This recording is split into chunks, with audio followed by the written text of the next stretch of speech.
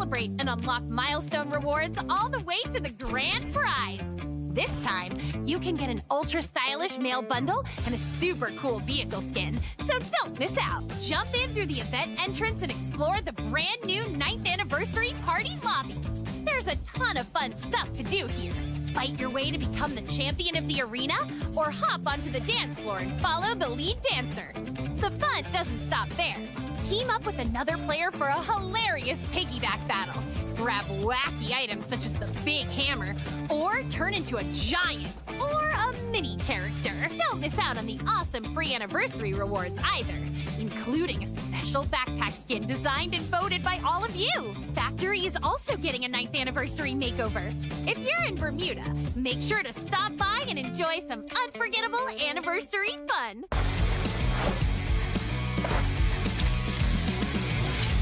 What surprises does the 9th anniversary have in store for us? First up, more skills can now be enhanced. During a match, you can upgrade your character skills to unlock stronger effects, power up your playstyle, and outplay your opponents. In Battle Royale, you can gain skill boost energy by surviving, getting eliminations, and dealing damage. In Clash Squad, skill boosts become available at the start of later rounds, giving you more ways to adjust your strategy as the match heats up. Some skills will have 2 boost options, while others get reduced cooldown time. And if that's not exciting enough, we're also turning up the heat with Weapon Awakening. In Battle Royale, Weapon Awakeners can be obtained during the final battles, and may also show up in places like arsenals. Use them to give your weapons a major power boost for the endgame. Best of all, almost all weapons can be awakened, so you can stick with the one you love and power it all the way to Booyah! Over in Clash Squad, perk points will replace cyber points. You can use them to unlock perks like awakened weapons, armor, buffs, and more in the CS store. The match result page will also show the skill boosts and buffs chosen by both teams, so you can see exactly how each side built their advantage. There's even more 9th anniversary fun packed into your matches. During the event, random anniversary quests will pop up in certain areas across the map. Complete them with your team, and you can grab great loot right from the quest spot, along with upgrades to nearby vending machines, revival points, and even buffs. You might be collecting anniversary fragments, reforging a giant sword, or bouncing high into the air to grab coins. Sounds fun already, right? In Battle Royale, surviving with your team is easier too. During the event, you can revive teammates right where they were eliminated, so your team can recover faster and jump straight back into the action. Just remember, this revival chance is limited. And of course, we've got some extra fun for you and your friends. Toss a coin jar to create a special coin zone. Then hop in, dance, and claim coins together. You can even grab the rewards yourself. And after an awesome elimination, celebrate with a quick fist bump when a teammate is nearby. Come on, survivors! The party's better with friends! And here are the other character skill adjustments. And let's check out the changes to weapon balance.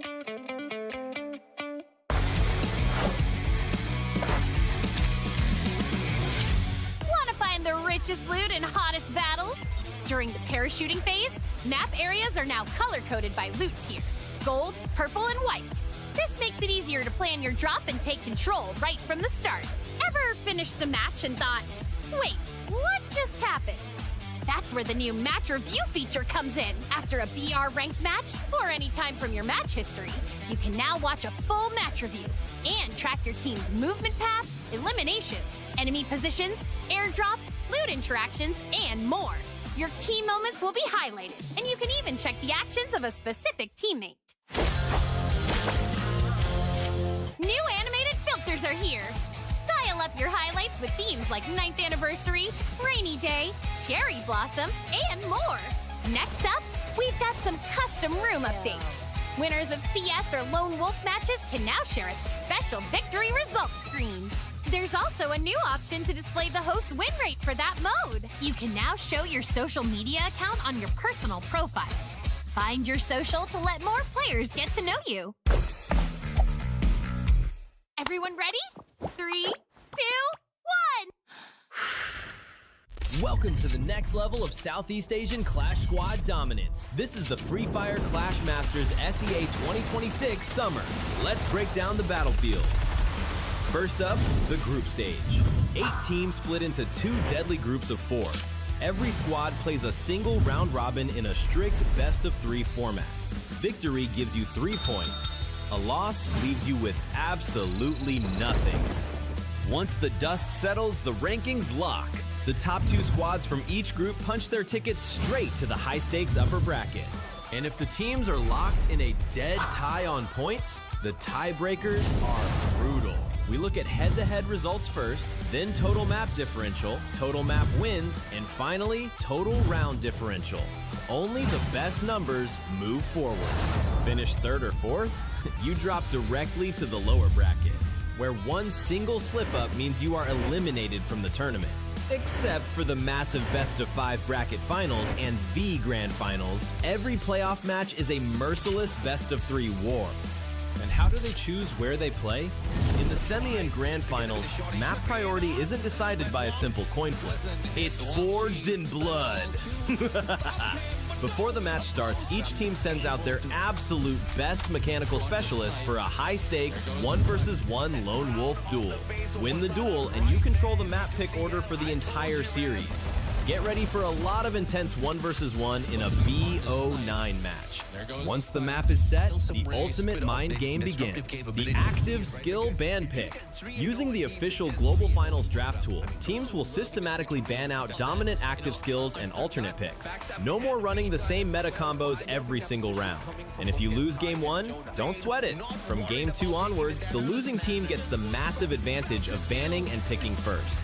Adapt, counter, and outsmart, or watch your championship dreams burn to ash. 8 elite rosters, new mechanics, unrivaled chaos. Who will conquer the new era and cement their legacy? Find out live. Squad up, drop in, and get ready to master the clash.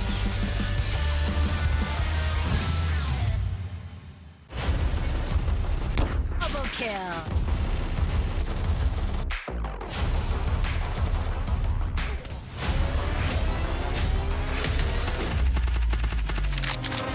One team rose above the rest. One team survived through the abyss of the lower bracket. Young blood, raw ambition. A 75% rookie roster for FFCM 2026. Esports brings 3 rising stars to the fight, ready to turn FFCM 2026 into their playground. They begin their journey strong, winning against Heavy and EVOS. They gave Buriram a fierce fight and chipped the King's armor even though they lost. But the message has been sent to the world. Esports is here to win. After suffering a defeat against the winged beasts Team Falcons, Esports was sent to the abyss of the lower bracket. Amongst the foes stood one monster of a team, the former champions of CS, Team AG. Esports fell down the monster AG and sealed their title as the Titan Slayer. Nếu các bạn nghi ngờ về team Esports thì các bạn hãy theo dõi từ đầu mùa giải đến cuối mùa giải, bởi vì đôi khi cái sự nghi ngờ của các bạn lại là bất ngờ. The Titan Slayer, Esports, marches down the lower bracket and meets a familiar Titan. Buriram stands tall as the last hurdle between Esports and the grand finals. Esports redeemed themselves and destroyed the world champion Buriram and are one step closer to being named the 2026 FFCM champion. Esports gets this win and they move to the grand finals. Thi đấu tháng trước một nhà vô địch thế giới như Buriram giúp mình có động lực bắn với team tiếp theo là Phong Cảnh. Đến với trận chung kết lần này, tụi em đã biết được bài của đối thủ và giành chiến thắng trước họ. Welcome to the grand finals. Esports did the unthinkable and shot down the winged terror, Team Falcons. 2-0. One more game away from the very first major Region title. The spirit of fresh blood paved the way to victory. PE Sports, the team that rose above the rest, the team that survived through the abyss and returned brightly victorious. Cảm thấy rất là vui thật. Em cảm thấy rất là vui tại vì đây là sự nỗ lực của cả team tụi em cố gắng trong những ngày mới lập team đến hiện tại và giành chức vô địch của năm nay. The slaughter is over. The throne is claimed. PE Sports, your champions victorious. This is PE Sports with Limit all alone in front of them. And it is the moment Vietnam finally gets it done. Your champions, your very first Clash Masters.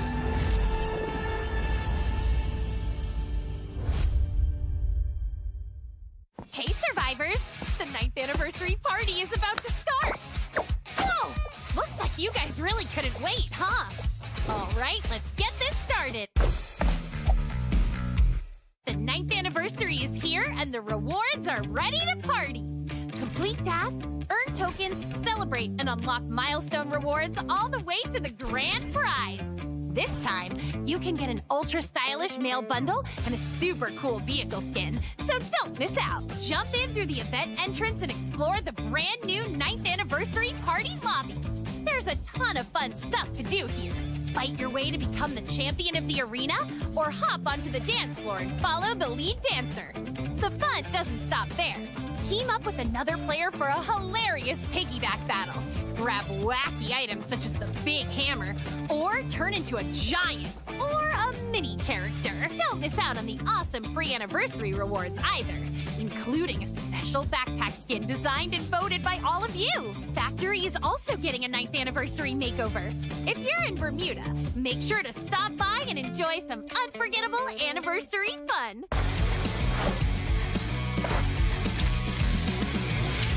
What surprises does the 9th anniversary have in store for us? First up, more skills can now be enhanced. During a match, you can upgrade your character skills to unlock stronger effects, power up your playstyle, and outplay your opponents. In Battle Royale, you can gain skill boost energy by surviving, getting eliminations, and dealing damage. In Clash Squad, skill boosts become available at the start of later rounds, giving you more ways to adjust your strategy as the match heats up. Some skills will have 2 boost options, while others get reduced cooldown time. And if that's not exciting enough, we're also turning up the heat with Weapon Awakening. In Battle Royale, Weapon Awakeners can be obtained during the final battles, and may also show up in places like arsenals. Use them to give your weapons a major power boost for the endgame. Best of all, almost all weapons can be awakened, so you can stick with the one you love and power it all the way to Booyah! Over in Clash Squad, perk points will replace cyber points. You can use them to unlock perks like awakened weapons, armor, buffs, and more in the CS store. The match result page will also show the skill boosts and buffs chosen by both teams, so you can see exactly how each side built their advantage. There's even more 9th anniversary fun packed into your matches. During the event, random anniversary quests will pop up in certain areas across the map. Complete them with your team, and you can grab great loot right from the quest spot, along with upgrades to nearby vending machines, revival points, and even buffs. You might be collecting anniversary fragments, reforging a giant sword, or bouncing high into the air to grab coins. Sounds fun already, right? In Battle Royale, surviving with your team is easier too. During the event, you can revive teammates right where they were eliminated, so your team can recover faster and jump straight back into the action. Just remember, this revival chance is limited. And of course, we've got some extra fun for you and your friends. Toss a coin jar to create a special coin zone. Then hop in, dance, and claim coins together. You can even grab the rewards yourself. And after an awesome elimination, celebrate with a quick fist bump when a teammate is nearby. Come on, survivors! The party's better with friends! And here are the other character skill adjustments. And let's check out the changes to weapon balance.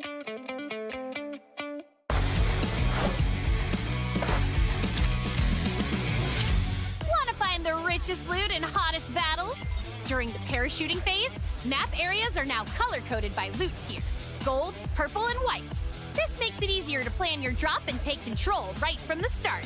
Ever finished a match and thought, wait, what just happened? That's where the new Match Review feature comes in. After a BR ranked match, or any time from your match history, you can now watch a full match review and track your team's movement path, eliminations, enemy positions, airdrops, loot interactions, and more. Your key moments will be highlighted, and you can even check the actions of a specific teammate. New animated filters are here. Style up your highlights with themes like 9th Anniversary, Rainy Day, Cherry Blossom, and more. Next up, we've got some custom room updates. Winners of CS or Lone Wolf matches can now share a special victory results screen. There's also a new option to display the host win rate for that mode. You can now show your social media account on your personal profile. Find your social to let more players get to know you. Everyone ready? 3, 2, 1! Welcome to the next level of Southeast Asian Clash Squad dominance. This is the Free Fire Clash Masters SEA 2026 Summer. Let's break down the battlefield. First up, the group stage. 8 teams split into 2 deadly groups of 4.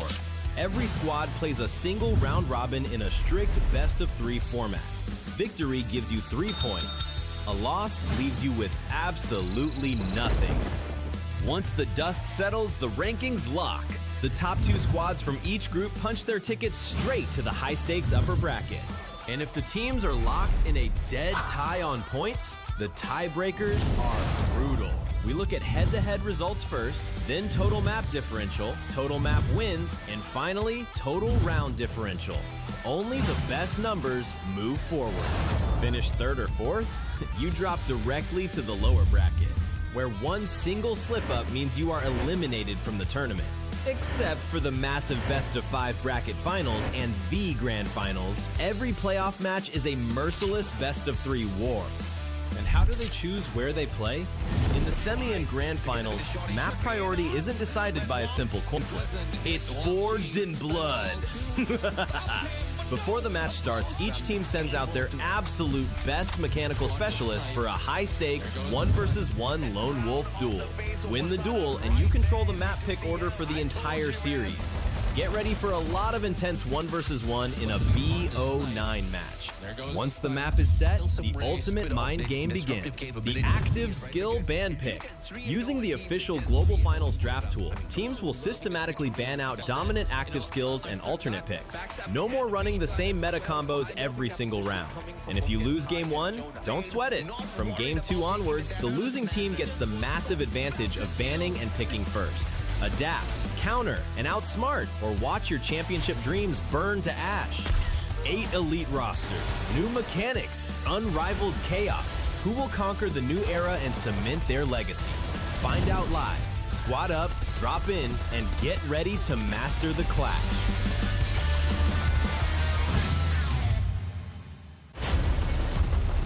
Double kill.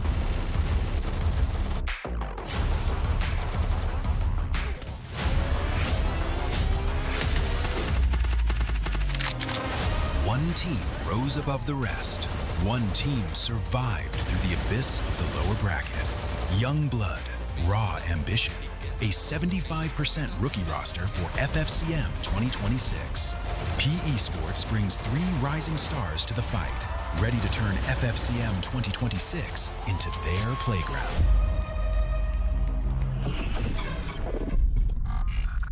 They begin their journey strong, winning against Heavy and EVOS. They gave Buriram a fierce fight and chipped the King's armor, even though they lost. But the message has been sent to the world. Esports is here to win. After suffering a defeat against the winged beasts Team Falcons, Esports was sent to the abyss of the lower bracket. Amongst the foes stood one monster of a team, the former champions of CS, Team AG. Esports fell down the monster AG and sealed their title as the Titan Slayer. Nếu các bạn nghi ngờ về team Esports thì các bạn hãy theo dõi từ đầu mùa giải đến cuối mùa giải, bởi vì đôi khi cái sự nghi ngờ của các bạn á lại là bất ngờ. The Titan Slayer, Esports, marches down the lower bracket and meets a familiar Titan. Buriram stands tall as the last hurdle between Esports and the grand finals. Esports redeemed themselves and destroyed the world champion Buriram, and are one step closer to being named the 2026 FFCM champion. Esports gets this win and they move to the grand finals. Thi đấu tháng trước một nhà vô địch thế giới như Buriram giúp mình có động lực bắn với team tiếp theo là vô địch. Đến với trận chung kết lần này, tụi em đã biết được bài của đối thủ và giành chiến thắng trước họ. Welcome to the grand finals. Esports did the unthinkable and shot down the winged terror, Team Falcons. 2-0. One more game away from the very first major title. The spirit of fresh blood paved the way to victory. Esports, the team that rose above the rest, the team that survived through the abyss and returned brightly victorious. Cảm thấy rất là vui đó. Em cảm thấy rất là vui tại vì đây là sự nỗ lực của cả team tụi em cố gắng trong những ngày mới lập team đến hiện tại và giành chức vô địch của năm nay. The slaughter is over. The throne is claimed. Esports, your champions victorious. This is Esports with Limit all alone in front of them, and it is the moment Vietnam finally gets it done. Your champions, your very first Clash Masters.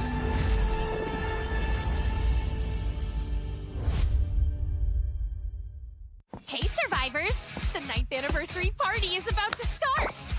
Whoa! Looks like you guys really couldn't wait, huh? All right, let's get this started. The 9th anniversary is here, and the rewards are ready to party. Complete tasks, earn tokens, celebrate, and unlock milestone rewards all the way to the grand prize. This time, you can get an ultra-stylish male bundle and a super cool vehicle skin, so don't miss out. Jump in through the event entrance and explore the brand new 9th anniversary party lobby. There's a ton of fun stuff to do here. Fight your way to become the champion of the arena, or hop onto the dance floor and follow the lead dancer. The fun doesn't stop there. Team up with another player for a hilarious piggyback battle. Grab wacky items such as the big hammer, or turn into a giant or a mini character. Don't miss out on the awesome free anniversary rewards either, including a special backpack skin designed and voted by all of you. Factory is also getting a 9th anniversary makeover. If you're in Bermuda, make sure to stop by and enjoy some unforgettable anniversary fun.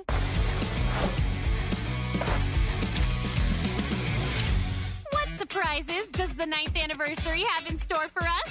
First up, more skills can now be enhanced. During a match, you can upgrade your character skills to unlock stronger effects, power up your playstyle, and outplay your opponents. In Battle Royale, you can gain skill boost energy by surviving, getting eliminations, and dealing damage. In Clash Squad, skill boosts become available at the start of later rounds, giving you more ways to adjust your strategy as the match heats up. Some skills will have 2 boost options, while others get reduced cooldown time. And if that's not exciting enough, we're also turning up the heat with Weapon Awakening. In Battle Royale, Weapon Awakeners can be obtained during the final battles, and may also show up in places like arsenals. Use them to give your weapons a major power boost for the endgame. Best of all, almost all weapons can be awakened, so you can stick with the one you love and power it all the way to Booyah! Over in Clash Squad, perk points will replace cyber points. You can use them to unlock perks like awakened weapons, armor, buffs, and more in the CS store. The match result page will also show the skill boosts and buffs chosen by both teams, so you can see exactly how each side built their advantage. There's even more 9th anniversary fun packed into your matches. During the event, random anniversary quests will pop up in certain areas across the map. Complete them with your team, and you can grab great loot right from the quest spot, along with upgrades to nearby vending machines, revival points, and even buffs. You might be collecting anniversary fragments, reforging a giant sword, or bouncing high into the air to grab coins.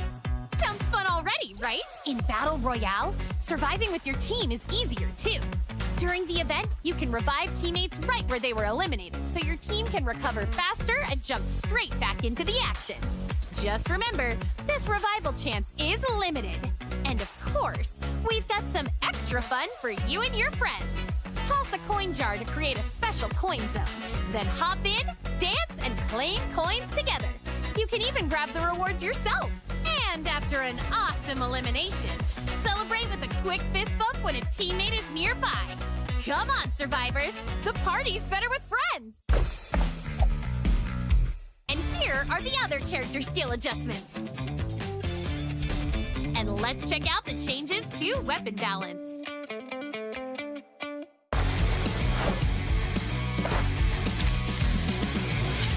Want to find the richest loot and hottest battles? During the parachuting phase, map areas are now color-coded by loot tier: gold, purple, and white. This makes it easier to plan your drop and take control right from the start. Ever finished a match and thought, wait, what just happened? That's where the new match review feature comes in. After a BR ranked match, or any time from your match history, you can now watch a full match review and track your team's movement path, eliminations, enemy positions, airdrops, loot interactions, and more. Your key moments will be highlighted, and you can even check the actions of a specific teammate. New animated filters are here. Style up your highlights with themes like 9th Anniversary, Rainy Day, Cherry Blossom, and more. Next up, we've got some custom room updates. Winners of CS or Lone Wolf matches can now share a special victory results screen. There's also a new option to display the host win rate for that mode. You can now show your social media account on your personal profile. Find your social to let more players get to know you. Everyone ready? 3, 2, 1! Welcome to the next level of Southeast Asian Clash Squad dominance. This is the Free Fire Clash Masters SEA 2026 Summer. Let's break down the battlefield. First up, the group stage. 8 teams split into 2 deadly groups of 4. Every squad plays a single round robin in a strict best-of-3 format. Victory gives you 3 points. A loss leaves you with absolutely nothing. Once the dust settles, the rankings lock. The top 2 squads from each group punch their tickets straight to the high-stakes upper bracket. And if the teams are locked in a dead tie on points, the tiebreakers are brutal. We look at head-to-head results first, then total map differential, total map wins, and finally, total round differential. Only the best numbers move forward. Finish 3rd or 4th? You drop directly to the lower bracket, where one single slip-up means you are eliminated from the tournament. Except for the massive best-of-5 bracket finals and the grand finals, every playoff match is a merciless best-of-3 war. And how do they choose where they play? In the semi and grand finals, map priority isn't decided by a simple coin flip. It's forged in blood. Before the match starts, each team sends out their absolute best mechanical specialist for a high-stakes 1 versus 1 lone wolf duel. Win the duel, and you control the map pick order for the entire series. Get ready for a lot of intense 1 versus 1 in a BO9 match. Once the map is set, the ultimate mind game begins. The active skill band pick.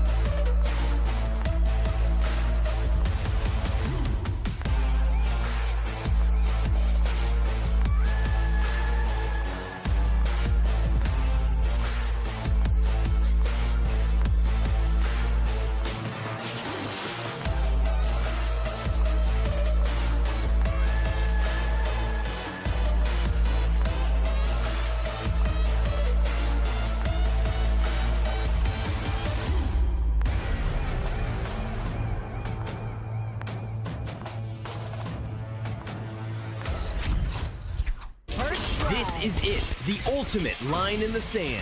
Day 3 of the Free Fire Clash Masters, and the stage is set for intense matches. Match 1 kicks off with a ruthless survival thriller. Indonesia's powerhouse EVOS Divine must put on a masterclass to break down the iron wall defenses of Vietnam's representative Team Flash. Flash, musuh buyutan gua bantai. Gua udah nggak takut gua udah karena dia nggak lolos EVC. Em đánh giá khá cao EVOS vì có tay tỉa là kiểu thần đồng, còn trẻ kỹ năng tốt. Before the dust can even settle, Match 2 brings an absolute collision of raw firepower. The mechanical gods of Thailand, AG.AL, square off against the hyper-aggressive, chaotic speed demons of Vietnam, Secret WAG. จะ BVG ก็ชนะตลอดครับไม่วัดได้ครับเพราะว่ารอบก่อนก็โดนแก้ไปแล้วทำศพใส่ด้วย AG sở hữu những tuyển thủ chất lượng như Saifa và Deal. Theo mình muốn đánh bại AG phải tìm cách khắc chế Saifa và Deal càng sớm càng tốt. The stakes reach a boiling point in match 3. The terrifying defending champion GAM-PE look to stamp their authority over the historic legacy of Indonesia's King of Kings, RRQ Kazu. Em thấy RRQ là một đội tuyển khá là khó chịu. Khi gặp họ thì tụi em không thể nào chủ quan được. Ya kalau PS sih gimana ya? Dia angin-anginan sih kalau lagi jago ya jago banget, kalau enggak ya gitulah biasa aja. And finally, the ultimate showdown of the day. The reigning world champions, Thailand's Buriram United Esports, are stepping into hostile territory to face Malaysia's solo heroes, Argon. Are the solo heroes ready for the champions? มาเลเซียครับผมไม่เคยเห็นทีมพวกเขาได้เข้ามาเล่น PC เลยผมไม่ค่อยได้ดูครับก็น่าจะเหมือนคล้ายๆกันกับทีมประเทศอินโดครับน่าจะเป็นสไตล์เดียวกันก็น่าจะเล่นคล้ายๆกันผมมองว่ายังกาถึงแชมป์น้อยครับ Perasaan saya satu-satunya tim di Malaysia ni marah sebab kita orang tak dapat slot lebih kan untuk negara kan. So saya akan bantai lah semua negara lain-lain. Pandangan saya tentang negara Indonesia, RRQ dengan EVOS kan, diorang kuat lah. Tapi kita orang still boleh beat lah, no problem. The talking is done. The strategies are set. Who survives the relentless assault and fiery gauntlet? The arena is primed and ready for the next stage. This is the Free Fire Clash Master Group Stage.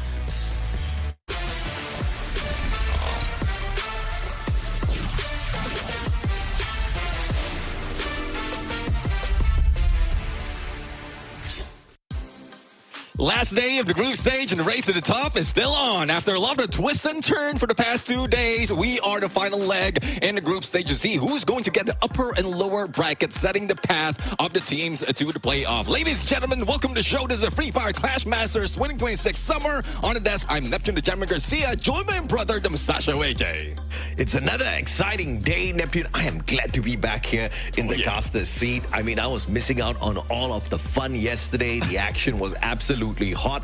But again, it's just a little bit of a preview of what we can expect when we move on into our double elimination bracket. Here at the group stage, regardless of whether or not you win your series, you lose your series, it only determines where you sit overall on the double elimination bracket, whether you're in the upper bracket or the lower bracket. And obviously, not many of these teams want to be on the lower bracket. In fact, I would go out to say that out of my way to say that maybe 90% of the teams do not want to be in the lower bracket, except one team, which might be looking to make that lower bracket run. I still have a sneaky suspicion that Buriram would like to hunt all of the other squads and be the squad to eliminate one team after another. But, you know, we'll have to wait and see exactly how they do out that day.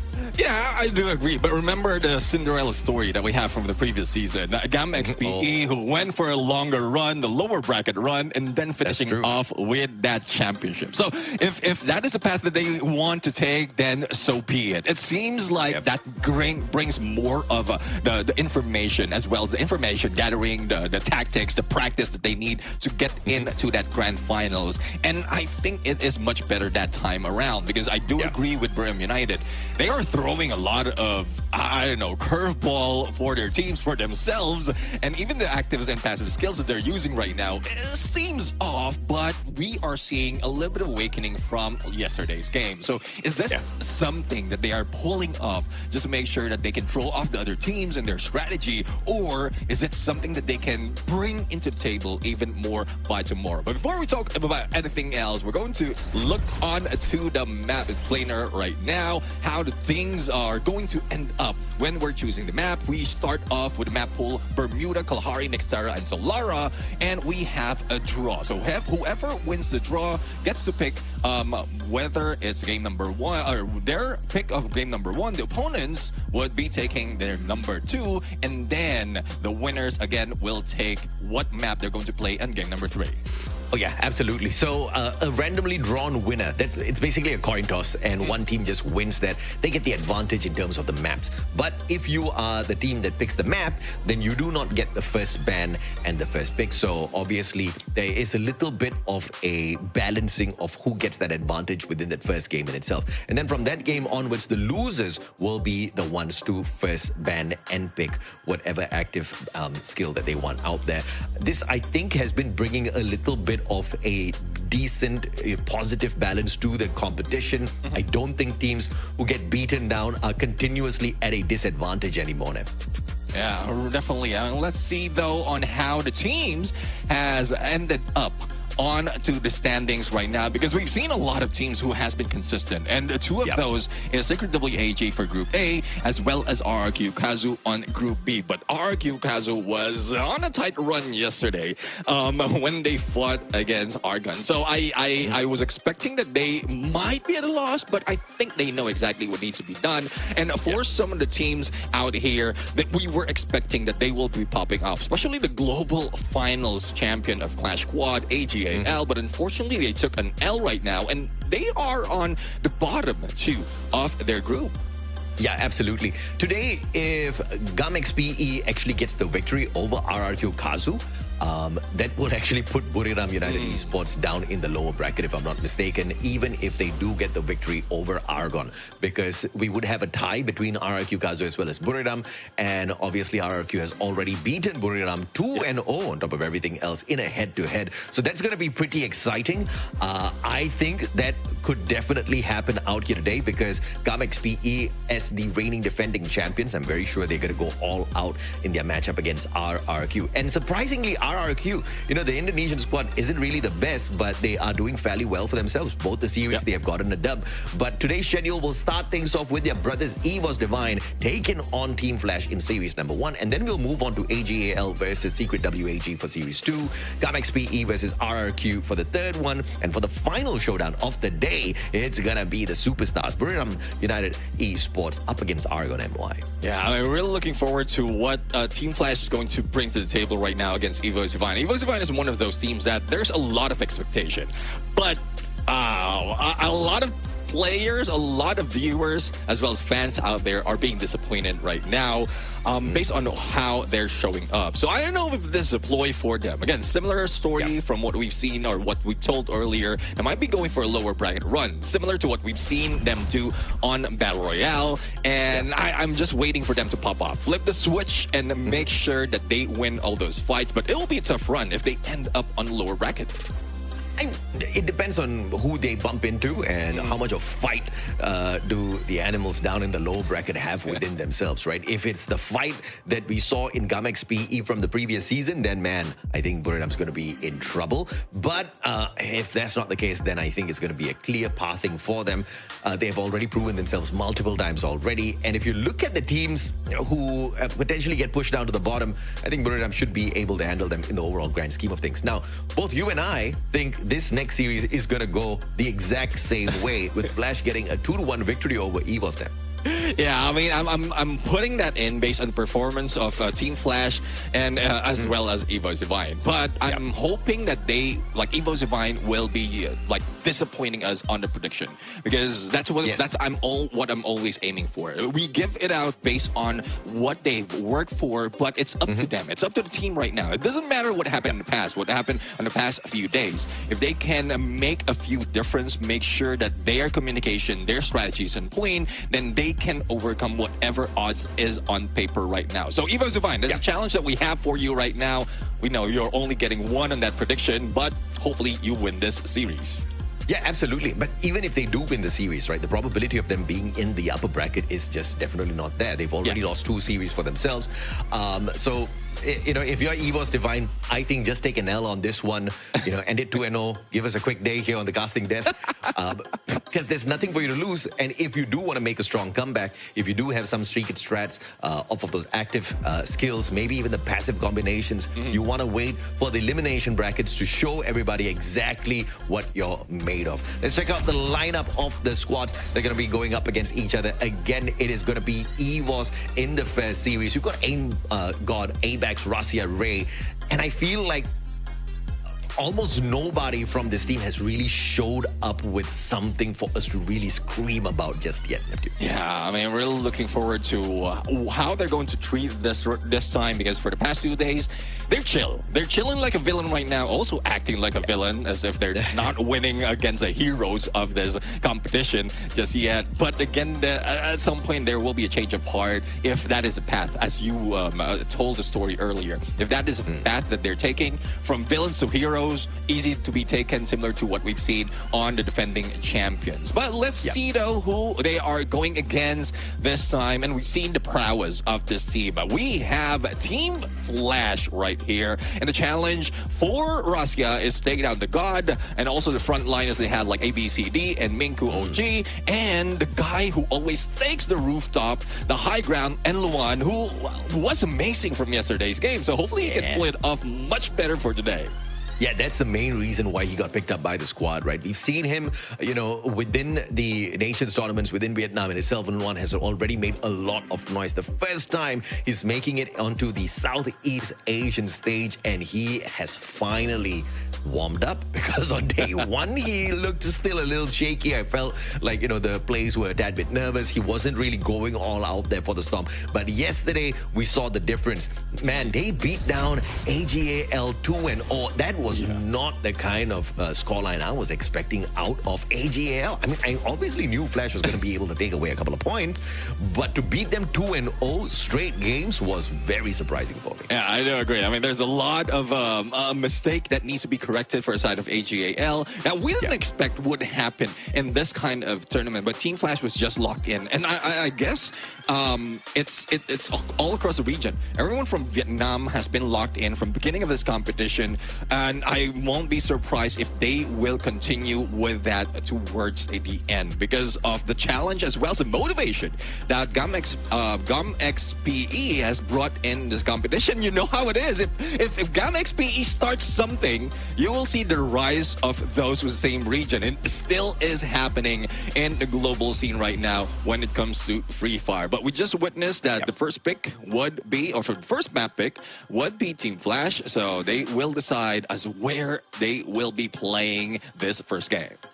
Absolutely, man. Now, when you look at Team Flash overall, and the capability to pick up the numbers, you're definitely going to be depending a lot on ABCD. But overall, Flash has proven that it is a team game. Now, the coin toss has clearly been won here by EVOS, so they get to pick map 1 and 3, and of course, map 3, if at all we do drop in there, if we are allowed to drop in there by Flash.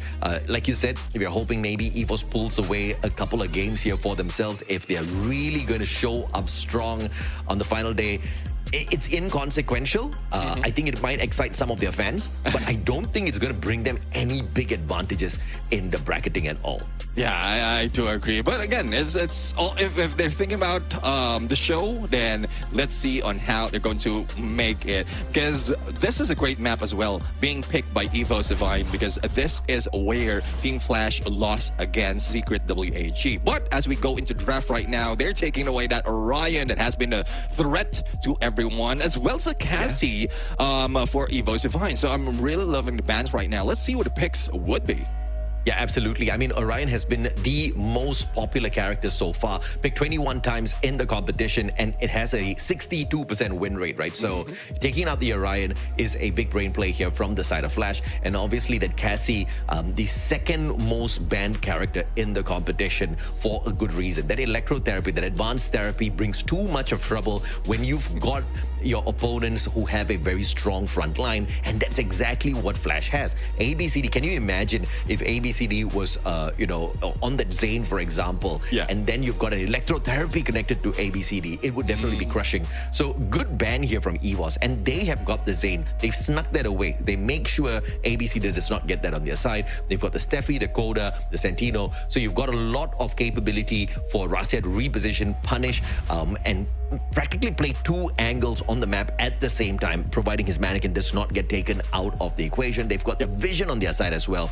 And then you've got a good counter for that vision through Clue, but I don't think the tracing steps is anywhere as impactful as the Aurora vision. Yeah, I do agree. I mean, Clue gets the initial location in pulses, but you don't have the exact position if we're talking about elevation. But this is the most decent draft that we've seen so far. It's counter after counter. We've seen that Zane being pulled in, and then we had that A124 on the side of Team Flash, and then the counter was the Steffi. So when they brought in that Coda for the side of EVOS Divine, the Clue was brought in. So this is a decent game. So I'm thinking that we might be seeing an awesome game right now coming from both teams, but let's start it off in this game number 1 in Nextera. We have EVOS Divine going against Team Flash. Okay, let's see exactly who manages to run away with the pistol rounds here. M500, early investment here for the God, which means he needs to keep a great distance between himself and the rest of the EVOS players. The sight down in the middle, baiting out both players, both squads. Big play here.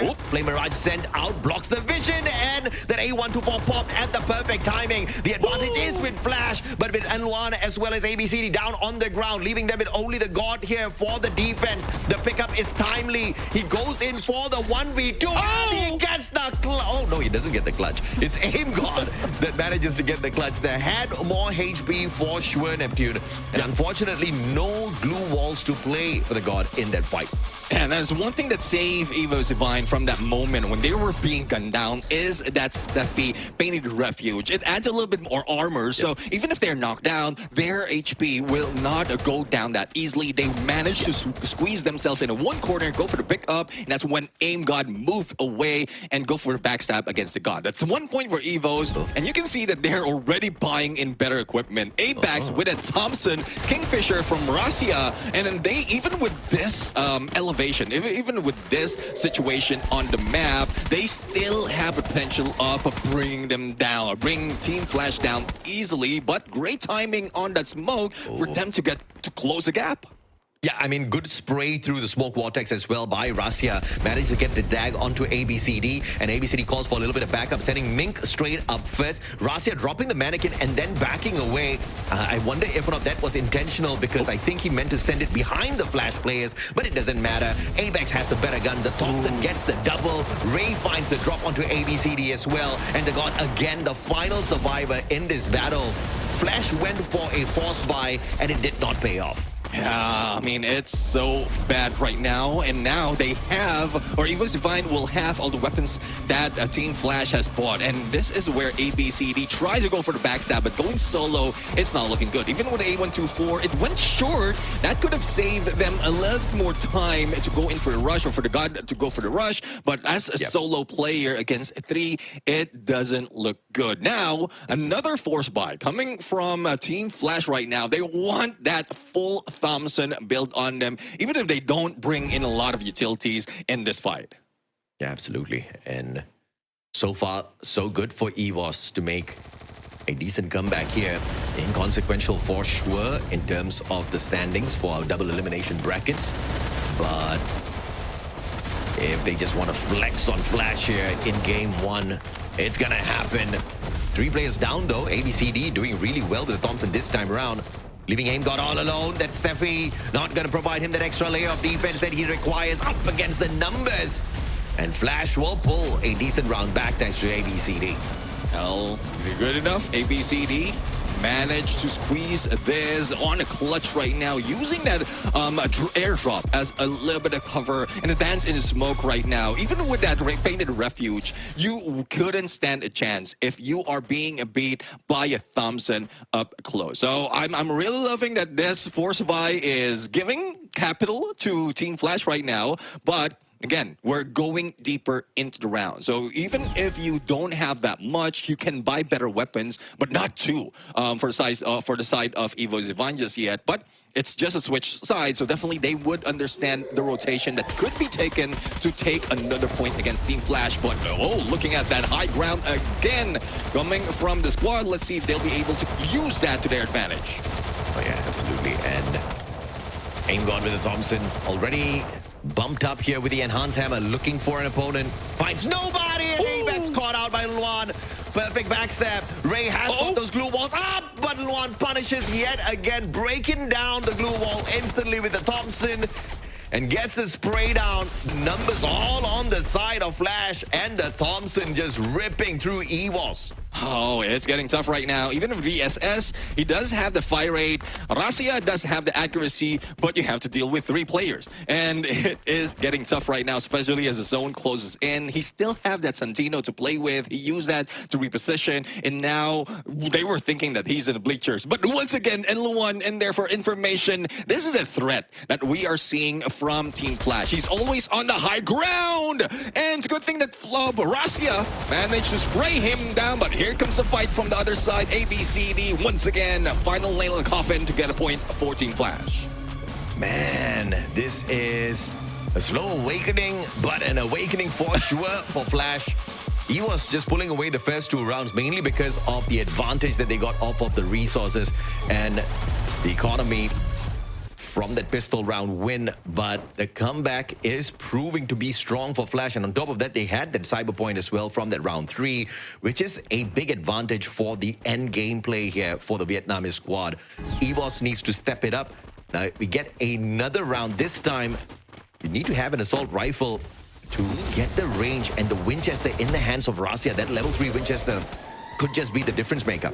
Yeah, let's see. I mean, Winchester is good, even on a CQC. It acts like an M1887, but let's see on how that's going to work right now. Level 3 on Winchester from Marasia would be deadly, but doesn't have the elevation to work with. And one, a little bit too close for comfort. Into smoke they go, shot into ABAX, and definitely if he has a Moko, he is already tagged up and marked up as well. ABCD tries to save N1 as he recovers, and here comes Minku! And ABAX and Ray has been taken down. Even Rossi is receiving damage. Only AIM-God is safe, and he is being kept safe but abandoned refuge. But for how long will he be able to help Rasia beat them down and deny them of the time that they need to go for the pickup? Oh, this is not what I was expecting out of Flash, but we did say that Winchester was going to be a tad bit of trouble for Flash to deal with, and the level 3 Winchester gives them the numbers. Rasia saving the day here for the squad, getting a triple off of that Winchester, and I think 2 out of 3 were headshots. So if you look at the mechanical capability of this monster on the side of EVOS, you know he should be able to save them a few more rounds. But again, Neptune, Flash is playing for the end game. 2 cyber points on their side now. EVOS needs to be careful with this. Yeah, exactly. And that Groza X would be deadly from hands of the god if they can take one of those gondolas. And I think EVO's Ray is trying to deny that from them. But look at the slowdown coming from Team Flash. Because of the split that they have right now, they will be able to play with the patience of EVO's Divine. And ABCD, unfortunately, gets that up, gets knocked down. But as quickly as that, the pickup has happened. Glue Wall saves him. And still, Rasia is going for that push. Backstab coming from AIM-God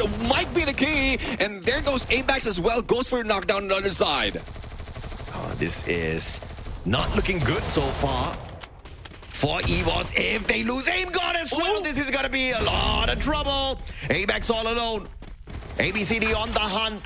And it looks like the God gets the finisher here off of the Groza. I think positioning-wise, EVOS could have played that a tad bit better, but Team Flash just taking over. Neptune, one more cyber point. They go in for the rush in this next round, and I think it's going to be game over. There's no way EVOS makes it back because Flash is already looking very, very good with all of their weapons. That means their offense is going to be strong, and when those level 4 Wests come out, it's just going to be more difficult to take them down, and I think it's going to be impossible for EVOS to beat them. So this round, round 7, cyber point, EVOS needs to steal it away. Yeah, I do agree, and that's one reason as well why they're aiming for those cyber points because they're denied of the Coda. If they can buy those Coda skill card, then at least it equals, or not equal the playing field, but it brings them to their favor because they have more information. Despite the Minku right now trying to go in for that airdrop, puts up a barrier, and AG.AL will try to steal away those airdrop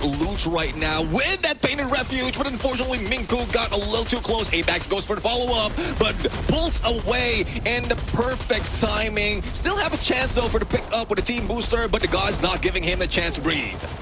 Not at all. And I think they have failed at the attempt here.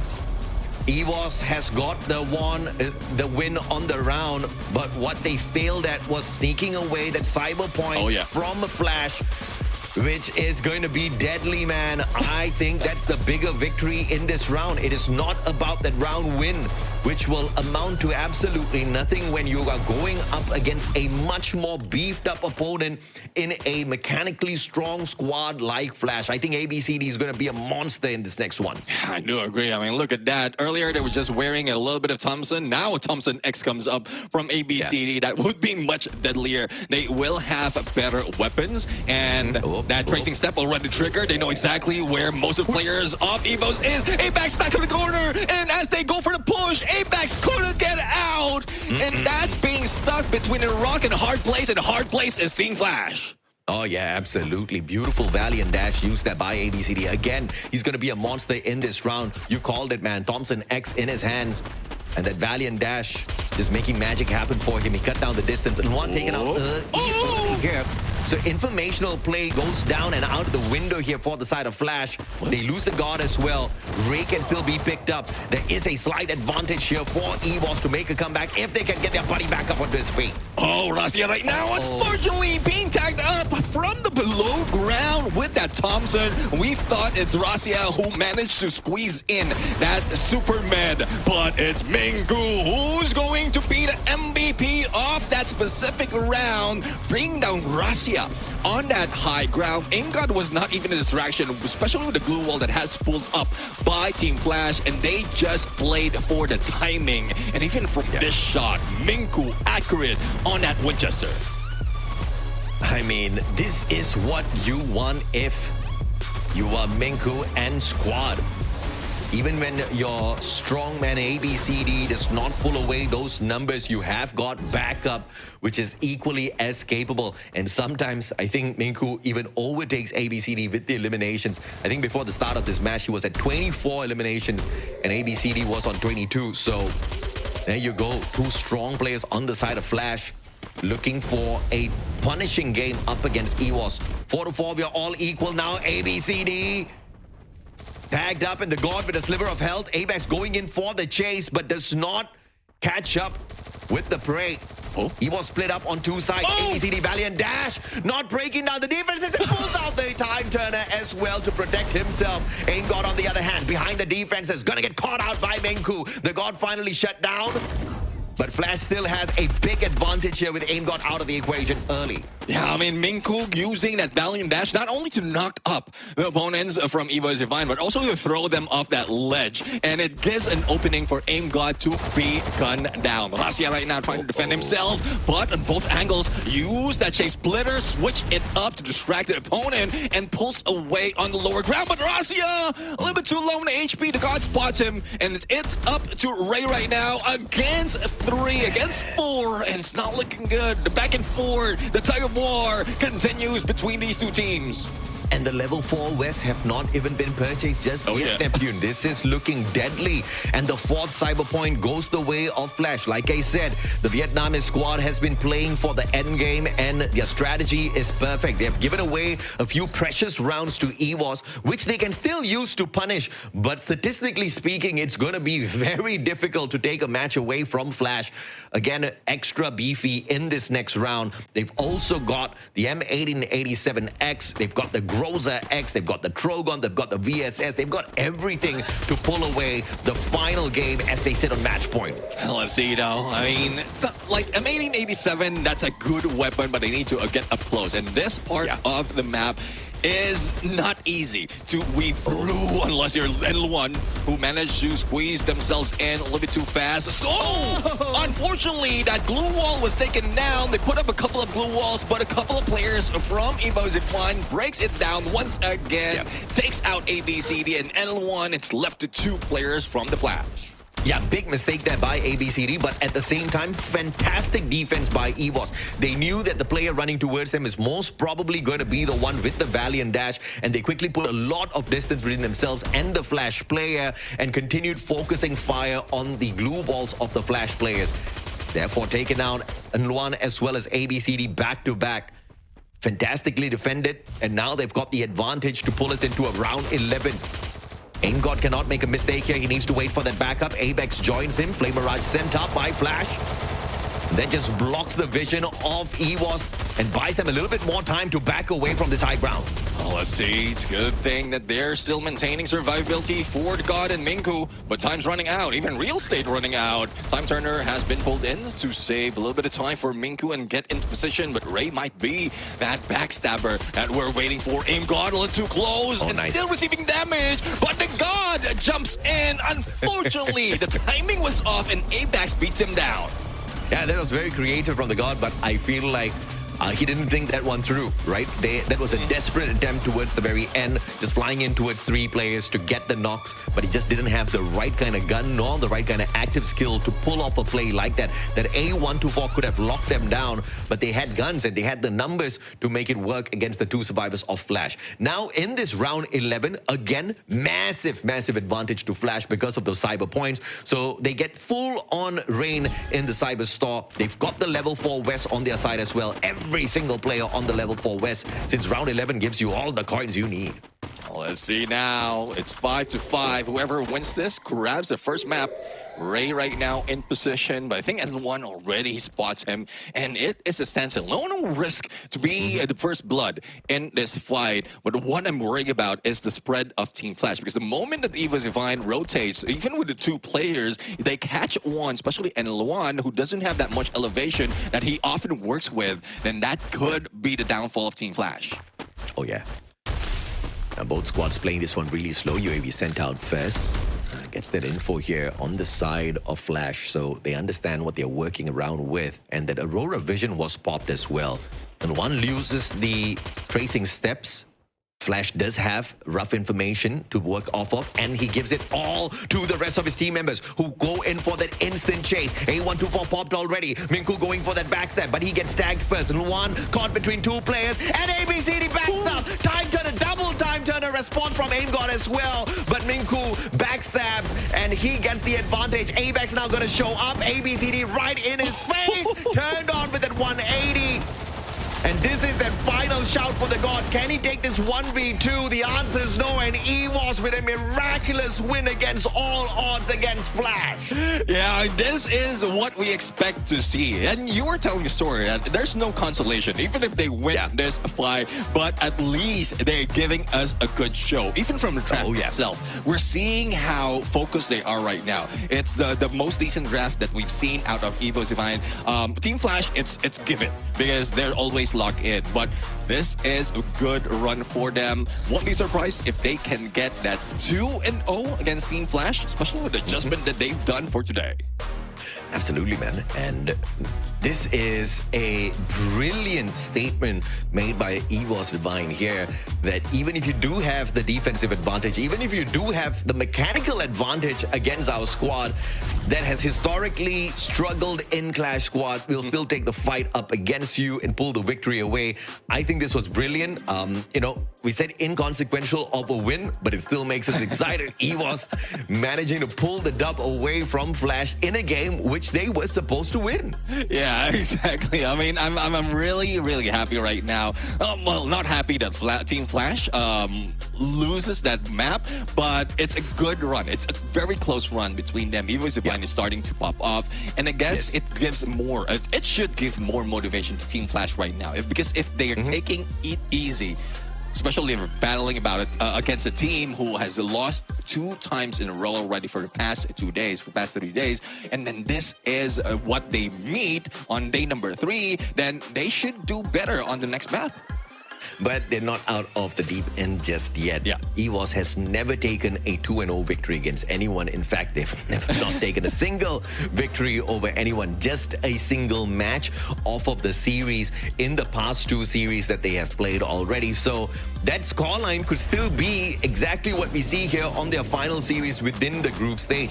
But checking out the highlights, things started off fantastic for the Indonesian squad. Yeah, exactly. I mean, they started off with great rotation, great recovery as well. And this is a priority for most of the squad to stick together. And even if one of their players has been knocked down, you're close enough to go for the pickup. And that's what they used in the beginning of this game. But the turnaround, the back and forth of the scores right now brings more pressure. But we're not seeing that high ground advantage opportunity being taken that much by N1. Or probably they are just being read by EVOS Define from the past game, from yesterday's game. Thus, even if they have that position, they are being beat down. And this point from Zipway, this is where recovery was on point, especially for Minku, who was accurate in every shot. Absolutely. And I really didn't think this was a game that Flash would lose, looking at the way they were planning for the end game. But what was the difference maker? It was the mechanical skills of the EVOS players. If we do get to spot that final round here, this is the play, right? With ABCD, Valiant Dash, AIM got initially, almost punished in that situation, but he was holding his ground until it became a 2v1 situation. And then when ABEX met ABCD and got that miraculous shot, that was that game-changing play, because that distraction was enough to pull the god's attention, and that made him take a little bit of extra damage that he just could not keep up with towards the end. Centino in the hands of Rasia. 10 eliminations, 10 assists, 4,900 on the damage. This guy was hot in this match. Yeah, definitely. I mean, initially as well, if you have that Otho, that mirror miss, it gives less advantage for a pickup for the other squad who's being gunned down. And Luna, even in Winchester, if you increase the fire rate on that gun, it would be deadly. It would as if that you're hitting them with an SVD, with a weapon that's available in Nextera. 10 elimination, 4,900 on the damage, as well as 10 assists. And you've seen how well as well he capitalized on that Rocky on one of the map in Nextera, who he's aiming to go for the clutch. He used it quite well with a reduced cooldown of that Santino, but he didn't manage to pull it off. But it's a good thing that for the rest of the squad, they managed to bring the numbers as well, especially ABAX, who also got 10 elimination in this fight. Yeah, absolutely. And, the numbers-wise, in terms of pressure, I feel like Team Flash was holding their ground, keeping up with the players on the side of EVOS. But clearly, Rasia and ABEX, they performed extremely well in the overall grand scheme of things here for the squad. But it was the assist off of Ray and AimGod that made a lot of those eliminations possible for Rasia and ABEX. And that's what teamwork is all about. And EVOS Divine showing up as strong as their fans wanted them to in this game, number 1. But still, a very big question is going to be that can they pull a 2-0 victory over Flash just to shock the world? Checking out the team summary here, and you look at their KDs, I mean, they're not too far away from each other. Team Flash definitely held their ground. Yeah, I did mention about AimGod, and in most cases, AimGod is the one who is just soaking in the smoke, making sure that he has a good angle and a potential for a backstab. Initially, from one of the platforms as well, and even in the final moment in Intellect Center, wherein they could have been taken out, but he's the one who was holding the ground out there. And one reason why he's just that confident, even with a great sniper on the other side, is he is using Wolfra as a passive. So that reduces the capability of a headshot or the damage taken from a headshot, especially if you're bringing in elimination to your side. So I'm loving that they're playing with the passive quite well with this new meta of Clash Masters. Yeah, absolutely, man. And, this is an unexpected turn of events if you are a Team Flash fan, because they were expected to win. They were on the right path to get the victory as well in the end game. Yes, they lost a couple of rounds, and I felt like those initial rounds made a very big difference, Neptune, because if they did not lose the pistol round, they would have definitely had enough economy for a little bit of extra defense in that round 2, as well as some decent guns, which they could have just kept up with the players on the side of EVOS and in fact gotten the victory overall. So that just shows how important these initial rounds are. And sometimes we've even seen the snowball of 3 rounds in a row for teams that get the initial pistol round. Yeah, I do agree. I mean, if you can get better weapons, especially if you're using loadouts like the enhanced hammer, who even playing ground, you use an enhanced hammer, and I think it's being used most of the time by the snipers, or it's being worn by the snipers out there. If you have a better sniper in long range, better damage will be dealt, and then the first blood will be going favoring you. And that's what teams need to do right now, especially in the next map that we have, wherein everyone's familiar right here in Bermuda. So I'm really looking forward to how the teams is going to play things out, especially for Team Flash, who needs that recovery run. Yeah, absolutely.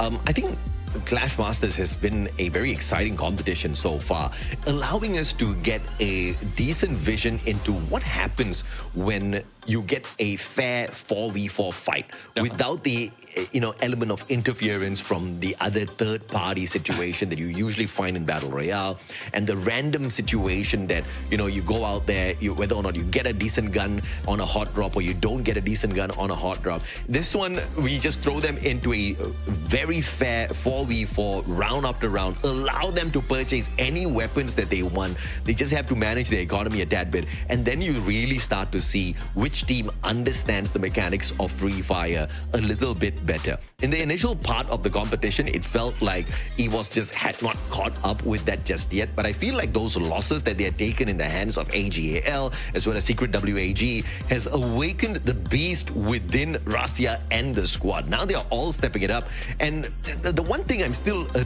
tad bit surprised with though, no prioritization at all on the cyber points, and I think this is something that will definitely punish them if they don't start to fix. Yeah, I do agree, because from last season, AG.AL is one of those who always start in chasing for the cyber points, and they haven't felt the need or probably the usage of those extra cyber airdrop stores just yet. But if you can see how well Team Flash managed to do it, they didn't have that quota on the next era, but they do have the skilled card that they can use. Even A124 can be used twice if they have another player who can use that within the game. But it still gives a little bit of risk, because you are giving out a few, especially if it's in the midway of that whole series or of that whole map.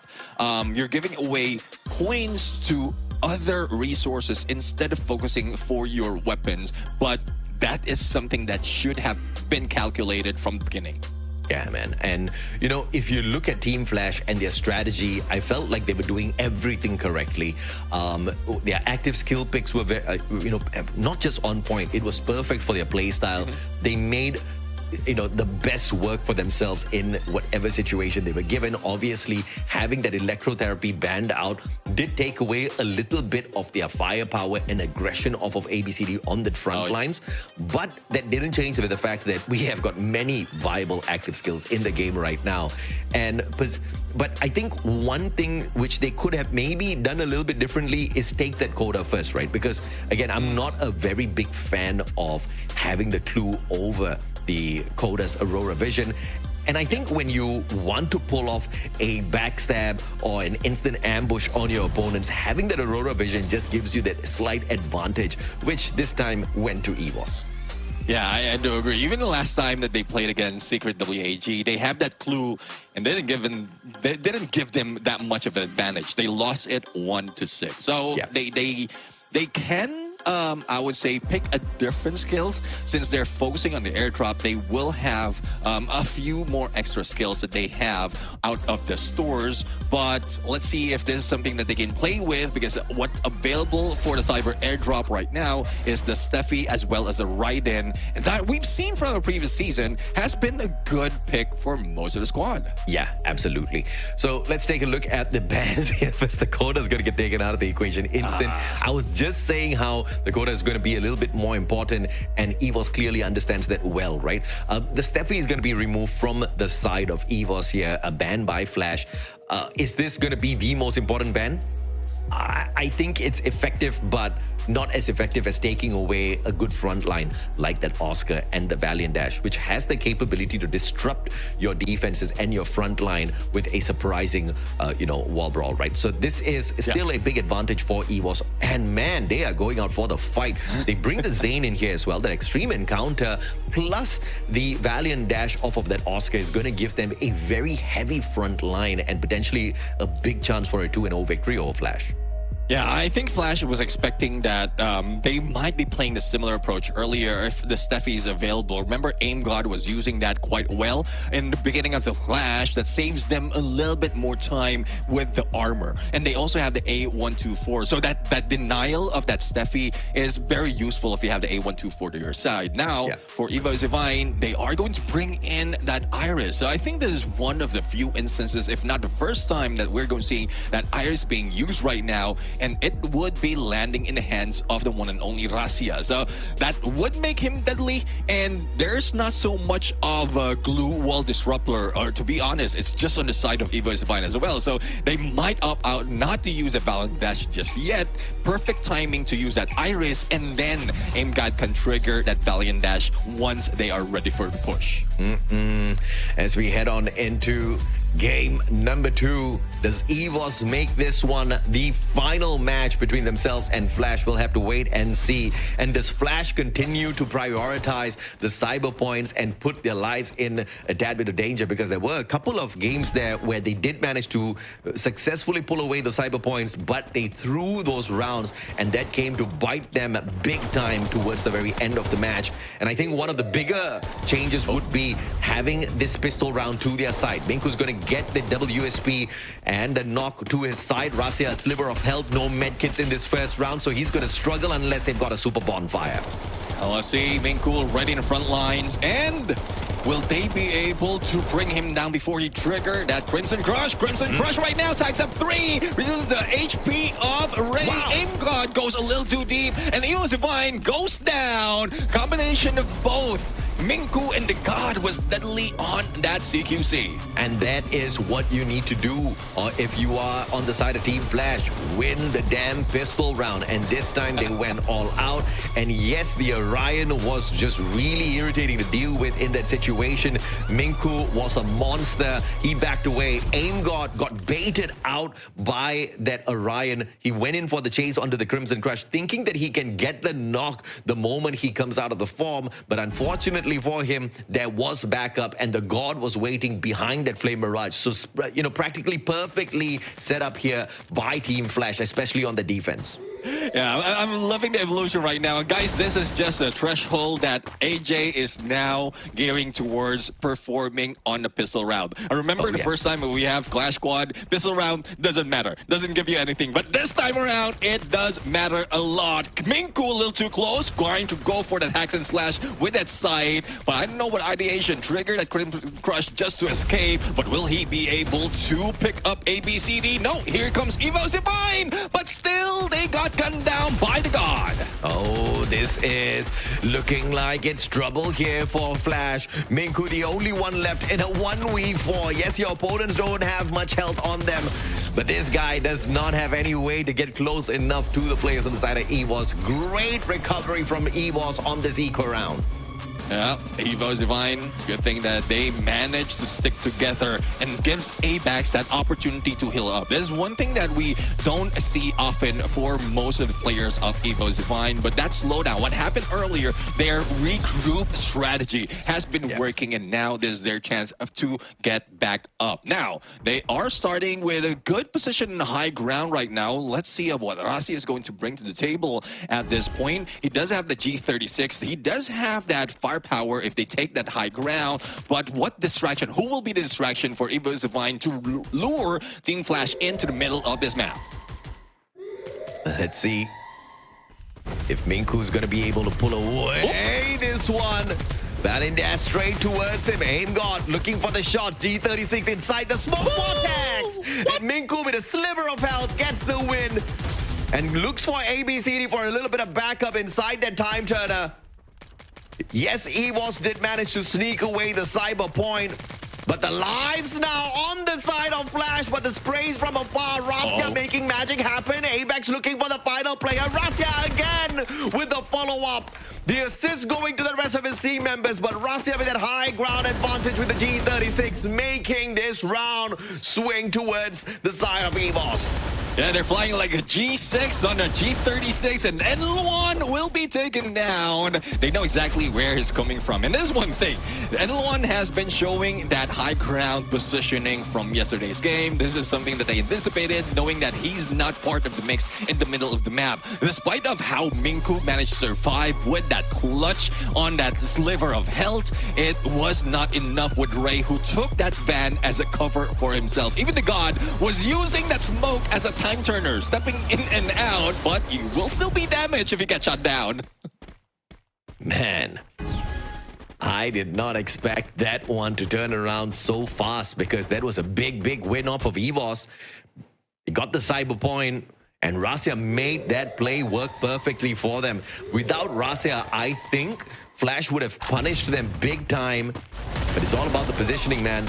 And this time, Flash has got the positional advantage here with the compound. I don't think they've sent anyone up just yet. Minku missing big time up against Aim God. And he's got to eat the deep freeze as well. You can see the G36 on the side of EVOS, already enhanced off of that enhanced hammer. That's exactly how Rasia made all of that magic work earlier. Let's see though, Aim God being taken down. Little chance of pickup right now, and ABCD and Minku is trying to block anyone who gets near. Rasia goes down as well. Ray right now, level 3 MP5 rather. Now, Minku, will he be able to make this work? He does have that Crimson Crush charge up, but unfortunately, it is Ray who sends him out with that Flame Mirage, and what a gameplay. My goodness me. I did not expect to see this kind of performance off of EVOS. Ray was on fire in that round. You know, if you look at the position that ABCD was holding from the get-go, that Thompson just had a big advantage for him to turn that situation around for the squad. And Flash just holding their ground here, not giving away too many rounds before they get to that next cyber point. This one, round 5, that's exactly what you've got. Cyber drop down in the middle. That's going to be attracting both the squads. Who's got the smokes? That's going to be the important question this time.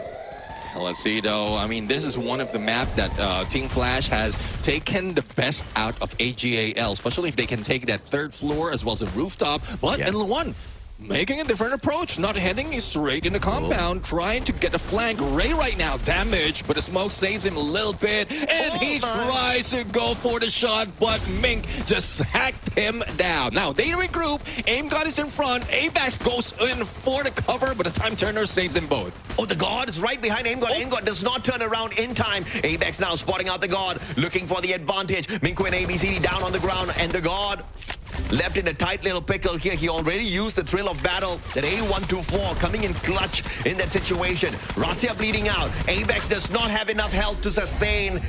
And he gets shut down by the God, who managed to recover off of the initial shots. Perfectly played, especially from Minku. Understanding that EVOS wanted to go for the cyber point. The most important factor was that smoke grenade that we talked about at the start of that round. And that kept EVOS defended perfectly at the initial phase. But big brain play to go in slicing and dicing with the sight through the smoke to give them that big advantage. Because, I mean, if you get a couple of shots, Neptune, the players can just step behind the cyber airdrop and block off most of the shots. But if you go slicing and dicing with the sight up close and personal, you can't run away from that. Yeah, exactly. I mean, it's a good thing that they have, they can make it work, because I tried it several times.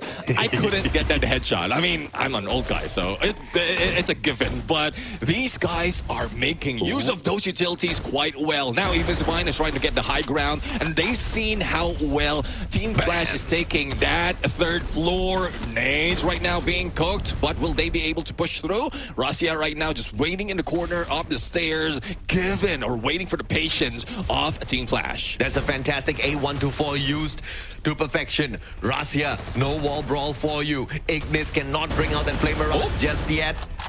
And one look at this man building the stairway to heaven, but it is not them that goes to heaven. They send EVOS right up. AG.AL with the Thompson does manage to take one out of the equation, but the damage had been done already by the superstar Luan. And he gets the initial two players out. Big advantage for Flash with the numbers, and they find the finisher towards the end. Bro, Luan is a cat burglar at this point. Yeah. He always knows how to get into the high ground. And earlier I pointed out the previous round, where in there playing that clock tower, he was not aiming for that high ground. He was not aiming for a rooftop. But lo and behold, towards the end, he was the one who's dealing damage on low ground, giving information for the rest of the squad. But now, since they were not giving that opportunity, or earlier they were not giving that opportunity for the compound, he just sneaked in through the window. And now let's see on what he's going to work with the speed that they have up front against EVOS. Luan's going to be very dangerous here. Level 3 MP5 in hand, and also the enhanced hammer knocking that weapon up already. And the God with the God nade. Aim got down on the ground. Avex, good defense here off of the glue wall, but he will eat an ice grenade follow up by the God, and that is investment perfection. Ray's going to get caught out in a 2v1 as well. Minku out in the open looking for the slice and dies, but he will not be able to get the scythe knock as his buddies find the victim first. And Team Flash running to the finish line here in this game 2 on match point now in a 5-2 scoreline. Yeah, I mean, this is the risk. If you bring Team Flash to Bermuda, this is what you have to deal with. And you've seen how well they work with elevation. Whatever dimension they are playing right now, they know how to position themselves. And I guess it's communication as well that worked for them. Earlier, it was Luan. Now it was the God who have high ground advantage. He had the firepower as well. And more to this time in their match point run. They have a level 3 on his car. They have a MP5 on the level 3 as well, and a Groza X to work with. Though Russia is deadly with that AWM, but that's one thing that they need to, that's one guy that we need to find out first and then isolate them from the rest of the squad. Yeah, man. And aim god. Oh, nice one of Minku. Orion saving his life there in that situation. That's exactly why you want to have that Orion on your first pick. In Clash Squad, it is absolutely deadly, and he gets the revenge onto Ray as well. Big play off of Minku. Well, ABCD, they spot out where Aim God is, goes with M590, and ABCD through the glue wall. Even the glue wall was put up. God managed to go in for a shot. Rasia not saved by any glue wall as well. Now isolated, Apex would be the final guy, and this will be it. This game goes to Team Flash because of the number. And this is now tying them 1-1 on the scoreboard. A very quick play here from Team Flash. They lose the first game, but they quickly rip away the second one to send us into game 3.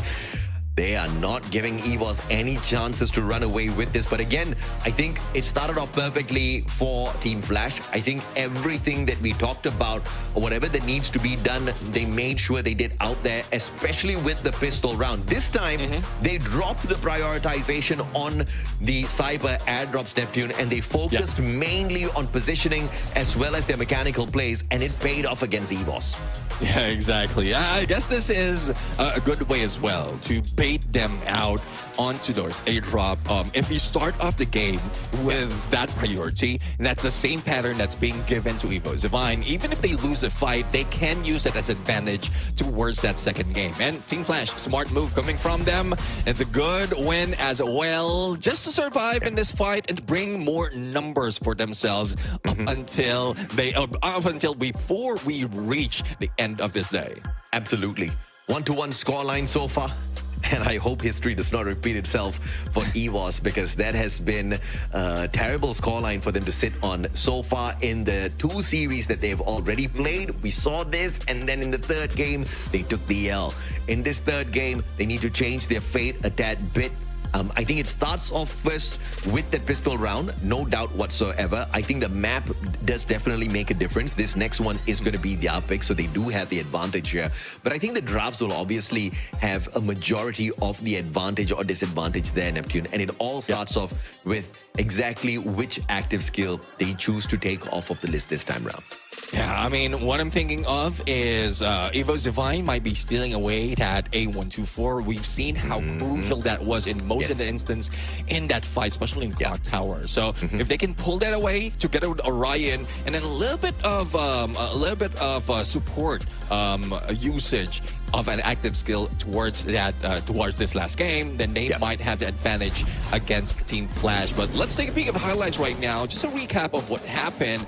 And it was a decent enough game for EVOS Divine, but Team Flash was just mad out there, losing by 1 point from the first match, so they just go all in. I think it was not the best of ideas for Russia to bring the Iris in to this game. The wall brawl in Clash Squad, when it's going to be very difficult to see a lot of these glue walls, especially in the initial rounds, it definitely does take a toll on your chances, right? And he wasn't really in a position where he could really punish. Yes, there were a couple of rounds where he did get to high ground and try to play the G36 perfectly, which gave them a couple of rounds. For example, in this round, there was a very big advantage that Russia swung towards his squad, but the wall brawl was technically useless, right? There was no glue walls to give him the advantage. So I feel like the active skill that he probably banks on could be slightly different, maybe to give him a big advantage. I think a narrow obviously could be the disruptive skill. Although not in meta right now for Clash Squad because of the nerf on that plushie's HP, I think it still could have brought in the disruptive capability to just make your opponents panic a little bit, and that's what EVOS needs. Yeah, I do agree. I mean, that's one thing. That's one reason as well why even in the past, if they bring in the Skylar, it's not very useful because in the most cases or the first half of the round, you don't have that glue wall to destroy. You can only bring the damage. And one reason why the Valiant Dash is more viable at this point is because of the speed that can be brought into the table. This is what I'm talking about. The God right now, he's a mix of both. He is just a bomber that can help the rest of the squad to even the playing field in terms of a potential clutch coming from the Team Flash. 6 elimination, 32-72 on the damage, and 14 in the assists. And he has been lobbing a lot of those utilities against the opponents, not only in Thrill of Battle, but also with Alvaro out there. He just splashed them out with those names. Yeah, absolutely. I think the split blitz was a big difference maker for the God. He was playing those nades very aggressively. We saw the nade takedown, the ice grenade follow-up as well to get the elimination. You know, everything was played perfectly, and he's the sniper of the squad, so usually he does take these high grounds. So kind of doubling as the bomber in Clash Squad instead of focusing on just purely looking for the snipes from afar, I think gave him a very big advantage. But where he definitely shined a little bit more was through the assists, because he just kept tagging on players again and again and again. But look at this. This is a crazy stat off of Flash. 10 assists, 9 assists, 12 assists, 14 assists. Everybody was getting involved in these fights. Yeah, exactly. I mean, looking at what the pet has been brought in as well, this might translate as well to why they have so much assist, because the God and L1 does have that beastin on them, so they can lob those grenades, even set off those smokes. So the grenades is one that deals damage, that increase the odds of them giving assist, but it also plays with the strategy that they have right here. So I'm really loving this kind of a fresh roster that's being brought in terms of active, passive, and pet skills that Vietnam has introduced even from a previous season. This time it's Flash right now who are taking the highlight or the spotlight. Oh yeah. Again, look at those assists. Look at the headshot count as well. 6 headshots versus 2 headshots, between Flash and EVOS. I think mechanically Flash outplayed them this time around, and mechanically is the reason why EVOS won that first game as well. So I think this was that fight back when the prioritization went from end game to no, we're going to get this done from the first round in itself. That little change of mindset from Flash let them walk away with the victory against EVOS in this matchup. And as you can see, the most number of times where they did drop, the God just having 2 times eliminated on his side, it's a big deal in the overall grand scheme of things, gifting him a 10.0 KD average. That's insane.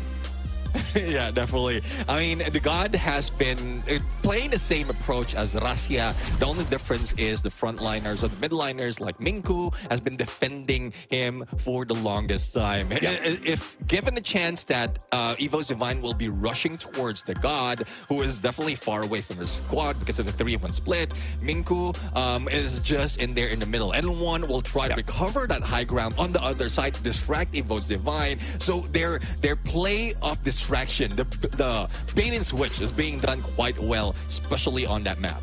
Yep. I think the active skills, again, were not the strongest on the side of EVOS this time around. Drafting-wise, they may need to look into this for the elimination brackets later on because, again, that Iris could be useful in the final phases of these games where you're going to have enough resources to purchase quite a number of glue walls, especially if your opponents have won a couple of rounds and they're carrying these utilities into the following rounds where you can punish them in the open grounds. But it's just so rare. And I think he definitely needs to catch up with that. But I think they were trying something different out there, which they clearly have learned is probably not working the best for them. I just wonder why nobody has brought in that Skylar to play experiments as well, right? Because if you really are thinking about punishing players out there as the sniper in Clash Squad, and you think that, you know, some of these glue walls are going to be a problem, that Skylar could be a difference maker. Granted, you do have a beefed up chrono this time in the OB54 update with a slightly lower cooldown timing. But still, if you've got a solid front line and your sniper is just the one breaking down their glue walls, then the frontliners don't need to focus on those glue wall breaks anymore. But you can still try to sneak away that Oscar and get a massive advantage on the front lines if you're EVOS. Yeah, I do agree. Even the combination of the Skylar and Oscar, the Oscar is just a dual-use active skill. It's not just for breaking down, knocking back the opponents, but also to go for a speed on a rotation. So let's see, though, if this is a different side that we see right now in terms of a draft pick later on, because they're going to play Kalahari, and this is now getting to a 50-50 because they have good sniper on both sides, but it's more of a position that they need to take right now, especially in some areas of this map.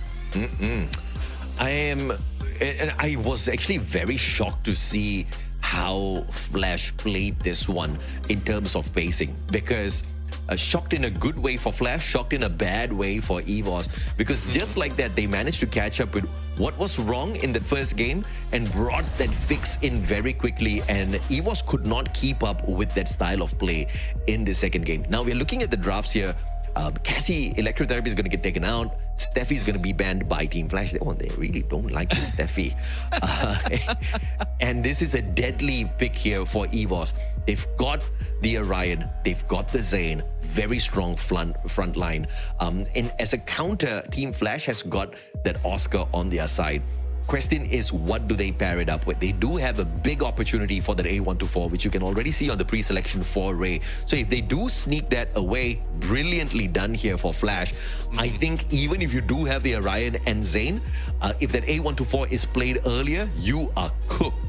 Yeah, exactly. I mean, tie it up with the Rocky as well, so that cooldown would be reduced, and you can just play with the timing. So I'm really loving this, despite of how strong, how beefed up the frontliners is for the side of EVOS Divine. It can be denied later on, but they also bring in that Coda. So probably it's because of if they use that A124, they can go for a standstill later on, and they will lose vision because they will not be moving around. So they can use that Aurora vision to get back into the rhythm before they go for the push. But that is risky because we know how the speed is with Team Flash. The moment that they have the advantage, they will be they will not be waiting for you to recover. So that 20 seconds that A124 thrill battle will bring might be the determining factor of the win from Team Flash.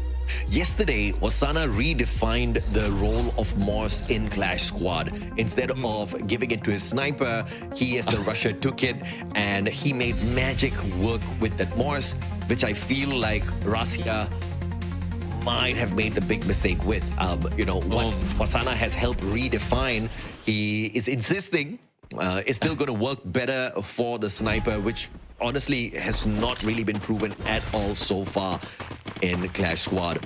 So let's see what sort of magic Rasia can bring out here. flanking around from the left. He has got the stealth bites in. Works.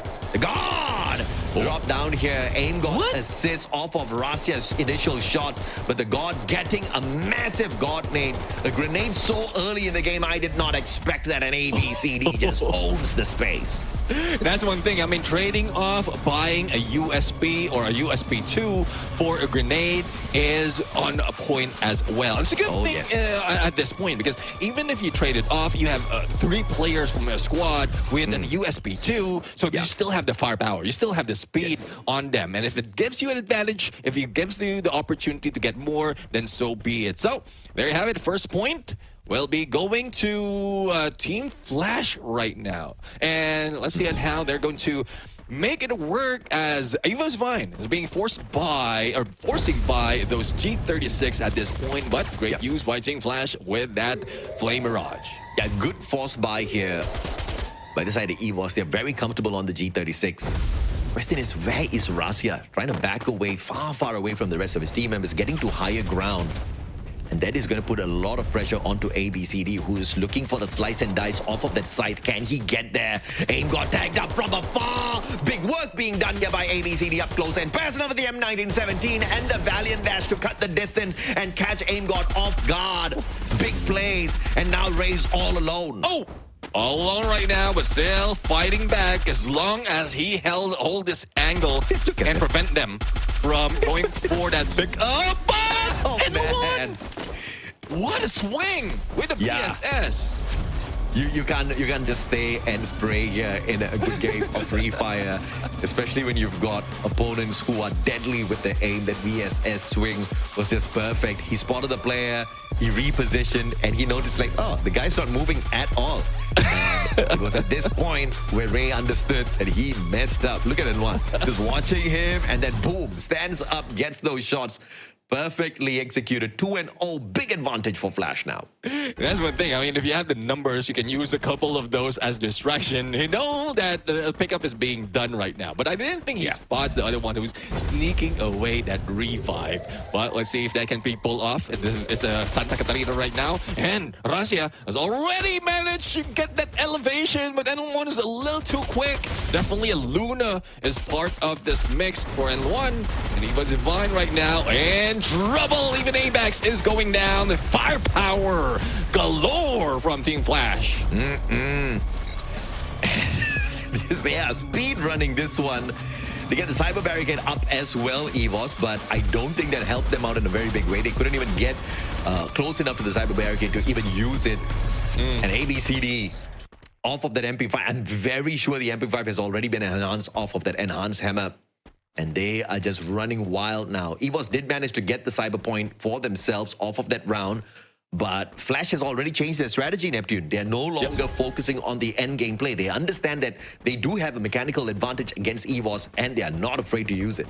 Yeah, I mean, they also have the skill advantage against EVOS right now, because they definitely in a pickle if they get if they get close, they can just trigger that A124 and use that 20-second leeway. But unfortunately, N1, well, this is the play that Rasia has been trying to pull off from the earlier run before the switch. And now I think they will be able to do it quite well. Putting them in a corner right now, Rasia is just guarding on one side of this wreckage as the rest of the squad is just waiting for them on the other. I thought Rasia was going to go here for the backstab, but instead still stays on the ship, keeping the numbers advantage on the side of EVOS. Not making a mistake just yet. Orion, Crimson Crush, Aim God can get really cheeky here, but they will choose to not take advantage of the fact that they do have the numbers on their side. They don't want to underestimate Flash just yet. ABCD running around. I don't think he has a big advantage. The MP5 from afar, Ray getting the knock onto Minku. Ice grenade for the win here. ABCD gets caught out as well, and this might just be the end. Flash with just the God in a 1v4. He does manage to get the spray down onto Aim God, but the follow-up from the rest of the EVOS players gets the round to their side. And there you have it, scoreline 3-1. And this could be a great recovery run coming from EVOS. They have the weapon already. They will be getting more of the weapon if Ray could have grabbed that MP5 level 3 against ABCD, and that would put Team Flash in trouble. But as you can see on Minku's side, he's also bringing that level 3 Winchester just to equalize battlefield against not only Rasia but also AIM-God, who has the same weapon, but they don't have that much of elevation. One thing that EVOS Divine will be planning is to get the second floor of this compound and just play with that high ground, but ABCD a little bit too quick, especially with that Flame Mirage, and AIM-God triggered that Crimson Crush just to reduce the HP of ABCD, but it doesn't work quite well for them. Doesn't work at all. One all alone here. VSS, but he can still clutch this out. 1v2, providing the players don't go for the pickup, but unfortunate for him, Rasia with the VSS is absolutely deadly. Now, I don't think the Morse is making a big difference here for EVOS. It's just that EVOS is waking up, and the positioning was just sublime this time around. With Apex and AIM-God with the decision making, they just chose to run into the time turner and hunt down player after player. With Rasia already in the perfect spot, he managed to punish the God first, and then the follow-up with the perfect line of sight from across the battlefield gave them that advantage. EVOS this time playing for the end game. 2 cyber points to their side. Well, let's see now. I mean, Rasia can do the same thing, the same position as the God was taken earlier, and they still have that stealth bite to be able to sneak in a backstab against the God. And that would be the threat right here against Team Flash. Look at that. Rasia already on a high ground, taking the God. And Apex was just a distraction. AIM-God, though, caught off guard, but he does have an escape with that Crimson Crush. So that's isolation already. 3 against 2 on this corner as Rasia is dealing with the God on the other side, but that might be the trouble for EVOS if Rasia will be caught as well. That Crimson Crush calls for backup. Apex appears, gets the knock. AIM-God finds Minku. Luan down as well. And Flash biting the dust as EVOS catches up with them, equalizing 3-3. And that's one thing. I guess you were questioning that Morse usage right now. Out of Rasia, his reposition was just quick. He managed to squeeze himself onto the back of the God. And Enlon, despite of being on the same area, it took a while before he got to the high ground, and Rasia just swings and shoot him down. And it looks like EVOS Divine can go for 3 more in this regard, but they're not in position to take a high ground. So they just have to move quick, get into the front lines, and then deal with the isolation play once again. Absolutely. Cyberpoint. And the fight is a 2v2 between the 2 squads. Flame Mirage goes in for the tag. And then Orion's Crimson Crush helping AIM-God sustain his life a little bit more. And Rasia with the backup. They get the knock. Minku in a 1v2. Using the time turner will be able to get the knock with the assistance of Luan from afar. That only takes Apex out of the equation, but Flash does not have the numbers here as Rasia with the perfect positioning on that second floor will be able to get that knock, and the follow-up is perfect. EVOS now on a rampage. 3rd cyber point in their pockets. 4-round wins to their side. Big advantage as they move towards winning their first series of the group stage. I understand the ideation from Team Flash right now because they cross over. You saw the angle that the God was taking in here. It's quite near the spawns of EVOS Divine, and Rasia is the same. Is in the same ideation as well. He just sneak in through. He does have the stealth bites. Managed to take down Mink on one side. Didn't expect the God on the other, but they also have an insurance policy that would be Ray on the backstab, and that was just phenomenal. Now they have better weapons. They have the motivation. They have the momentum, and playing in the same map. 4 rounds in a row. Won out here by EVOS in a game where Flash was looking like they were going to make things quick and snappy down towards the very end. EVOS just stopping them dead in their tracks. And they have got a massive advantage now. And on top of that, they knock ABCD down to the ground. Rasia can't find the finisher just yet because of those glue walls. The pickup still not happening just yet. Finally, let's get pulled off. No follow-up from the rest of the players from the side of EVOS. And as I say that, the Ice Grenade will get the knock once again onto ABCD. Rasia is going to be pushed though. Minku looking for the knock. Rasia with the Punisher. Sliver of health. Max 7 up close and personal. The difference maker for the side of EVOS strikes once again. Well, I thought that Russia will be disappointed, but it got nade. I mean, it was not intentional. It was a good glue wall defense on the side of Flash, and that nade just went bounce and right back to his head. Little bit of a blooper reel there, but fantastic if you look at the timing from the side of Flash. Luan and AIM-God, 1v1. AIM-God does not have enough HP on him, but Luan had to deal with two players. As a matter of fact, I thought when we saw the split screen, it was going to be a 1v1.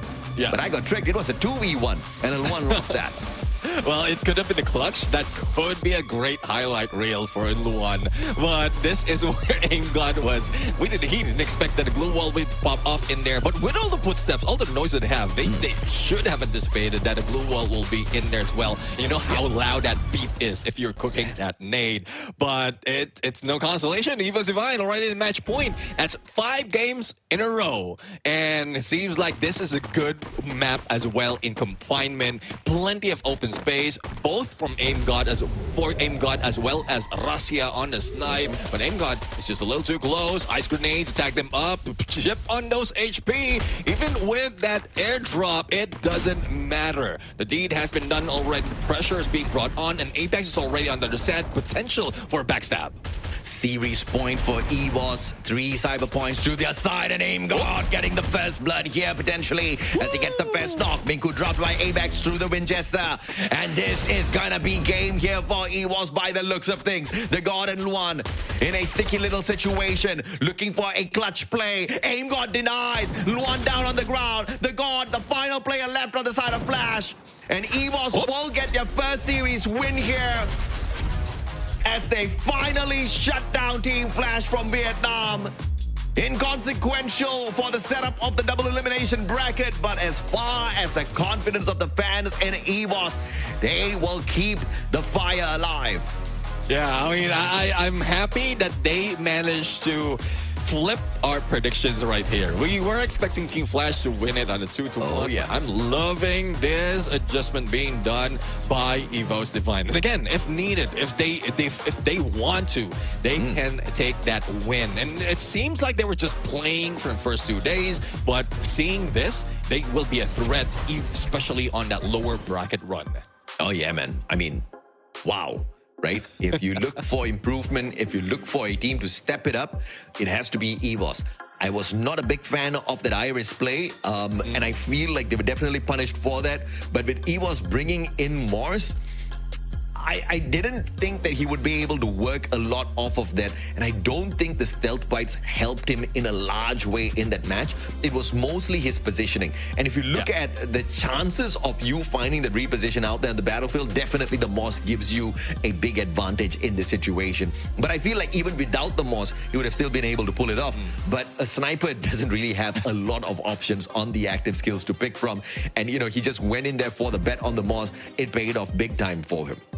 Yeah, I do agree. But there was one moment in there when he's trying to beat down those glue walls, and maybe he's thinking, if I had the Iris, I could have taken them down already. Or probably a Skyler, Riptide Rhythm. When you need it.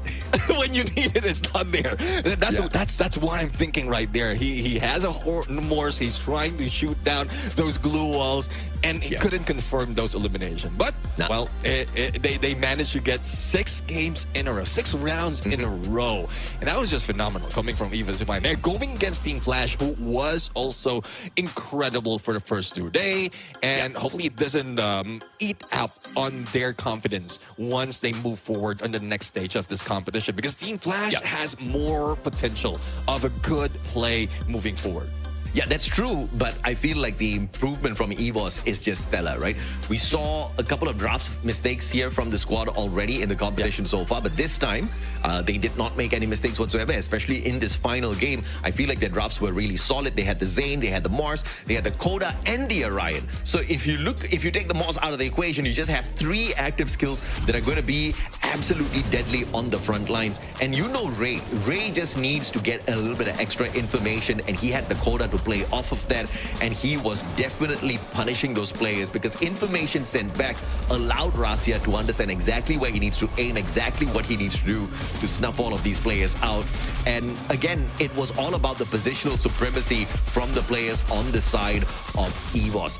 In the initial phases, of course, it did not look like that because it was a 3-0 scoreline until EVOS got pissed off and they just ran away with the game. Yeah, I do agree. And one thing that we will often see right now is if you have the coda, and I think this is something that has been set off by Jonah from Buriram United. Yeah. You have the coda, you have the beastin, so you already have the information. You know where to lob those nades. It's just about the timing. You add that Alvaro as well for a split, so that's definitely a sniper, rather a bomber build right there, similar to when we are reading the sniper build. So I'm loving that they're putting it into play. But the setup that they have right now from that recovery run on round number 4 towards the end was just insane, especially his move. Even if Rasia was taken down, he's already done a lot, like taking down the ones in the middle as well as N1 who was on flank and a sniper. They just had to deal with the god. Man, I cannot believe that AG.AL might make that lower bracket run here, Neptune, because you see, if you look at the situation of Secret WAG taking on AG.AL, they might be in hot soup a little bit later on because Flash has already taken a win over AG.AL. So if Flash ends up in a tiebreaker against AG.AL later on, and this, of course, needs to be in a situation where they lose against Secret WAG, you'd see these guys, the champions, the world champions of Flash Squad, down in the lower bracket run. But Rasia is going to be at the top of the world. 9 eliminations, 9 assists, 3,423 on the damage with the Moss, and had the kind of passive skills that makes him an absolute threat. As always, just peppering them down with the shots off of that VSS. You know that Molko usually does give them a slight advantage with the information, but the Otho's memory miss, I feel, is the biggest difference maker. And he rocks it with the Rocky as well, allowing him to use the stealth bites a little bit more often than what he should be able to. Yeah, I mean, that Luna, Otho plus a VSS is a great combination because you increase your fire rate, you go for a knockdown, and then they just bleed out quite quickly. And also slows down whoever's near them. So I'm really loving this combination. And you also get that information. So I would say in Clash Squad is a standard build overall, but they also know how to pick their passive skill based on what's available on the store of each map. Because once a VSS is available, definitely you will need to bring that Luna in, or even when a Winchester is available. So you've seen how well even Rasia managed to use that Winchester in this fight. Not just him, even the rest of the squad right here. But let's take a look onto the numbers that has been brought in by the teams. And it's not only the MVP Rasia, we also see numbers eliminations being brought in by AIM-God. Not so much from Ray and Apex in terms of elimination, but look at Apex's assist right there, 11. Closest to the highest that we've seen in the series. Yeah, I mean, I think you know, in terms of performance off of EVOS on this reverse sweep against Flash, let us not forget the scoreline, man. Flash was up 3-0 until EVOS chose to wake up, and then they beat them down 6 times in a row. I'm fairly sure the world is shocked because EVOS just absolutely slam dunked Flash in this game, and the way they pulled this off was just super beautiful. Positioning supremacy, mechanical skills, everything was just so flashy on their side. And if you look at the assists, earlier we were praising the team of Flash for what they were able to do in terms of backing up each other with these numbers. That's exactly what EVOS improves with this time around. And they were also winning out on the advantage with the cyber points now. Yeah, exactly. I mean, we thought that Team Flash will be using that to their advantage. They managed to pull it off and won. They used that as a trap as well against EVOS in the second game. But EVOS Divine just understood what Team Flash was aiming for. They're trying to steal everything that Team Flash is using to favor their win, and that's where they managed to get the recovery. Let's go in for a few more of the numbers, and let's see on the KDs that has been brought in. Look at that, 6.0 KDA from Rasia. Close enough is AIM-God. The rest of the squad was, or rest of this lobby was just brought down. Just 2 players bringing a lot of those numbers. Yeah, I mean, if you look at Flash, on the other hand, Minku had a rough match this time around. He did get some assists in there, but barely a lot of damage at all. Even ABCD, your front liner, just walking away with 1,700 damage just means that a lot of the damage just wasn't coming from him for the eliminations that he walked away with. And one, as usual, the newcomer performing brilliantly. He had a little while where he needed to warm up, and the moment he caught up with the rest of his team members in terms of chemistry, in terms of his confidence, he has just been running circles around his opponents, but you can't really get the job done if you don't have solid backup from the rest of your team members. The God and Minku, unfortunately, in this game, just could not rise up to the occasion. But I have to say, even that said, the God tried, right? Look at the damage. 3,232, 11 assists, but he could not get the finishes. And I think that was a very big difference maker for the team. Yeah, exactly. I mean, position-wise, I think the God is a little too far from the rest of the squad. They're trying to play with distraction for against EVOS Divine, but it didn't work out that well. And I think Minku's nerf at this point is because he was denied of that Orion, and he was forced to use that Ignis. If he could have used probably a Chrono, a Time Turner, then he have a better advantage in the middle of each of the engagement that he has. But I don't know, probably it's just a panic pick, or probably something that they have in their pocket right now that didn't work in that final game. Let's check out the standings and see where this puts EVOS. I don't really expect a big difference in the overall grand scheme of things. It does bump them up, but if you look at the points, it's all equal, and it's going to be a situation where they'll have to fight in a tiebreaker in a little bit. AG.AL, if they get the victory, then they move up. EVOS Divine and Flash will be playing in the lower brackets, but there's also a situation where AG.AL does play in the lower bracket, and that basically means Secret WAG needs to take the big W over AG.AL. That's going to be the series that you guys can see in a little bit. Yeah, I mean, it's looked like even with some of the play that EVOS Divine has managed to pull off from the previous day, this is a calculated run. They still has a chance to be in the top 2, to go for the upper bracket run, and I won't be surprised because like the frequency of Clashmaster is just turning the gears out of the teams right here. They know when to fool around, they know when to have fun in the beginning of the game, and then they know as well what they need to do in terms of calculating where they're going to end up on the group stages. But there's also a lot of a little of dependency on the result of the other teams that is the risk out of there. But at least with their own performance, it's calculated risk. Yeah, so it's basically do or die for AG.AL. They need to get the victory, or else they will be playing in the lower brackets. And that's not good if you are the world champions for Clash Squad. AG.AL, I'm very sure they don't want to get roughed up early on in the competition. They want to make their way quite far. And it's not saying that if they are in the lower brackets, they are definitely going to get eliminated and they can't become champions. Anybody can make that lower bracket run. Yeah. And if anybody's good enough to do it, it's definitely the team that has due on it. Because, you know, the guy is just a monster on a whole other level whenever it comes to Clash Squad. But it does put you at a little bit of a risk because you don't have a backup, right? You cannot lose a single series at all. The moment you lose a single series in the low bracket, out of the competition you go. Yeah, I mean, I'm really looking forward to how this is going to turn up right now, because so far these teams, Secret WAG and AG.AL, has been in rivalry for the longest time, not only in Battle Royale but also in taking the lead in Southeast Asia. And now that speaking of Southeast Asia, Secret WAG has already taken one part of a Free Fire away from AG.AL. There's a chance for them to recover at least at this level before they go into global finals. But looking at the numbers, again, the rivalry continues between them. Every time they face against each other, it's always a tug of war. Out of 4 games that they played, it's 2-2. So this might be the tiebreaker between these 2 teams later on. I absolutely agree with you, man. I think the battle between Secret WAG as well as AG.AL is going to be a legendary one for sure. But if you look at Clash Squad performance so far, I'm not talking about the head-to-head Clash Squad performance in general, you obviously have to give it to AG.AL.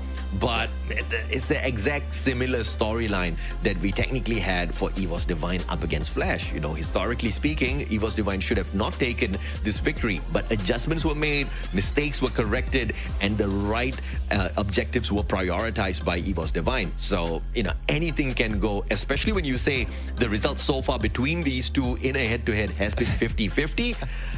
Anything can go in their series.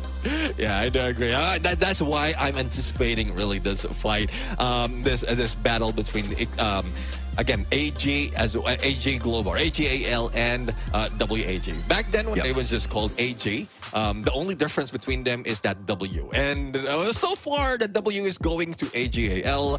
This time the secret WAG might be able to steal that away from the global finals champ with the performance that we've seen from yesterday. So it's still in my mind, I don't exactly know what's going to happen. We do have the numbers to show.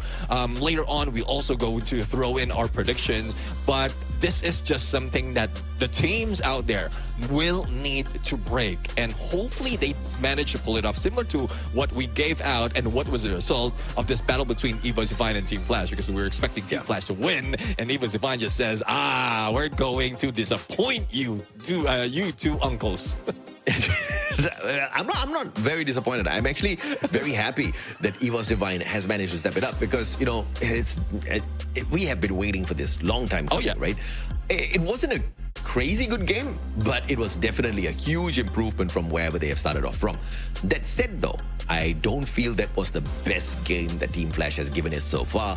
And I don't think we are going to be able to really assume what the plays are going to be like in the double elimination brackets later on, just purely based on these games, because there's not a lot of consequences of the group stage. Yes, you do find your position on the low bracket if you don't really succeed in the group stage, but you don't get eliminated just yet. And I feel like, you know, that's something that some of these teams are willing to take a bet on, that they can make a low bracket run, because at the end of the day, you just have to size up all of your opponents, and you don't have many opponents to size up. You've only got 7 other teams in the competition. Yeah, exactly. And also in anticipation of what they're going to bring into the table when we talk about draft, because we always refer to that draft as an advantage, as a tactical advantage. Right now, though, they're bringing in a few of those curveballs into the draft, but once they're focused on, once they're focused right now on, or they'll lock in on those draft, similar to what we've seen in EVOS Divine and Team Flash, we're seeing the similarities. We're seeing the intention already. There's no gameplay. There's no horseplay anymore in picking all those active skills. That's that's a lock-in version of these teams, and that will happen even more towards the tail end of this competition, towards that grand finals, towards that bracket run. So if your team was preparing for that, you can have a few of those lists to anticipate what's going to be brought into the table, especially if you identified how they played it from several seasons already, not only in Clash Masters, but also in Clash Squad from FFWS side. So I'm really hoping that they put in that lot of work, that amount of work, and doing the homework, studying their opponents as well, and putting in their own gameplay, their strategies, adjustments, similar to what we've seen out of most of the teams in this 3 days of the group stage. Absolutely, man. You know, the battle between AG.AL as well as Secret WAG is going to be a very exciting one. I think it will show us we know it's going to show us the conclusion of the leaderboard in Group A, and that gets to set up at least the starting part of what that double elimination bracket is going to be looking like. And for the rest of the day, we have got blockbuster matches for you guys for sure. So it's going to be a decently long day. We hope you guys are ready with those snacks, with those drinks on the side. But for now, we've got the interview. You want to see exactly what the boys on the side of EVOS have to say after their phenomenal victory over EVOS, especially that final game. So you guys catch up with them, hear what they gotta say, and we'll be with you in a bit. Ya, kesulitan kita sih mungkin dari disiplinnya ya, karena kan yang aku lihat sih di Next Era kita banyak banget ngebuang ronde, jadi ya itu masalah bagi kita lah. Jadi dan menurutku di kelas squad juga ini kayak kita harus cepat berpikir gitu, dan menurutku timku harus belajar banyak tentang itu sih, termasuk aku juga. I think that would be 9 per 10, 9 per 10, karena nggak terlalu bagus dan aku juga masih banyak mistake di komunikasi, jadi ya ada 9 per 10 lah, nggak terlalu perfect. Kayaknya Argon sih, kita realistis aja karena Argon juga banyak kalahnya, jadi ya paling ketemu kita. And there you have it. We just heard from the Wonder Kid himself. And it's a good thing that he is honest enough that there are challenges in them. They specifically has a lot of challenges in staying disciplined. And that's probably one reason why every time they are thrown in the camera, they're just goofing around. I know with that tape measure, there's also some dancing in there. But I'm really happy that once they understood the mistake, they understood what needs to be done, they are focused in there. But you can see the confidence as well. With the performance coming from Russia, he knows that there's still a few things that's missing, but he's giving it out. Thus, the 9 out of 10 of performance when he judged himself. Absolutely, man. I mean, I thought there was a little bit of ego play there because 9 out of 10, 9's a pretty high number. But he's like, no, 9's not so high because I could have been a little bit better. But then he went back to being humble yet again. You know, when you asked him exactly which team they're looking forward to seeing, said Argon, because, you know, we've lost quite a bit just like them. So yeah, it's going to be quite the battle between EVOS and Argon when they do cross each other's paths. But we are going to have to see exactly what the showdown is going to be like after a quick short break. We are going to take 5 minutes. When we come back, make sure you guys are here to welcome us, all right? We'll see you guys in a bit.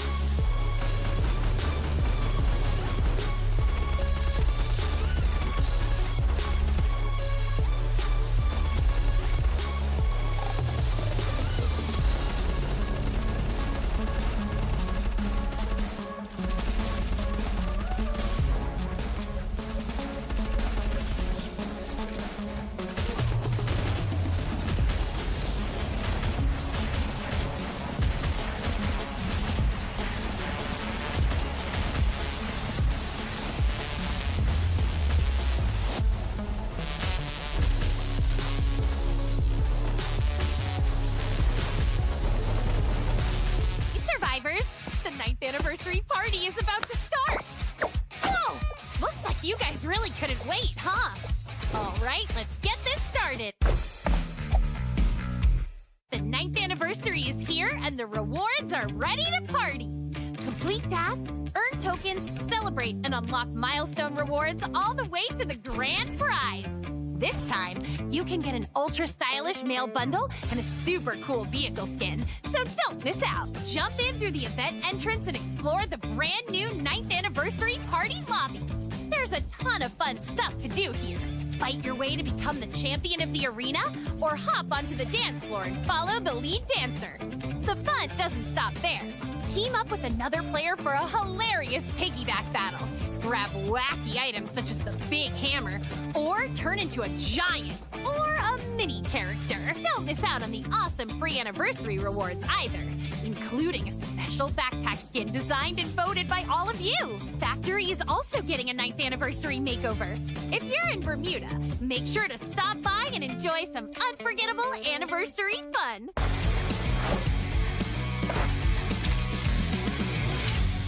surprises does the 9th anniversary have in store for us? First up, more skills can now be enhanced. During a match, you can upgrade your character skills to unlock stronger effects, power up your playstyle, and outplay your opponents. In Battle Royale, you can gain skill boost energy by surviving, getting eliminations, and dealing damage. In Clash Squad, skill boosts become available at the start of later rounds, giving you more ways to adjust your strategy as the match heats up. Some skills will have 2 boost options, while others get reduced cooldown time. And if that's not exciting enough, we're also turning up the heat with Weapon Awakening. In Battle Royale, Weapon Awakeners can be obtained during the final battles and may also show up in places like arsenals. Use them to give your weapons a major power boost for the endgame. Best of all, almost all weapons can be awakened, so you can stick with the one you love and power it all the way to Booyah! Over in Clash Squad, perk points will replace cyber points. You can use them to unlock perks like awakened weapons, armor, buffs, and more in the CS store. The match result page will also show the skill boosts and buffs chosen by both teams, so you can see exactly how each side built their advantage. There's even more 9th anniversary fun packed into your matches. During the event, random anniversary quests will pop up in certain areas across the map. Complete them with your team, and you can grab great loot right from the quest spot, along with upgrades to nearby vending machines, revival points, and even buffs. You might be collecting anniversary fragments, reforging a giant sword, or bouncing high into the air to grab coins. Sounds fun already, right? In Battle Royale, surviving with your team is easier too. During the event, you can revive teammates right where they were eliminated, so your team can recover faster and jump straight back into the action. Just remember, this revival chance is limited. And of course...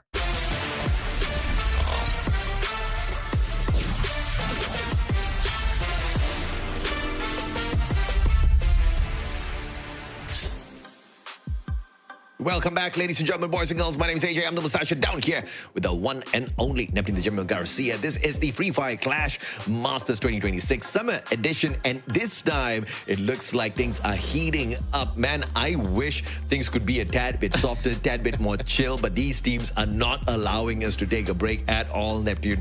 I mean, they're creating the drama, right? EVOS earlier, they looked like they were going to get knocked out by Flash, but that awakening in that final game, that's exactly what I'm talking about. That's going to be important to keep the energy at an all-time high as we bring the final day of our group stage to an end.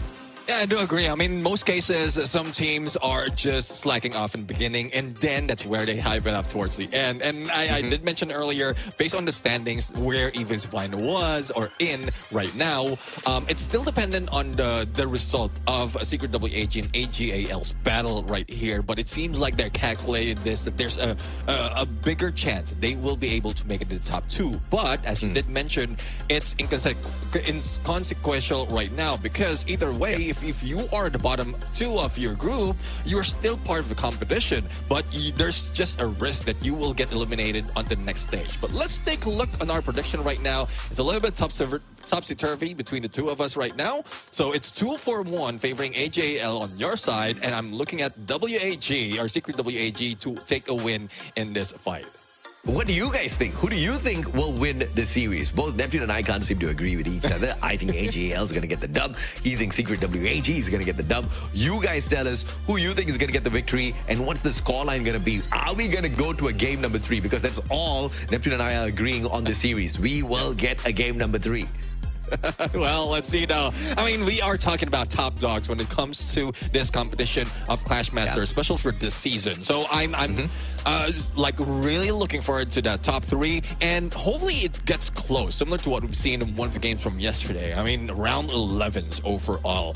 It just depends on if they're focused enough on understanding what the counter is for drafts that they are going to bring into the table right now. Because map-wise, I think on every map, and we only have 4 maps to deal with in this competition, they have little chance of taking any disadvantage. It's just the active skills that they are bringing to the table, as well as those bans that they will be taken out of our list. So let's see though as to how they're going to start off. Let's introduce our AG.AL lineup right now. Again, global finals champion when it comes to Clash Squad. We have Cypher, Team SR, Nameless, and the one and only AG.AL 2. Oh, yeah, absolutely. And if you are looking at the heavy hitters off of this squad, you definitely need to look at Cypher and Dew. Cypher on the close range encounters will annihilate anybody that he spots. I think his shotgun plays are phenomenal. Even the SMGs in his hands are great, right? But then you've also got Dew, the backup from afar, the sniper of the team that has just been making magic work for the squad, even though the current meta in Clash Squad here is not really in his favor. But just having those VSSs, making sure that he doesn't have too much a distance between himself and the opponents, have been making a lot of magic happen for the squad. But the team that they take on, Neptune, Secret WAG. LT Kui, Non-7, Shiryu, and PLS1. We know that they can bring the fire. We know that they can get the victory for themselves. Yeah. But how are they strategizing against this? We know that they have witnessed the weakness of AG.AL from yesterday's game. But hopefully they don't go overconfident, similar to what we witnessed or what we've seen earlier from Team Flash. I think that's one factor as well why they took that loss. And Vietnam has been in a good run overall, not only in Battle Royale but also in Clash Squad, because the performance out of teams was just phenomenal. Absolutely. And if you're looking at Secret WAG, we definitely need to talk about T Kui, right? Currently, the strongest player on the side of Secret WAG when it comes to picking up those numbers.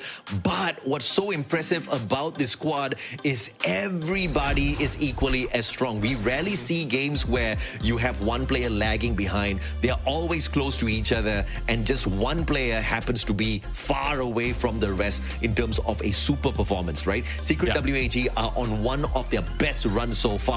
When they were WAG, they were strong. When they're Secret WAG, man, I think they are unstoppable. Yeah, I do agree. I mean, it happens most of the time. If you're being taken by a big organization, you have to prove yourself. Or they've already proven themselves. Thus, they were acquired. And now they have to prove themselves even further. And it's a great motivation for them as well, because they're one of the best and most famous squad out of Vietnam right now. And AG.AL, I would say, is if it wasn't for the championship, I think they will not have that motivation. But now, because they grabbed that, they also were performing in the Battle Royale. So you could see the pattern out of these two teams. The trajectory was just going high, and there's little to no slowdown at all. Yeah, absolutely. And if we talk about mechanical skills, and obviously they have not gone head-to-head so far in the competition just yet. This is their first time meeting in this season. But in the previous season, they definitely have taken each other on. And out of 4 games, like you said earlier on Neptune, they've got a 50-50 win rate so far. They've got 2 wins apiece. So it's just split down the middle. But if you look at where Lady Luck is looking and smiling, it's Secret WAG. They get the random win on the map fix, which means if this goes down to a game number 3, they have got the map advantages. They bring us into Bermuda to open things up. And AG.AL responds with a Nextera map. If they get to sneak away the first Bermuda and then smash them on Nextera, maybe they get to end this one early. But like we've already said, it's a 50-50 between these two.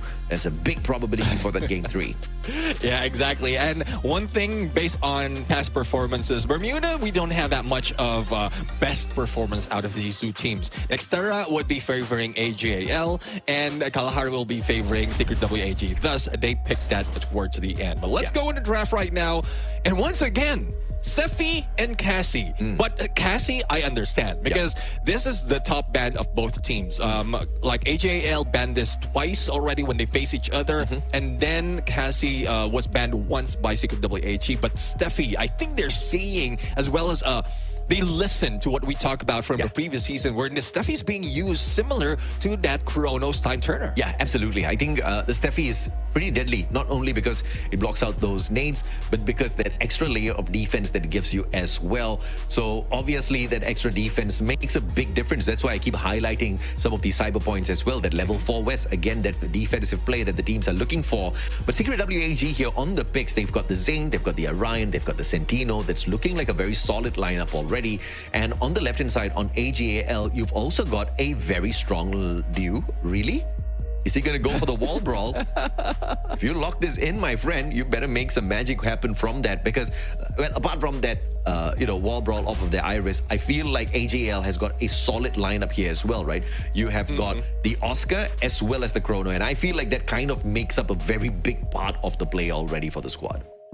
And one thing that throws off, especially the draft of the teams right now, that is really evident, is Nero not being used that much. It's because of the nerf on the plushie. It's not that tough anymore. With one shot, you will be able to take it down. It does provide a little bit of distraction, but with how quick the squads are in here in swinging and shooting, I think that that nerf on that plushie's HP is really taking a toll on how of the percentage that is being picked right here in Clash Squad. But let's see though, as we start it off in Bermuda, it's a battle between AG.AL and Secret WAG. I heard you say AG.AL, and I'm like, maybe I need to start. That's a ring to it. Cypher, USP2 in hands. And he takes that high ground, misses the shot onto Shiryu. Shiryu goes for the chase, and beautiful nade, split blitz. The first one connects onto Nameless, and a massive damage onto him. And I don't think Nameless has got a medkit on him. And here comes the rush from Secret WAG as well. Shiryu straight into the time turner, and AG.AL caught with the pants down. Look at that, the speed of WAG right now as they pull away from that regroup, and Shiryu is just focusing on one corner, not to be caught off guard. M500 coming from Ju, but time's running out. Even land is running out, but will he be able to make it? Unfortunately, no. USP2 a little bit stronger, and also fire rate is faster, thus Ju is taken out. I mean, I think decision-making, small mistake from Du in that fight. He already took Tikui down to a sliver of health, and he should have gone in for the follow-up shot. He did not do that, and that gave Tikui the opportunity just to take one shot against him and put him down onto the ground. If he had gone in for the follow-up, the chances of him surviving that would have still been very low because of what the circle was doing, pressuring him. Yeah. He had no glue balls. He had to take a chance. And unfortunately, just could not sustain against the numbers. But I have to say, brilliant decision-making by Secret WAG to go in for the rush into the time turner after that initial grenade. So fantastically played on the initial phase of things. Now on round 2, look at this. Early access, Non-7. Crimson Crush going in for the battle. Down at the very corner, will miss. Crimson Crush comes out again to protect him and calls for backup as well as Tikui gets the flank off of the G36. Drops Steve SR. Shiryu with the mini Uzi looking for one into the thick of the action, into the smoke vortex. And AG.AL's defense crumbles again. And there you have it. I mean, Shiryu, the speed from this guy, same goes for Non-7. In the moment that he spots out one who has a less HP, he goes in the front line. But Shiryu, up close and personal mini Uzi, and I would say this is an equal run for even Secret WAG. They have a couple of G36 and a less expensive mini Uzi, but that's one thing that they will need to make sure that they will have better fire rate up close and personal. But how are they going to treat this? Because AG.AL forced buying this Thompson, 3 of the Thompson, and I don't think this is a smart move because this is not a part of the map that they can utilize that Thompson quite well. That's true, man. Secret WAG, statistics-wise, they have got better average eliminations compared to AG.AL. They're currently ranked number 2 when it comes to the average eliminations, as opposed to AG.AL that's currently ranked number 7. Not really good in terms of the statistics for a team that's technically world champions of Clash Squad. But of course, that's before the time of this Clash Masters that kicked off in the very recent times. Now, when I started talking about numbers, you started putting on each and every single number onto the leaderboard there as well. The kill feed just being lit up with his name. Yeah, exactly. I mean, he has a weapon as well to make it work. Powerful in there. He took that distance. He had that high ground advantage as well. So even without the snipers just yet, especially if you are set up on the left side of this map or this area of the map, you have that advantage. But how is they going to work with that right now? Because the spawns will be split, would be switched right now. And I don't think Du will have that elevated situation. But it's a good thing that Nameless will be backing him up. Frontliners would be slowing it down. But look at the flank coming from Shiryu as they try to take where 2 and Nameless is. One cyber point on the side of Secret WAG already. They've got the advantage with the round wins here. But AG.AL can definitely make their way back in here. Oh, they're trying to flank off Nan7. Nan7 has got backup. Shiryu looking for that backup, gets it, but the timing's perfect with the flank off of Team SR and Nameless as well. And the teamwork makes the dream work. And AG.AL, one more elimination from equalizing 2-2. Yeah, I mean, I'm loving that position. The bait and switch that has been brought in by Adu and Nameless as they take this high ground. The moment that they heard a couple of players from a Secret WAG who got in there on this same area, the Team SR just went in for the rescue. And that left Cypher on the front line. But we know that he can defend himself. He can play around with speed, and he can distract a couple of players, just give time for those couple of knockdowns. So, great recovery. AG.AL now tied 2-2 with Secret WAG, and they can bring better weapons, but they're not trading it just yet. They're waiting for perfect timing, probably playing with economy against Secret WAG because they were forced by those Thompsons. 2-2. Cyber point for the fight this time around. Smoke going to be protecting Nan7. Very smart positioning. Team SR just can't find the shots onto him just yet. Tiku is going to get sprayed up, but still surviving. Nan7 looking for the cyber point. Gets close enough. Team SR chased away. Secret WAG should be able to secure this. And they do that perfectly. Team SR just unfortunate in that particular encounter, gets knocked down and eliminated from the equation as well. As AG.AL takes the cyber point for themselves and the round win for the lead in this game. I'm really loving this aggression coming from AG.AL. I guess it's because of the loss that they had from yesterday. They were rethinking of their strategy, and probably it's because of the range that they have against Secret WAG. I think there was an interview as well from yesterday when Secret WAG got that win, and they were just prepared to beat down AG.AL. And this is their response right now. Look at those numbers, but they might just be caught off guard right now because it's, again, a switch of spawns coming from this squad. Thompson's has been stolen away, but Secret WAG will not be letting go of that weapon. And Tikui with this cook, will he be able to land it perfectly in the middle of that compound? Do manage to be damaged, but pulls away from the stairs, keeping the distance from Secret WAG. This is not looking good, because that nade is being cooked up perfectly here by Nameless. Team SR with the tag. Shiryu down, PLS1 down. Secret WAG being dismantled here by AG.AL, and your world champions for Clash Squad showing exactly how they got there.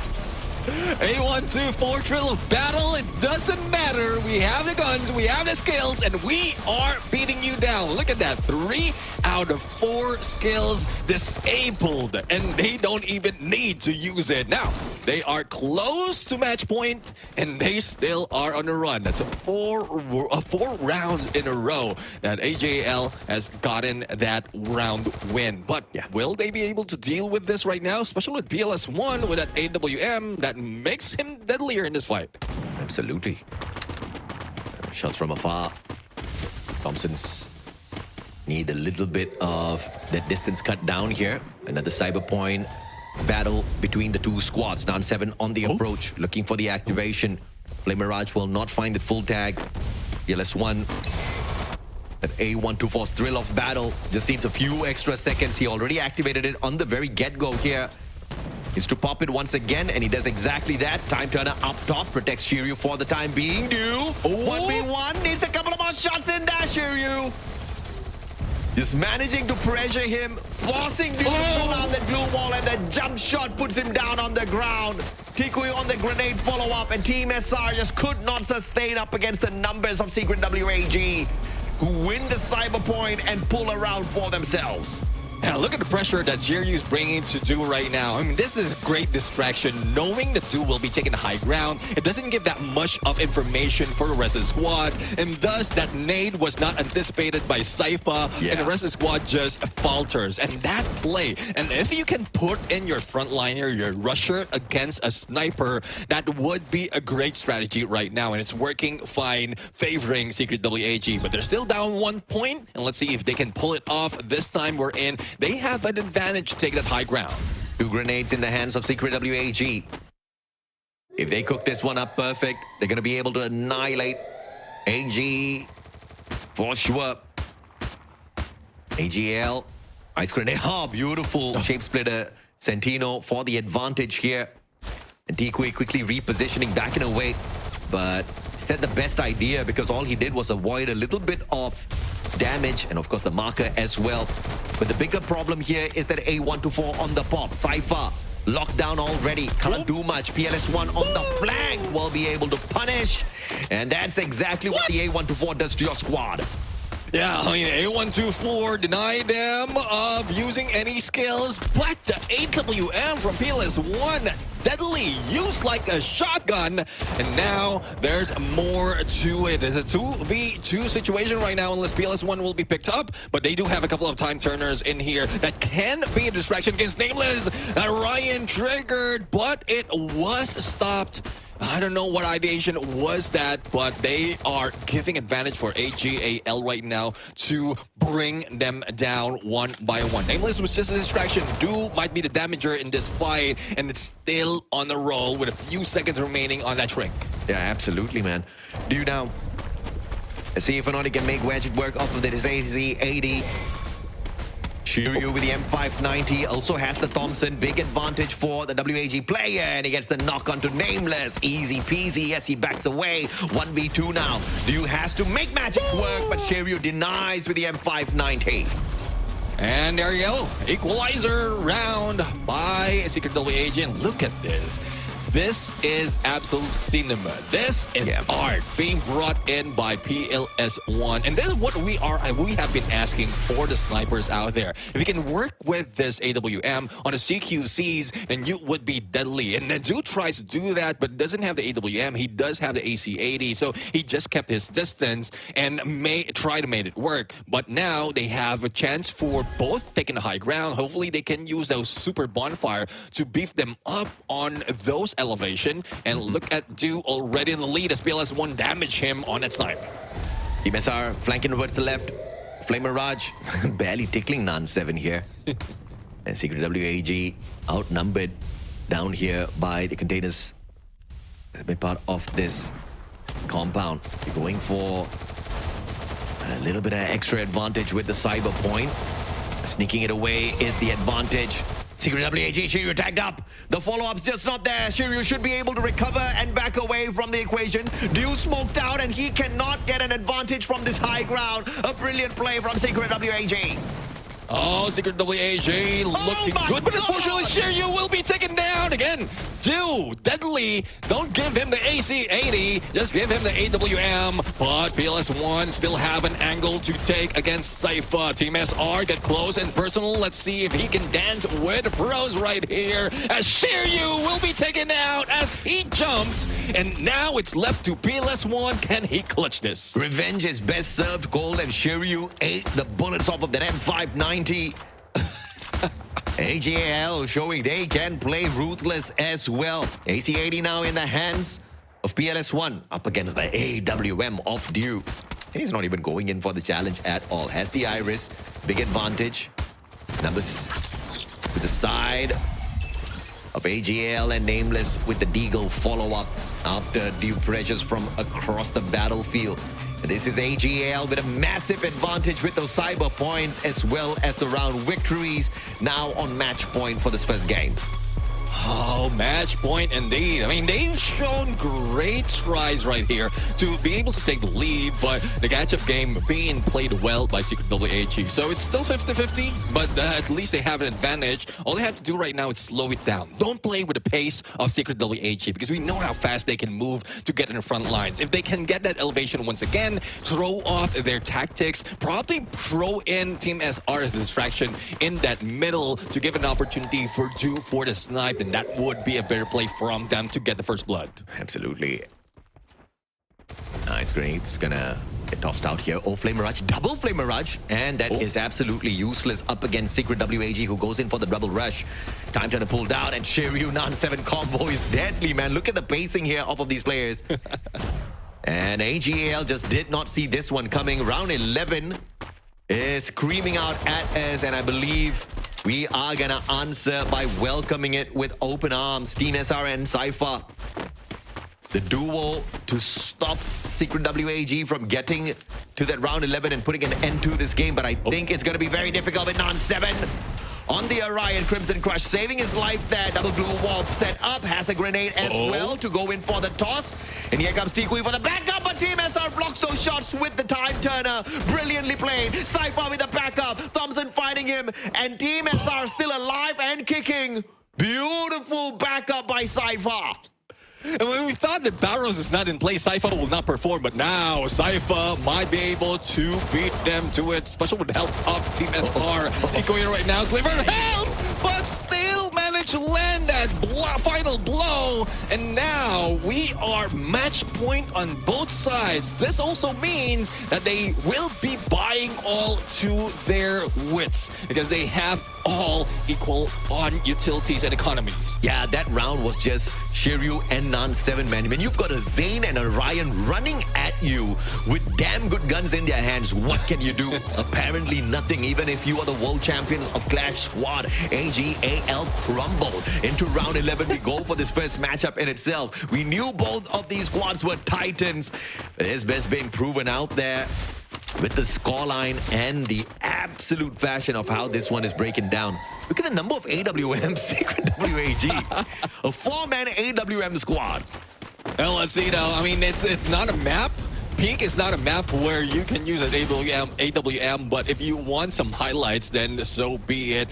A couple of Steffi being pulled off as well, but no. I mean, Secret WAG, I guess with the weapons that they have, it's better to keep their distance. Anyone who peeks out can be sniped by that AWM, but still, it's ring around the Rosie, and I don't think they found Rosie just yet. I don't know anyone named Rosie. You do not get me into trouble with my wife, bro. Be asking me some questions. Who's Rosie? Who's Rosie? Why are you dancing around her with Neptune? No, we are not, baby. We are not. 4v4 still. And so far, they're just waiting for the circle to squeeze everybody into this tight little compound. And then the plays with the M590s and the Thompsons will spring out. Those grenades are going to be very precious once that circle closes everybody in. So Nameless, I don't know if you want to start cooking it up already or not. Oh, let's see. Nameless making sure that they panic. But Tikui didn't panic. The good thing that he managed to pull off the shape splitter. He can regroup. Now, they can force them onto that corner. Now, Glue Walls block them, but the shift is favoring AG.AL. Probably this is what they have been waiting for. Who is favoring the shift? The circle and Shiryu tags up, knocked down, but the team booster can help him up. No consensus yet to make sure that he goes down. Yeah, no follow-up from the thrill of battle. A124 used. PLS1 managed to get the lockdown onto Cypher and Nameless. The knock onto Nameless did happen, but the follow-ups were very slow. Nan7 though. Right after that, with the Thompson straight to Cypher's head, Dew trades Shiryu out of the equation, and now the circle doing the job for AG.AL, and they get the finisher. Man, you cannot tease the circle here in Clash Squad. It is going to be deadly. But I want to say the biggest mistake here off of Secret WAG is not following up on that A124's thrill of battle pop. I think the timing was a little off. Maybe it was communication, but either way, AG.AL lucked out, because if that rush had been pulled off, I think they would have been crushed instantly. Yeah, exactly. I mean, one reason as well why they put up those glue walls in middle of that compound so that they will not be rushing that quick. And even with Dew taking that shot with that AWM, no confirmation, but still, it pushed them into one corner, and that's where they played with that shift to the circle, where AG.AL was favoring that, and the speed that they have was just insane. So there you have it, the global champions showing what they have to offer against Secret WAG, but I don't think Secret WAG will be taking this sitting down. They will be fighting back on the next round. You gotta love it, man. You gotta absolutely love how this game kind of panned out. Secret WAG putting up a strong fight, but AG.AL showing up very strong towards the end. Just one small tiny mistake, and I mean it's still 50-50. Even if they had taken advantage of the thrill of battle, you still have to worry about the mechanical skills of the players on the side of AG.AL. And that was around 11. Everybody had their comfort picks on the guns. They had perfect defense lined up. No level 4 West in that particular situation because of the pressure that Secret WAG played with those cyber points as well. So I think they managed to contain AG.AL well to make sure they don't run away with that game. But down towards the very end, I think they dragged out that round way too long. Once the circle started to tag all of them up with the damage, it was a big, massive disadvantage. I agree. And I was just quite surprised on why they're bringing a lot of AWMs, because again, they could have anticipated already the order of the maps that we have. And with that peak as a final map or final area within Bermuda, they don't have that much of angle unless they push them outside of the circle. And that's when things really happen with those AWM. So tactical advantage really, I don't know, really was different right here, but that's something that you could expect from the Global Finals champion. Yeah, absolutely, man. I feel like they were expecting a battle on the open grounds from the very start, and AG.AL just did the opposite, because I think they were banking on finding Dew very early on with the AWM. But with AG.AL just playing a little bit more defensive, and that was a very smart play from them, because they acknowledged the supremacy of Secret WAG. They cannot underestimate them. They tried to in a couple of rounds and they got punished. In that final round, that was the difference maker, because if they had taken the open grounds fight, the 4 AWMs would have been very useful. But Secret WAG didn't have it their way. But I have to say, this was one of the better rounds from Secret WAG. Very impressive rush by Nan7 as well as Shiryu. Again, the combination of Zayn and Orion is just deadly on the front lines.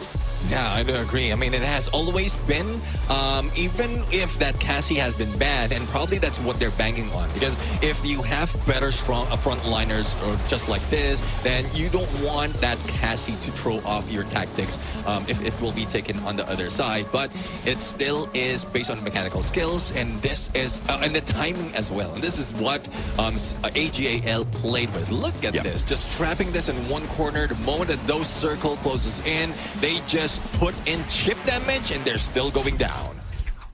And the MVP of this matchup, none other than the one and only Dew. Man, oh man, look at those assists. 7 eliminations, but 20 bomber on the assists, 4,574 on the damage. And rocking the Iris. I don't know whether or not if it was a very big game changer for him in this battle. That Sensei Tig, obviously very effective in terms of helping them just shrug off a little bit of the advantage of the opponents. But the main factor was his mechanical skills. That those memory miss, obviously playing a little bit of extra advantage for him every time he got those knocks.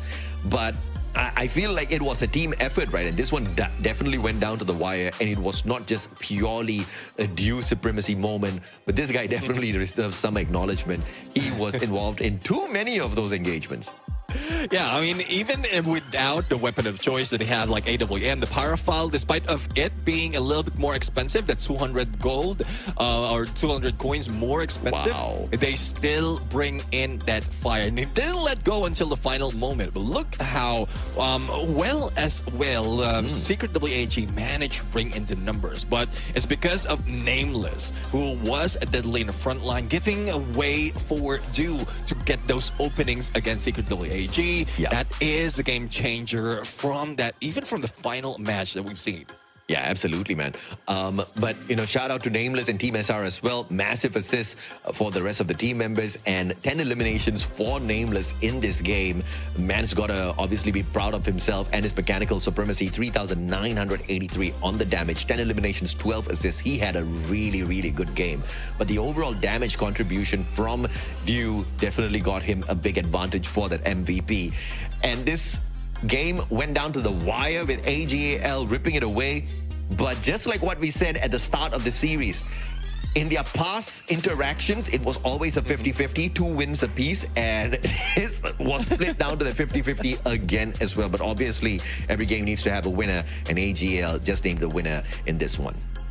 Well, let's see though. I mean, looking at AG.AL right now, especially on the next map that they have, it's their pick and it's also their best map from the previous season. So it might be a quick run, but holy Secret WAG doesn't end it quite there. And apologies earlier, I thought it was Kalahari that would be our third map. The pick is Solara, so this is something new for them. That could be the trump card later on if, in case on the second match, we are going to see Secret WAG make that win. Look at the numbers that's being brought in, and I'm also interested on how well Dew managed to use that Iris. So we were questioning that in the beginning, but I guess a combination of the Oscar, Chrono, as well as the Ignis in the front line just made it work for him to make sure that he have more distance to the rest of the squad. And once those glue walls, because of pressure out of the frontliners, the glue walls will be forced out of Secret WAG. So it's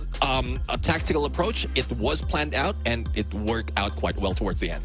Absolutely, man. And if you look at the mechanical supremacy, I think we had 8 headshots on the side of AG.AL versus 3 headshots taken by the players on the side of Secret WAG. So that gives you a massive advantage with those knocks as well as the follow-ups. It really disrupts your opponents whenever you've got, the capability to knock them with a single shot.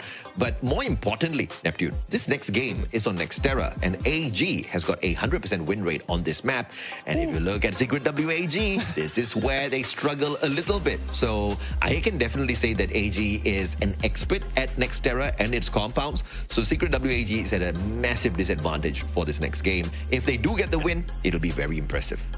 I do agree. I mean, there's a lot of elevation right here that Dew has been taken overall to go for those snipes. But from the beginning of the map, I think this is where it is equalized. You know that those platforms is being taken, and that's where they need to play it out, because that's already out of the question once they have better weapons. So if they can capitalize on that already, Secret WAG get the win because of the speed that they have on turning that high ground into a chase towards those platforms, towards those catwalks, then that could be the advantage that they have against AG.AL to get better weapons before AG.AL does that. It's a very random thought. I can smell POW all of a sudden, and I know we did not buy any POWs. I don't know if you guys know what's a POW across the world. Let me know in the comment section if you know what's a POW. I'm just so hungry all of a sudden, man. I don't even know what's wrong with me. Sorry for the randomness.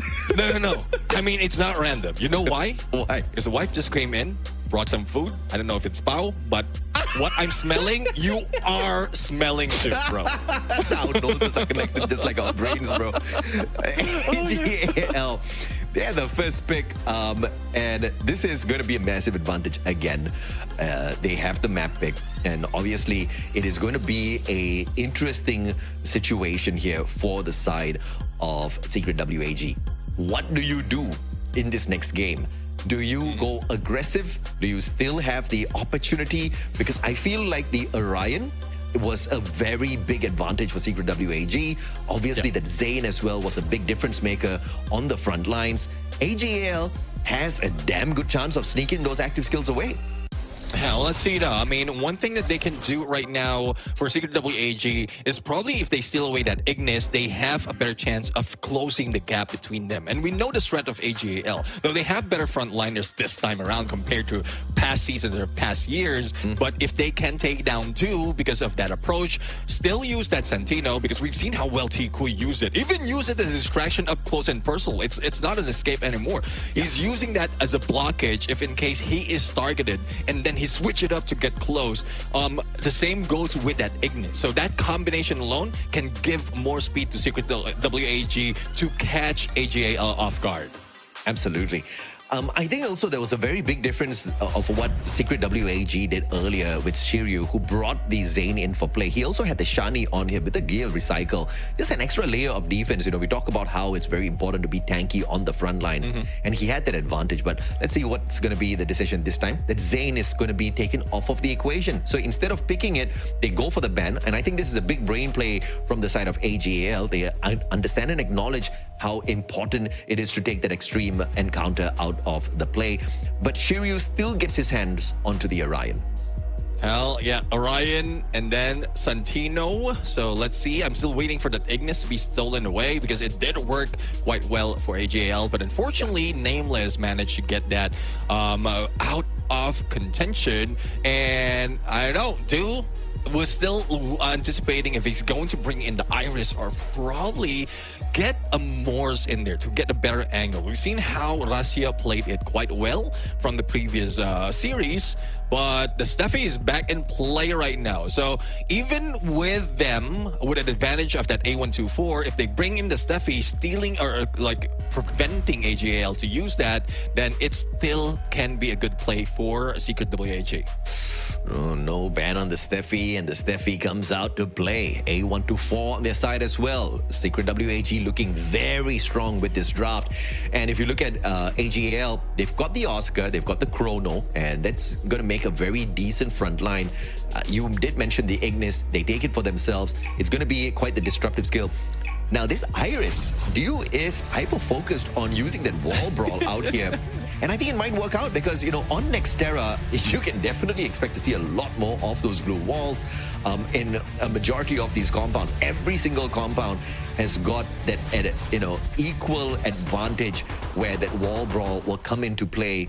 And Dew might just be able to shine once again off of this game. Can AG.AL make this a 2-0 to punish Secret WAG? We'll have to wait and see. Early investment for Cypher with the M500. Well, let's see though. He's somewhat alone in there with a flurry of AG.AL squad going in there, and even Dew spots out Shiryu and doesn't have a better, like, doesn't have that long range angle. It's just that small pick that he has. And now with that Ignis, he goes in for the pinch.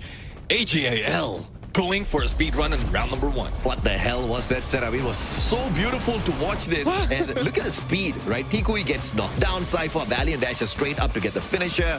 And then Dew just holding their backs, making sure they don't give advantage to Shiryu, gets the knock. And then that beauty on the opposite end was Nameless on the play. They had the Chrono on their side, and immediately with the Flame Mirage to block off all information, they stop the damage, they stop the attack from the side of Secret WAG and take the fight straight to them using that Flame Mirage as cover. That was a thing of beauty. I loved that round.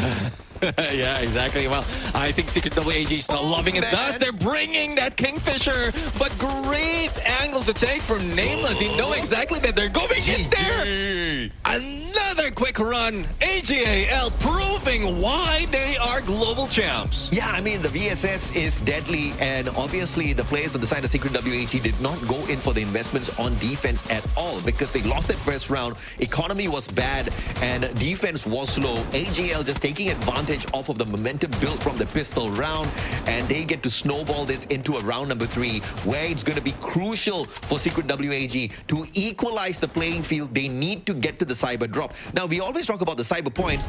We also have to remember the cyber drop actually has got a lot of goodies in it. You get some pretty good guns off of it. You know, that level 3 MP5, sometimes you get this car off of it as well. So a big advantage for WAG to make their way back in here if they can get to the middle. Yeah, well, let's see though. I mean, it's up to them.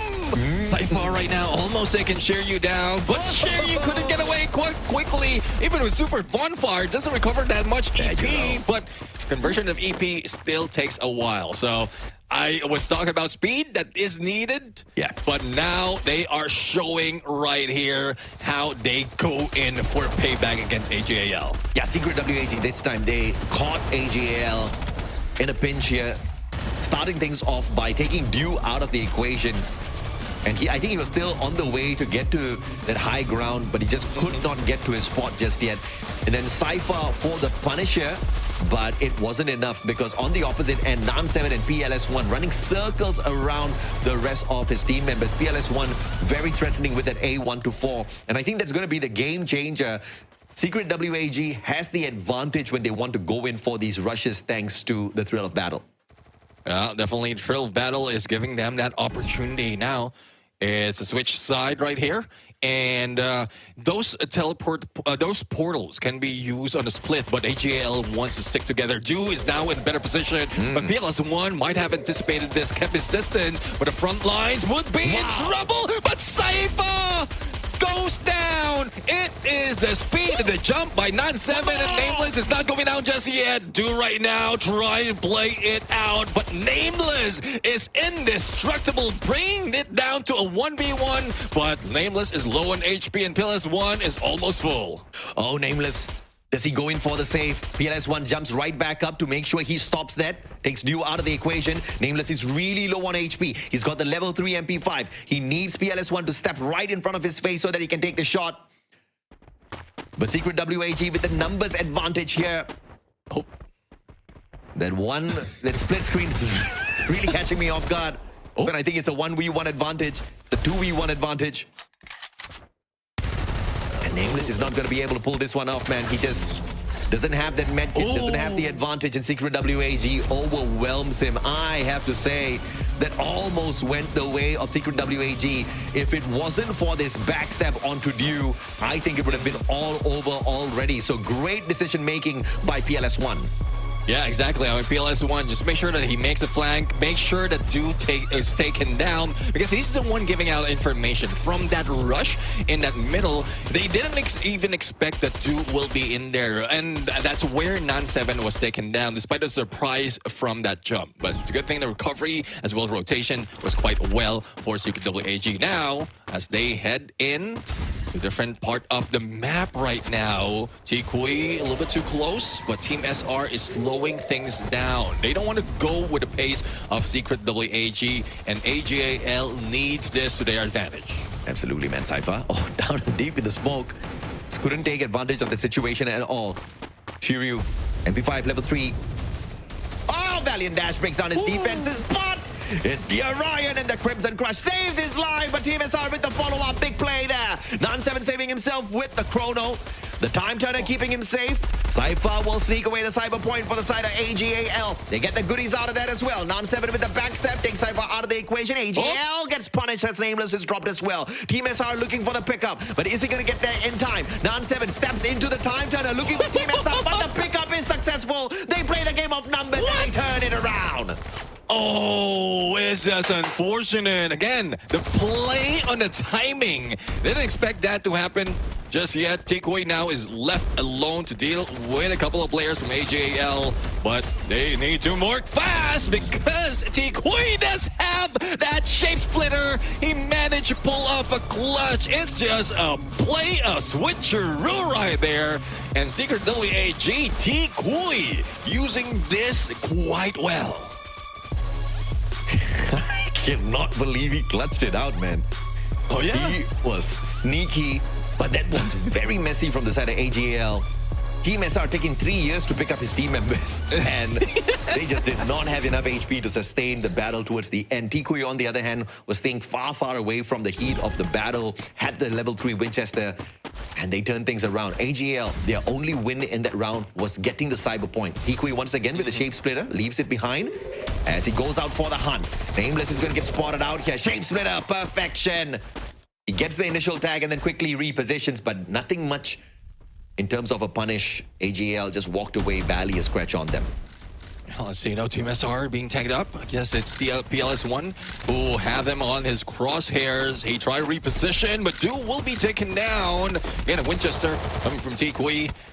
Let's see if they will go for the pickup. Smoke is saving them a little bit more time, but they are trapped right now. It's PLS1 if in case they stun up, and if they get close, it's the rest of Secret WAG. Nameless doesn't even have an angle, but PLS1 takes down Nameless, and Dew will be taken down as well by Nan7.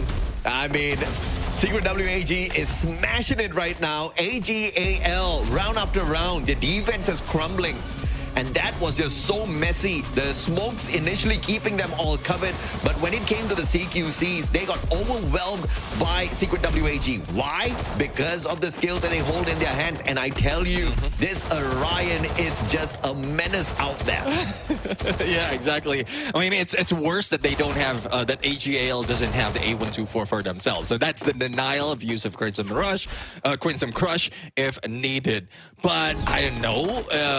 It's just a speed.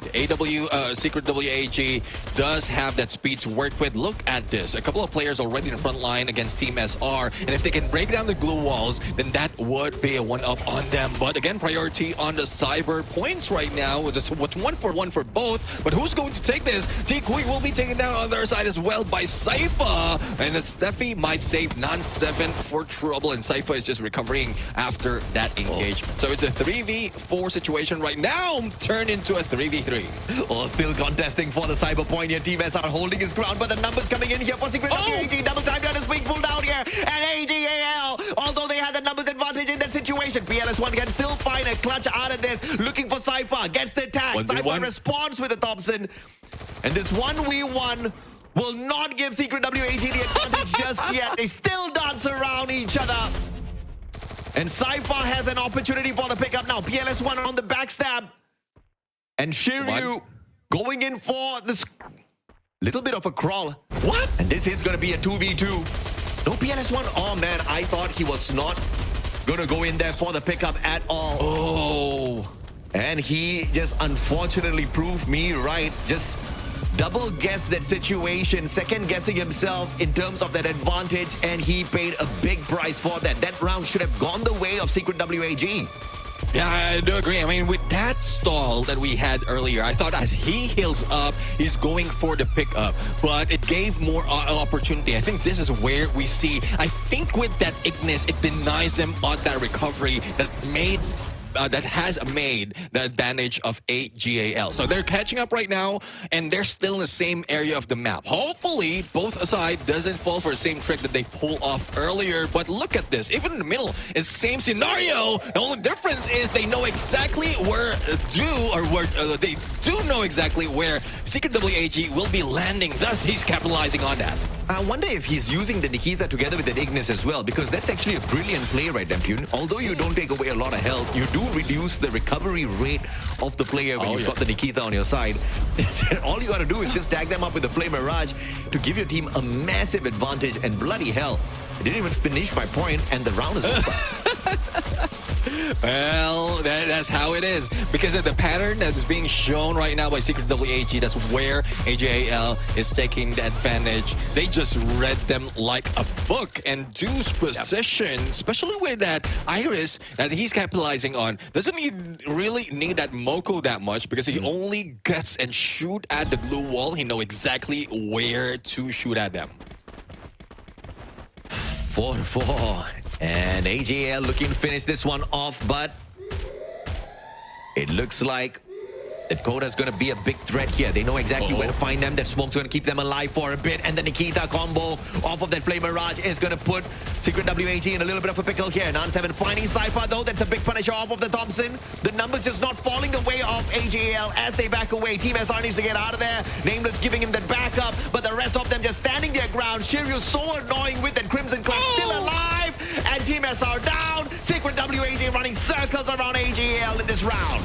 Oh, Ju right now will be ended, and it's an equalizer. Not only that, they also have the cyber point to themselves. Secret WAG playing with speed. I'm loving their position right now, especially in this area. T-Kui anticipating that someone will be backstabbing them, probably on that angle that he has, but he heard the footsteps coming from Sypha. And you know that animation where you jump off the tire and get up on this ledge, there is a slowdown that was anticipated quite well, but by this team. So, Secret WAG already at match point. Not looking good for AG.AL. Damn, GG, bro. Level 4 West for the equipped here. Secret WAG on a roll. On match point to extend this into a game number 3. AG.AL. Can they get 2 rounds back to back and somehow snuff out Secret WAG, who have got the advantage here on the defense? Time Turner is going to get pulled out. AG.AL side far. Sliver of health and still wins out the big gunfight. finally gets put down to the ground. Team SR now on the backstab. Nan7, look at the moves off of this guy. Brilliant, and he gets the shot as well off the Thompson. Dew sorts him out. Can he get the pickup? Full HP. Dew, the savior of the squad. PLS1 on the other hand will not be able to save his buddies. And this is what AG.AL is made of, and we head on into a round number 11 where it could still end early thanks to AG.AL surviving this round. That Cypher sidestep. That is a signature move coming from this guy. He managed to recover despite of having a sliver of health, and that gave more time for the rest of the squad of AG.AL to catch up and also to go for the pickup for their advantage. Now, let's see on how well they're going to play it out. Intellect Center, and this is again another round 11 between these two teams. Rivalry continues, and whoever wins this might end the series or probably extend it. Dude, I mean, odds stacked against them in the previous round. Extra defenses on the side of Secret WAG, all made for nothing after a brilliant round of fights. And that was decision-making supremacy off of Dew. Picking up Team SR, and Team SR did not skip a beat. Just started peppering them down with the shots. And they got the final elimination just because of their decision-making and just awareness of what to do in that very moment. But now AG.AL super close to Shiryu. Team SR might just be the difference maker here if he can catch them out. Does have the chrono, but they choose to not progress on forth. And Shiryu, dangerous shot, but it doesn't put him out of the equation yet. Yeah, again, it's a good move to use those stars for those jump, but the animation was like, especially the delay on your landing would be your downfall. So you think he managed to survive.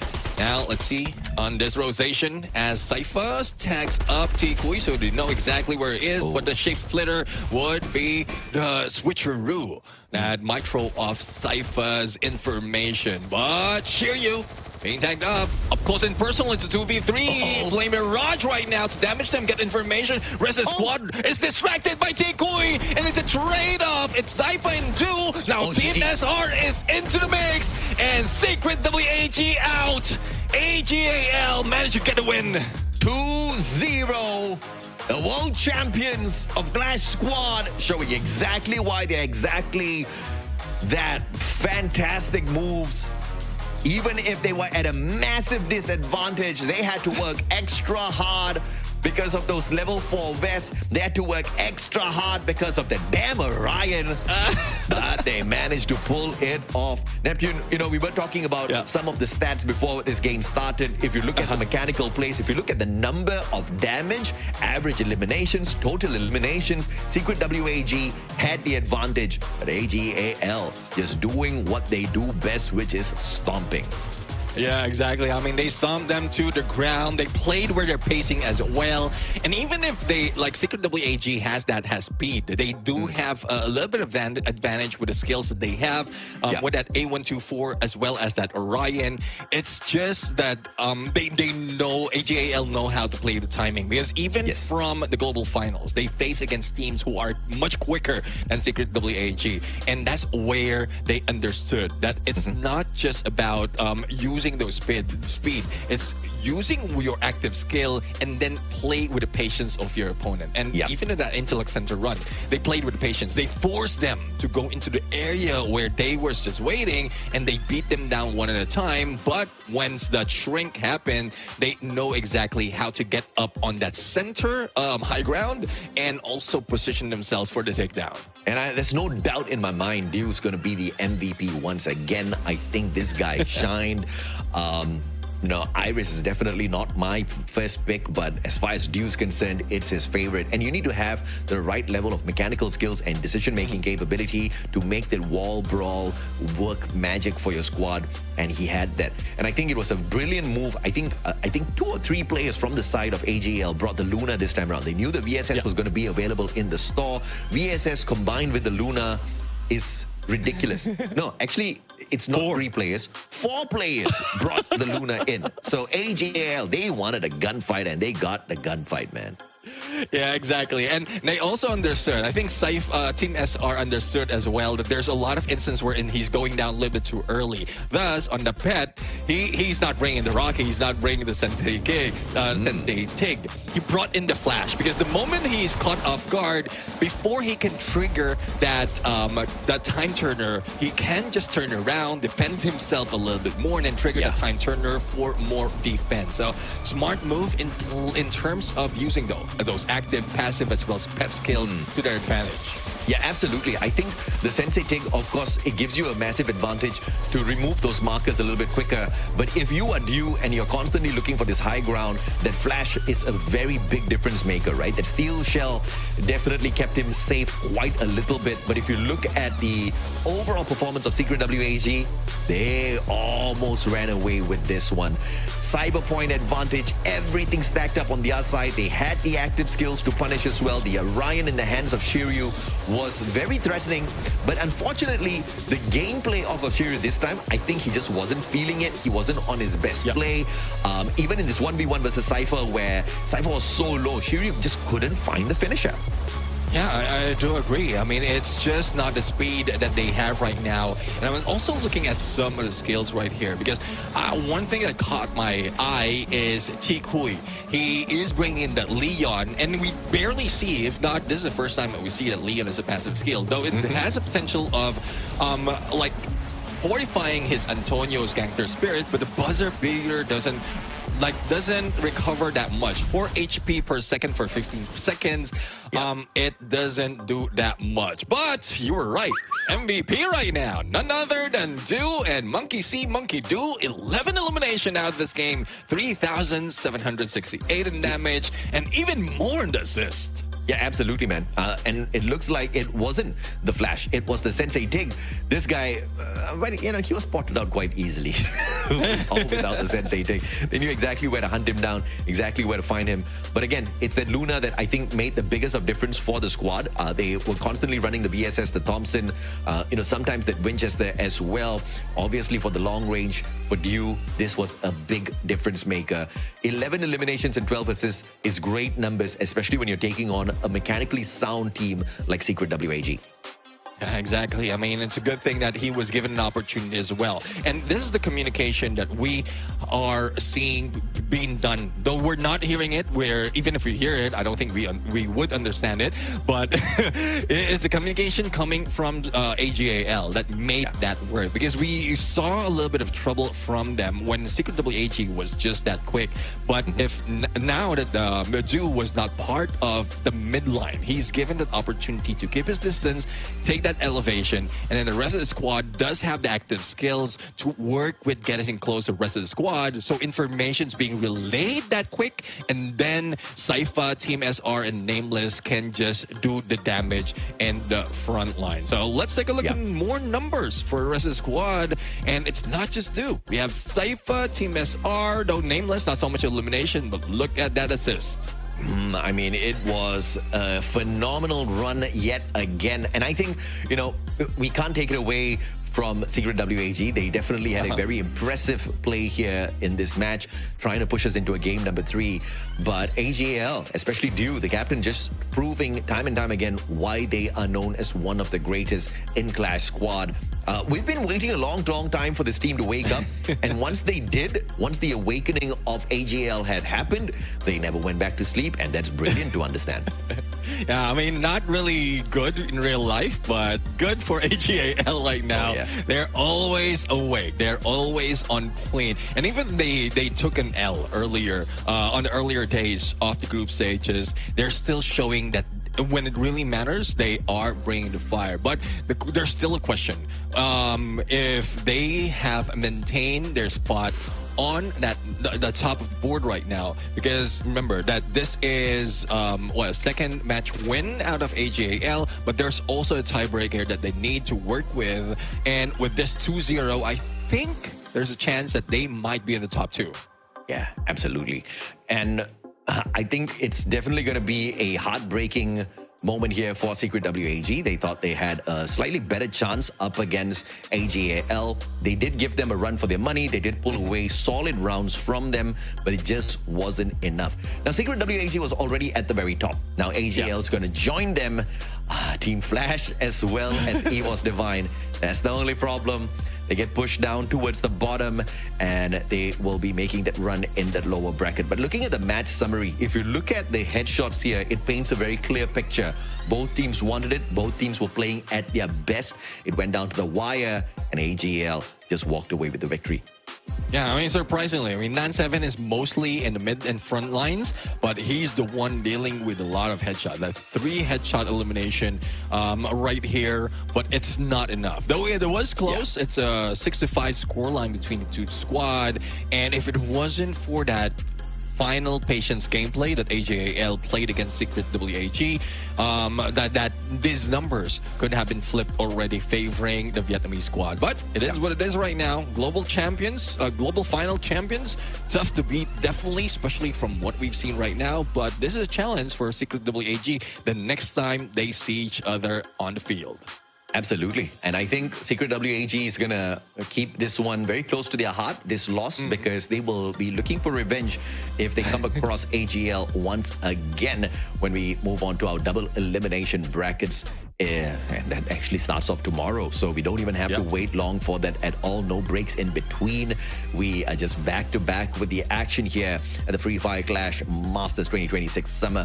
And you know, if you look at the KD averages, it also paints a clear picture as to who really dominated on the battlefield, right? Look at Dew, man.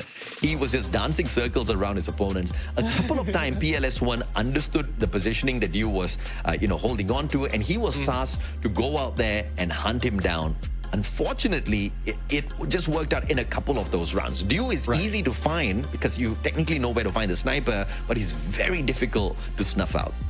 Yeah, exactly. I mean, doesn't need really that Morse. I don't think he will need Morse moving forward unless like it's a crucial moment. But I don't know. A trial backup of Team SR from one moment in there as well. But looking at the team standings, the group standings, so I think we started off where AG.AL was on the 3rd spot on Group A. Now they are on top against Secret WAG. Unfortunately, despite of the better run from EVOS Divine from Group A, they will still be pushed at the bottom too. So, well, they will be running longer than the rest of the squads. Oh, damn. It looks like GAMXPE is going to be in the lower bracket as well by the looks of things, because this is a rough one for GAMXPE, man. They got to hope and pray that Argon wakes up the beast in themselves and Buriram falls asleep so they get the L. If you look at Group A, AG.AL as well as Secret WAG, they're going to be in the upper bracket. EVOS Divine and Team Flash down in the lower bracket. Is that a problem? It's a big problem, especially if you are EVOS Divine. You have got no second chances. One series loss and out of the competition you go. Yeah, I do agree. And that's the same story that will happen once we conclude the remaining 2 games that we have for today, and that will be for Group B. So that would be GAMXPE going against RQ, and I do agree wherein the pressure is on for Argon because they are facing Buriram United Esports. But again, it's pretty much the same story. Not eliminated, not taken out just yet, just a longer run for the squad. Oh yeah, and if you look at if or not this is going to be a big disadvantage for Team Flash down in the lower brackets, it looks like it's going to be the case, because who do you have joining you in the lower brackets? It's GAMXPE. The probability of GAMXPE beating Team Flash down in the lower brackets when they come across them is very, very high. And look at me already assuming that GAMXPE is going to be meeting them in the lower brackets. It's a little difficult to ignore that's going to be happening because I just don't see Argon MY beating Buriram, man. Even in our wildest dreams, that's going to be quite the wild dream. Well, let's see, let's see. But, well, this is not something that's that's wild right now, because we are going to hear from the winners of this fight. And let's see, or let's hear what they have to say after this game. So let's bring it over to the interview. ก็ตื่นมาวอร์มมาคุยกันก่อนซ้อมครับเพราะว่าก่อนหน้านี้ไม่ได้คุยกันไม่ได้ซ้อมไม่ได้วอร์มก่อนแข่งเลยครับให้8 เต็ม 10ครับเพราะว่าทำได้ดีกว่านี้ครับเพราะว่าถ้ามาคุยกันก่อนแข่งวอร์มกันก่อนแข่งก็ดีกว่านี้ครับ อยากเจอแฟดครับเพราะว่าทำพวกผมแพ้ 2-0 เดี๋ยวรอบนี้เอาคืนแน่ครับ PE ด้วยครับ AG.AL just aiming for the Vietnamese squads, man. I mean, this is going to be a problem. They rate themselves a 8 out of 10. I think they're being quite humble with that. Yeah, I do agree. I mean, it's because they did take a few L's in this competition, and thus it reduces their confidence a little bit, or their chances of bringing more than a perfect run in here. Yes. But again, I do agree. They won't face Team Flash as well as PE because, like Secret WHE, it's already a one-up on them after so many years of rivalry. So why not take the rest of the region? Now, this next game is going to be deciding if or not GAM XPE stands a chance at making it into the upper bracket. They will definitely have to take a big dub. But then, of course, they'll also have to hope and pray that Argon MY beats Buriram United Esports. But the prerequisite is them beating RRQ. They do not have any choices here whatsoever. And RRQ, Kazu, I think, they've already kind of let us down multiple times in Clash Squad. And this time they're on a brilliant run. I hope they can maintain this for themselves and just make the equation a tad bit easier. We're going to be taking a quick short break. When we come back, it's the battle that we are expecting.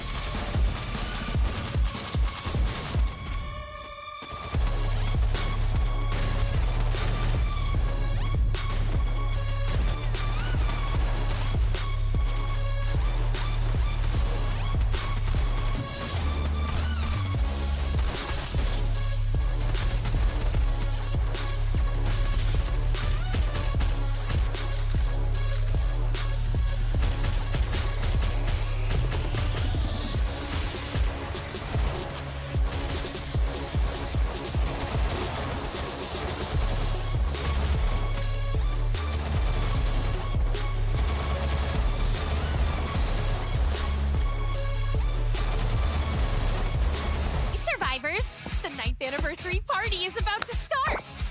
Whoa! Looks like you guys really couldn't wait, huh? Alright, let's get this started! The 9th anniversary is here, and the rewards are ready to party! Complete tasks, earn tokens, celebrate, and unlock milestone rewards all the way to the grand prize! This time, you can get an ultra-stylish mail bundle and a super cool vehicle skin, so don't miss out! Jump in through the event entrance and explore the brand new 9th anniversary party lobby! There's a ton of fun stuff to do here. Fight your way to become the champion of the arena, or hop onto the dance floor and follow the lead dancer. The fun doesn't stop there. Team up with another player for a hilarious piggyback battle. Grab wacky items such as the big hammer, or turn into a giant or a mini character. Don't miss out on the awesome free anniversary rewards either, including a special backpack skin designed and voted by all of you. Factory is also getting a 9th anniversary makeover.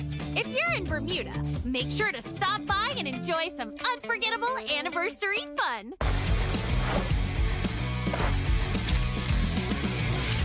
What surprises does the 9th anniversary have in store for us? First up, more skills can now be enhanced. During a match, you can upgrade your character skills to unlock stronger effects, power up your playstyle, and outplay your opponents. In Battle Royale, you can gain skill boost energy by surviving, getting eliminations, and dealing damage. In Clash Squad, skill boosts become available at the start of later rounds, giving you more ways to adjust your strategy as the match heats up. Some skills will have 2 boost options, while others get reduced cooldown time. And if that's not exciting enough, we're also turning up the heat with Weapon Awakening. In Battle Royale, Weapon Awakeners can be obtained during the final battles, and may also show up in places like arsenals. Use them to give your weapons a major power boost for the endgame. Best of all, almost all weapons can be awakened, so you can stick with the one you love and power it all the way to Booyah! Over in Clash Squad, perk points will replace cyber points. You can use them to unlock perks like awakened weapons, armor, buffs, and more in the CS store. The match result page will also show the skill boosts and buffs chosen by both teams, so you can see exactly how each side built their advantage. There's even more 9th anniversary fun packed into your matches. During the event, random anniversary quests will pop up in certain areas across the map. Complete them with your team, and you can grab great loot right from the quest spot, along with upgrades to nearby vending machines, revival points, and even buffs. You might be collecting anniversary fragments, reforging a giant sword, or bouncing high into the air to grab coins. Sounds fun already, right? In Battle Royale, surviving with your team is easier too. During the event, you can revive teammates right where they were eliminated, so your team can recover faster and jump straight back into the action. Just remember, this revival chance is limited. And of course, we've got some extra fun for you and your friends. Toss a coin jar to create a special coin zone. Then hop in, dance, and claim coins together. You can even grab the rewards yourself. And after an awesome elimination, celebrate with a quick fist bump when a teammate is nearby. Come on, survivors, the party's better with friends. And here are the other character skill adjustments. And let's check out the changes to weapon balance.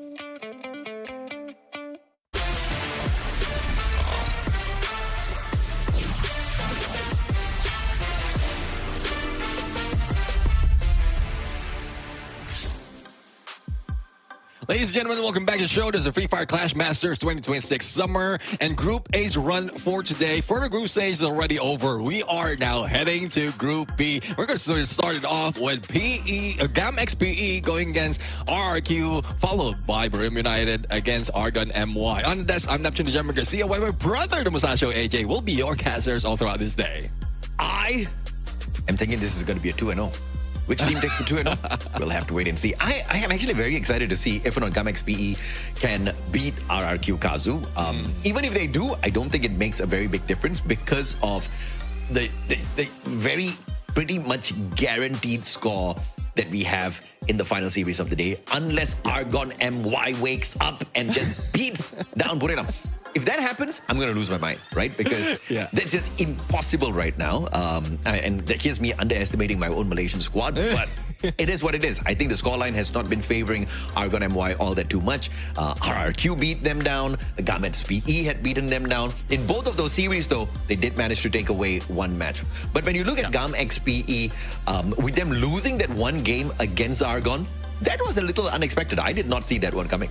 Yeah, I mean, it's also very close between them. So it's really tough to say if this would be a 2-0 or probably a 2-1 based on my prediction. Because RRQ this time around is quite different. They are good on the leaderboard right now. Again, it's a good run for them. But with the battle against Argon, I think it was a little too close for comfort. And that might be the downfall. That might be what GAM XPE is playing for this time. Because so far, Vietnam has been very tactical in their gameplay. Absolutely. And because GAM XPE had already taken an L already to Buriram, if they drop into a tiebreaker, your reigning champions are going to be making a lower bracket run. But hey, the last time they made a lower bracket run, they became champions. So I don't know if or not this is a very big problem for GAM XPE. Yeah, I do agree. I mean, no one is in trouble just yet. I mean, probably by tomorrow. That's where the trouble begins. Once those losses, those mistakes are still being taken and not corrected, then that's where the trouble happens. But let's bring over the lineup for our match for today. It's GAM XPE right now. LBT, Zaref, Wang Shi, and Sichuan. And again, the defending champions of Clash Master for this year. Really looking forward for them to pop up and probably beat down on the mastermind that they're going against. It's RRQ Kazu. I mean, LBT, Zaref, Wang Shi, Sichuan, if there's one thing that we can talk about this squad is the fact that they are supreme when it comes to the numbers, right? They have always managed to bring those eliminations through and prove that they are not here. They're not messing around, you know, in all of their games. They're looking for those big battles. And Zaref has been the playmaker a majority of the times. followed by Wang Shi. And if you look at their ranking overall when it comes to the tournament statistics, I think GAMXPE is just smashing it right now. Well, let's see though. I mean, teams that they're hoping to smash is RQ Kazu. We have Dutz, Abai, Maal, and Ranze. And this is a good thing as well because we have Dutz as an opener. For the first day, I don't think he played in this competition, but they still managed to get a win. Yeah. Now that he's back in play, he might be the one wearing that Coda Beaston combination together with that Alvaro because we know how well he is playing that. But again, there's always a Sefi that can deny that. So I think GAMXP had that on their list already. But again, there's a lot of changes into the meta right now, especially in the current season. So it's still based on how they're going to work with it on that draft. In the head-to-head, when you take the eliminations into account, RRQ so far has got 120 eliminations. GAMXPE has 123 eliminations. So they're not too far away from each other. If you look at the average eliminations per game, though, this is where RRQ has proven to be a little bit more dangerous. They are slightly better on the average on 24 versus 20. But where I think RRQ will really be able to play the conversion is with the amount of damage that they have out there on the battlefield. They are a team that is mechanically very sound and they have no chill, bro. They spot you, they're going to be shooting you down. And they are taking on a team that asked Buriram to show them mercy. They say they're the new kids on the block. Please, give us a little bit of a chance. But they are your reigning defending champions who gave nobody a chance the last time round. They were running in that lower bracket. And I think they've got a lot to prove in this competition still. RRQ has already stepped it up 2 times with the series win. I think there's a big possibility GAMXPE steals this one away from them. And there's also a fun fact wherein, regardless, even in the previous season, even in previous Clash Squad matches, they haven't faced against each other. So this only shows that RRQ has moved up already in the rank. Because most of the time, like PE Sports is already up there, especially from last season. But RRQ Kazu, I'm loving that they're starting it off in Kalahari. I think this is one of their best map. In all of the records that we have right now, they have more than 50% of win rate in this specific map. As long as they can ban Cassie out of the draft that we have later on. I mean, you know, if you look at RRQ and you look at the potential that they have for the victory, when it comes to Kalahari, it's their best map. And I think they've also done their homework here because this is technically the worst map for PE Sports if you take a look at their run during the spring season. So this is a big, massive advantage map-wise for the side of RRQ. When we look at the bans, Oscar gets taken out of the equation. Cassie on the ban on the opposite side. Very crucial bans and very important active skills to take out of the rotations. But PE Sports has got their hands on a powerful active skill. That's the Orion. The Crimson Crush has been crushing it out there today, and I feel like it'll continue to do so. They combine that with a double skill here of the Sentino and the Mars, and there's a potential this is going to be a Wasana sort of a Mars this time round with the Russia holding on to it.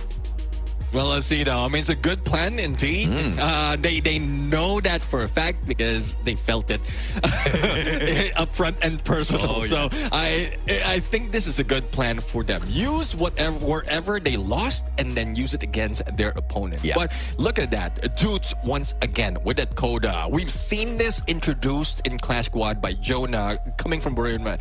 I'm quite surprised. We're talking about 2 teams and the one who's not playing is the ones being the reference for both of them. So even if they're not the best out of the group stage, it just shows how well they are in this competition. Yeah, vision-wise, RRQ has the advantage, but aggression on the front lines-wise, I think PE Sports has got a very, very big advantage over them, mainly because of the active skills that they've brought in here. They still do have to deal with the Crimson Crush, so this is going to be a little bit of a problem. As we head on into this first map, picked by RRQ Kazu, the Esports will definitely have the odds stacked against them. Again, their Orion is possibly going to be the game changer. They've got the Chrono as well to play it very aggressive. And look at this Wang Shi. Oh, he's on the Morse, but he's running straight at his opponents. Runs A. Oh, the flank is perfect. Zeref pulls out the Crimson Crush to survive. And LBD looking for the knock instead will be sprayed down to the ground. Fantastic play on the split here, but Zeref does not have enough HP to sustain the battle. Dudes and AG.AL will pull away the numbers for the squad. And that's what I'm loving about the change that's being done by RQ right now. AG.AL is now playing in the front lines. Most of the time he's in back line, he's just waiting for the opportunity. Doesn't have the M500 that we usually see out of the snipers, but because he's making an adjustment, he's just throwing off the gameplay of the other squad. Now, let's see if this continues on in this fight. And look at the weapons. I've seen a VSS. It's coming from Dudes right now. They still have that sight up close, and we know how Ranze can weave through the opponent, so that can be the first blood. And I also liked how Abe played that Flame Mirage there, making sure they don't get backstabbed when they went in for the rush. So that was a brilliant play. Ranze looking for a big punisher, but he gets punished himself. Miles gonna get caught out as well. Sichuan with the positioning, but the response is solid. Abe with the smash, and they had the advantage with their weapons anyway. And with the positioning, I thought Sichuan was going to be able to toast them all, but he just didn't have the numbers advantage up against RRQ there. Definitely. I mean, I'm loving this side of RQ right now. Even playing against the defending champions, but it's still early into the fight.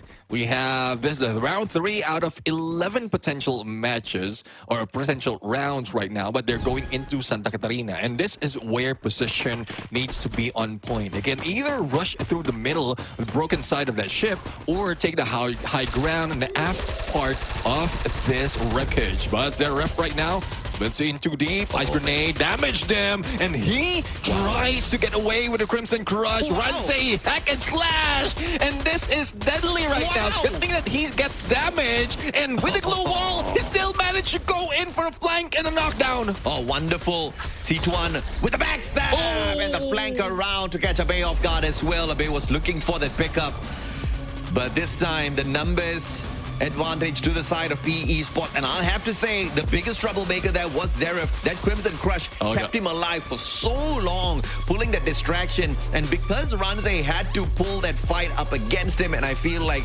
that was exactly what allowed so much of space for Sichuan to pull that flank on through. Although that Sentino's really not doing much for him at this point of time, but we're only 3 rounds in. But I feel like that was a very crucial round for PE Esports because they also managed to get a big win off of that cyber point. Yeah, I agree. And let's see now. This is one of the team who initially just focused on the cyber point when it is available, and now they might be able to get a good run right now. Mac 10, double of a Mac 10, a couple of VSS as well, and they isolate Abe already on high ground, not even giving a chance to Dudes for that shot. And LBT though, he goes down. Ranze for the double revolver, and the pickup can be done as well. It's little trouble for RQ because PE Sports are losing their players. Yeah, Ranze couldn't bring Abe back into play. Sprays from the opposite side. Wang Shi manages to find AG.AL, puts him down on the ground. Can he turn things around with the VSS? What? Yes, he can. That VSS. He had the Luna on him as well. Had the Nikita. And he ripped through the players of RRQ with the rate of fire and the damage that the VSS gives you. It was just unstoppable on that round. And Sichuan also has an angle in there. He didn't move away from spawns, so he was not caught off guard. And he just had the angle to beat them down from distance, to damage their HP with that VSS. And that has been the name of the game when this weapon has been introduced in Clash Squad, especially with the combination of Luna. And I won't be surprised if everyone has it across the board. But Ranze right now pulled off that Painted Refuge a little bit too early. Zeref receives a lot of damage, and here comes the flank. Our Crimson Crush saves him for a little bit, but there's still pressure coming from RQ, and there goes the takedown from Abe. Absolutely perfect so far from RRQ, but Dude's a sliver of health left on him. Ranze's going in, looking for the cyber point. He manages to secure it for the side of RRQ, I believe. And oh no, it was PE Esports that manages to pull that away. So Ranze close, but still just not close enough. At least he gets A decent weapon out of the cyber airdrop. That level 3 Scar gives him that big advantage. Can he go for the double knock? Yes, he can. And that's exactly why you want to get to that cyber drop. The level 3 weapons out of it. The game changer for sure. Well, let's see. It's Sichuan playing solo.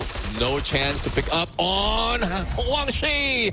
And even in the jump, and I think that Ignis right now, that Ignis cover was used for him to be able to get away. But that was taken to best advantage by Ranze in there as a distraction against Sichuan. And they were able to take that high ground advantage as well coming from a bay, and they have advantage manpower to it on a 2-1 scoreline. So, see, now on a 3-2 favoring RRQ, they're still playing the same area of the map, but the spawns will be switched. Who will be taking that high ground though? This is a round disadvantage here for PE. But how are they going to be recovering this one? Wang Shi with the long flank. Looking for the punish onto Abe, but Abe, eagle eyes, looking for the punisher. LBT puts up the time turner, could not save his buddy as Ranze and Ma'al go in for the rush. PE Sports, big disadvantage here with the numbers. Ma'al on the hunt. LBT, a sliver of health, no medkit on him. C1 can't give him the backup that he requires. Ma'al in a CQC, and the VSS strikes C1 with the spray down from afar. Takes a bay out of the equation. And maybe he still keeps the team in play here. It's a 2v3. Oh, 2v3 situation. I'm loving that move coming from Ma'al. Just to deny them of the escape, he pulls up a glue wall and then put him in a corner. Not a move that we often see out of the sniper, but we've seen how many times he faltered when he was left alone, especially in Clash Squad. So this is one thing that they're trying to get away from. And it's giving a chance for the rest of the squad as well to have more damage if he's part of the front line. But Wang Shi receiving a lot of damage as well from all sides. He couldn't get out. Not so much of him for an escape, and he tried, but to no avail. Even the stealth buys didn't work. I love what RRQ has done, man. I mean, the adjustments that they've brought into the competition, this was the exact same problem we saw with EVOS as well, because the boys on the side of RRQ and EVOS just could not find a way to get their sniper involved in these rounds. And finally, when Ma'al now is acting as a rusher in Clash Squad, you see the pace of the game change so much. I mean, he still has great viability with guns like the VSS, but he's also rocking the Mag 7 to keep the front line very powerful for the side of RRQ. And I feel like the numbers advantage was converted perfectly as well. And now RRQ 2 rounds away from ending this game 1 with a victory. Yeah, I mean, this is not only in Clash Masters, not only in Clash Squad, but it also works once they step into Battle Royale, because there's so many instances that this happens for them, and I'm really loving this kind of approach. Now, Ma'al, once again, the front line, Ice Grenade, that's Mac into Zeref. Ranze, a much quicker player right here, but Ma'al will be distraction. Crimson Crush doesn't dominate them that much, and he tries to get into the time turner a little bit bait in switch right now. Ranze almost being taken down, but there goes Ma'al for that backup. Damn, bro. RRQ can play Clash Squad, and they are rocking it right now. I mean, this is one of the biggest improvements of a squad I have seen so far. From not being much of a threat at all in Clash Squad, RRQ is looking damn good right now with players like Ma'al on the front lines. And I think that was a thing of beauty with Ma'al using his opponent's time turner earlier just to protect himself from that Crimson Crush. I think that was a thing of genius. And it's those kinds of decisions that you make in those split seconds that makes the difference between a victory and a loss. And RRQ pull away a clean round victory yet again against PE. Yeah, I mean, I think as Ma'al was looking at Siege 1, he's getting a little bit nostalgic, because that was the same situation as he's always in. Going solo and pressure all around, and they know exactly what needs to be done right now. Look at this, forcing them to jump on the other side, and then the Bay just shoot him down. Match point for RQ Kazu right now, and this looks like, and this is a quick round going against the defending champions. Match point here for RRQ. Looking for the victory. And GAM-XPE is very far away from making a comeback. Is it going to be possible? Tight rhythm. Yes. One that I did not expect to see in the fight. That's exactly what you get. And I guess it's not going to be making a very big difference. They expected to find a player right behind the glue wall, but found absolutely nothing. Zera straight down to the ground, but they do manage to get the trade onto Duts. Maal with a Punisher. Looking for it, but LBT backing away. Maal again. Ooh, up close and personal, but punished by LBT, who just had the better gun in the situation. And also better speed. LBT right now was the one who's making it work. And I don't know, that Riptide Rhythm skill card, that Skylar skill card, a little bit of waste of 800, but I think it's making work right now, especially in the situation where GAM-XPE is. Ranze, I don't think he can move away from that, and Sichuan just beat him CQC with a Winchester. Great recovery run. Can this continue, similar to what we've seen other teams has done, has pulled off earlier in this day? Because match point is not where you want RRQ Kazu to be. Not at all. And I think this is a good round full back here by PE. But how many more times can you do this, man? Can you repeat this 3 more times to reverse sweep RRQ in this first game? Man, if they reverse sweep RRQ, I think it's going to be crushing the confidence of the Indonesian squad instantaneously after they have performed so well at the start of this game. But of course, I think I'm asking for a lot, even if they are the reigning defending champions of Clash Masters. Now, Ice Grenade tags from both sides. It's going to be the Flame Mirage that is going to overextend and block off the access from the opposite. And time turner play. Maal gets caught out. Zeref on the front lines. Ranze barricaded away, can't get to his buddy. And even if he breaks down the defenses now, he'll be in a little bit of a pickle and he backs away from the equation. Smart play. And they know he's right behind the container. So Ranze, smart, jumps in. Animating day 7X. And he pulls off a big save for RRQ. And this is what you don't want to give to Ranze, the M1887, with that double shot shorty, I would say, that makes him deadly. And also the speed, how well he weaved through the opponents right there. RRQ Kazu, great run indeed. And they made quick work against GAM-XPE right now in here. Not expected from the defending champions. The team with the greatest improvement that we have seen so far. Hands down, it is RRQ Kazu. The kingdom of RRQ can rise for their absolute dominators who look like they want to run around on Clash Squad just as dominantly as they do run around on those Battle Royale lobbies. Each and every single map, they've managed to find some dominance, but it looks like Kalahari beat BR or CS. They still managed to stop. Well, it's 1 point going to RRQ Kazu right now. Now, let's see if they can do it once again. Can they stay true to that 2-0 right now? Because GAM-XPE, like from beginning of this tournament, from Clash Masters, even from towards the last season, this is where they have trouble. They pop off quick, and then they taper down, pushing them in the lower bracket. That might be a similar story, but the difference is RRQ was in a different scenario from last season. No. Totally different scenario altogether because of how they play, how they move.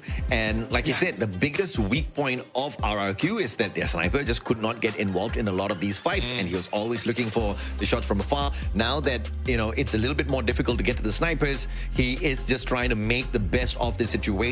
He has become a rusher, right? It's very rare that we see the conversion of roles from a sniper to a rusher is a very long distance to cover. And you got to appreciate Maal for the grit as well as the confidence and the determination to make that leap. And he's performing actually fairly well against these other rushers. Yeah, I'd agree. I mean, remember the time where COSQ was put in the front line?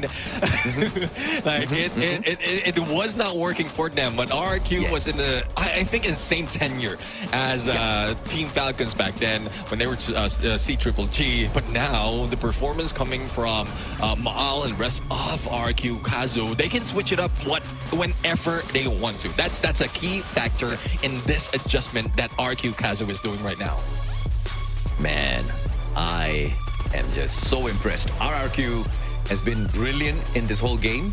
Maal is my personal MVP. I don't know if his numbers are going to be as high as what we saw out of Duts as well as Abe earlier on as well. I think they were definitely bringing on some numbers on the side of RRQ. But in the grand scheme of things, man, it was so much of disruption brought upon on the front lines by Maal, and he played that extreme encounter to perfection. He was definitely extreme in this game, up against the reigning defending champions, GAM-XPE. Taking away the first game, now the question is, can they do it again? Can they 2-0 GAM-XPE? If they do, I mean, I'll lose my mind for sure. And this could just be the season for Indonesia. This could be the season for RRQ Kazu. Yeah, let's see though. I mean, it's looking good for them. Again, I also the introduction of Ranze.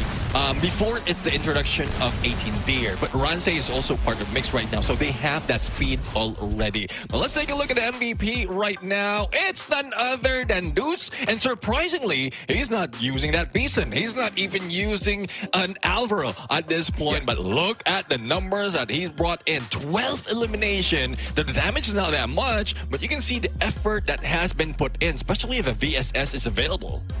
Yeah, I mean, dude, the guy's got a Kelly, he's got the Luna, he's got the rate of fire, he's got the speed to run around, he's tagging up players, he's marking them, and he has got the Rocky to make sure he gets extra layer of information. And we talked about this, right? Dude does not have the M79. The bombers are not as effective. I mean, your Battle Royale bombers, your Battle Royale grenadiers are not as effective in Clash Squad because you literally have to buy grenades. Right? There's just a limited number of nades that you can play with. So you are at a huge disadvantage. And they struggled with that change in Clash Squad initially, but this is them going for those role changes, going for these minute changes in their passive skills as well to make sure they stay relevant and they stay powerful in Clash Squad, and it is working out perfectly. And yes, Maal does not catch up when it comes to the eliminations, but look at the assist from this crazy sniper turned rusher.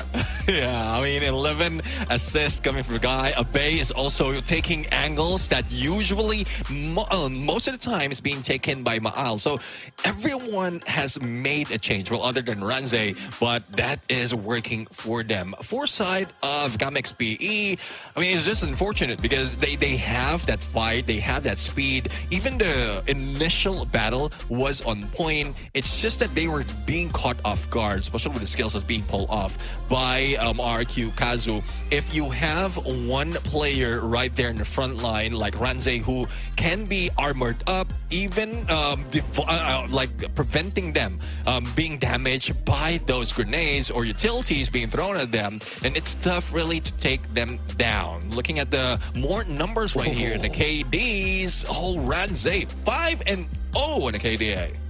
Yeah, but look at Zarif, man. Zarif struggling. No eliminations at all. The best he could do was with some damage in there. He managed to get some assists for the rest of his squad. But GAM-XPE, they suffered because Zarif could just not play his usual game. He's usually one of the more, if not the most aggressive player on the side of GAM-XPE that pulls the numbers to their side. And when you don't have your top predator doing predatory stuff on the battlefield, you're going to have a problem. But Duts did not have an issue. Why? Yeah. Because just like Maal, he has changed the role that he plays out here for RRQ Kazu in Clash Squad, and it is making wonders work for the side of RRQ Kazu. If they keep this up, Neptune, I have got no doubts whatsoever. This is the season for RRQ. Yeah, I do agree. I mean, I'm loving that they're also participating in most of the battle. Every player is participating in most of that battle, and that's where their damage is being racked up.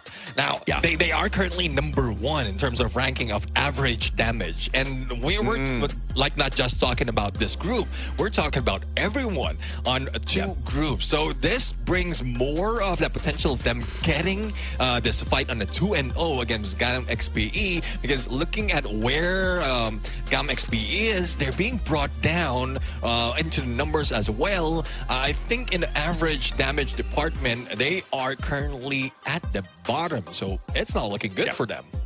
Not looking good at all. And I think that GAM-XPE was trying to experiment in this game. They brought in 2 Kairos, right? And I feel like with the team booster, with the EP conversion, plus the Kairos on their side, they had the Kairos on Sichuan as well as Wang Shi. They were expecting to be able to sustain the battles a little bit longer. But what they did not expect was Ma'al, the rusher, right? It was not his accuracy, it was not his damage that was disruptive, it was Ma'al's movements, which is very impressive because usually this guy is just standing around sniping, right? This time he is forced to play the game of speed against, some of the best rushers out here from Vietnam, and he's actually holding his own. Granted, he did not walk away with the eliminations, but the amount of damage that he managed to sneak off of PE as well as the distraction enabled the rest of the RRQ players to punish PE in the grand scheme of things. I mean, all praises to RRQ. Kazu, I'm so impressed. Yeah, exactly. I'm impressed as well. I was not expecting them to bring this into Clash Squad because remember, we've seen that from Battle Royale. The change of pace from Ma'al. He is using snipers. He's switching to M590s up close and personal. And now that he got that practice out of maps wherein there's a third-party situation, now he can focus more on those opponents who is up close and personal. So whatever Coach Adi, as well as Lawrence has done is just perfect for RRQ Kazu. So they might be taking the crown as well in other competition, not only this. Absolutely. Let's take a look at the map picks here as RRQ gets the first pick. GAMXPE brings us into map number 2, and it's going to be at Bermuda. This is where they do perform much better. But if you look at how RRQ performs, PE definitely did their homework. And I feel like it's just luck because the best map of PE Sports is the worst map of RRQ Kazu. Well, let's see. We can say this is the best map, but this is where they lost as well, 5-6 against Buriram United. So if that still is 5, bro. It's 5-6. 5-6. But then, I mean, I don't know. This hopefully they can get away. Like GAMXPE can get away from this run all throughout. But let's take a peek on what they're banning and picking right now. So the bans for GAMXPE would be that Steffi, we know how deadly it is on the hands of RQ Kazu, but Orion being denied. So more chances for the frontliners like Ranze and Ma'al to be able to beat them down. Absolutely. So, and when you look at the picks, Abe with the extreme encounter of that Zane, Ma'al with the bro, Ma'al is just surprised. Okay, I don't know if or not this is going to be swapped out later on once they confirm their picks, but please do not bring in K. I will lose my mind right today. Yeah, we've seen that yesterday. Was it yesterday or the other day? Yeah, the day before. So. Ooh, very interesting. I think Ma'al's going to be playing the Ray. This is going to be fun. This is a solid lineup of active skills on the side of RRQ. And then you've got the Oscar, you've got the Coda, you've got the Ignis, and Homer? Okay, Chrono. Chrono is definitely a better pick than Homer in this 4v4. I think I am split 50-50 here in terms of which lineup of active skills I like better.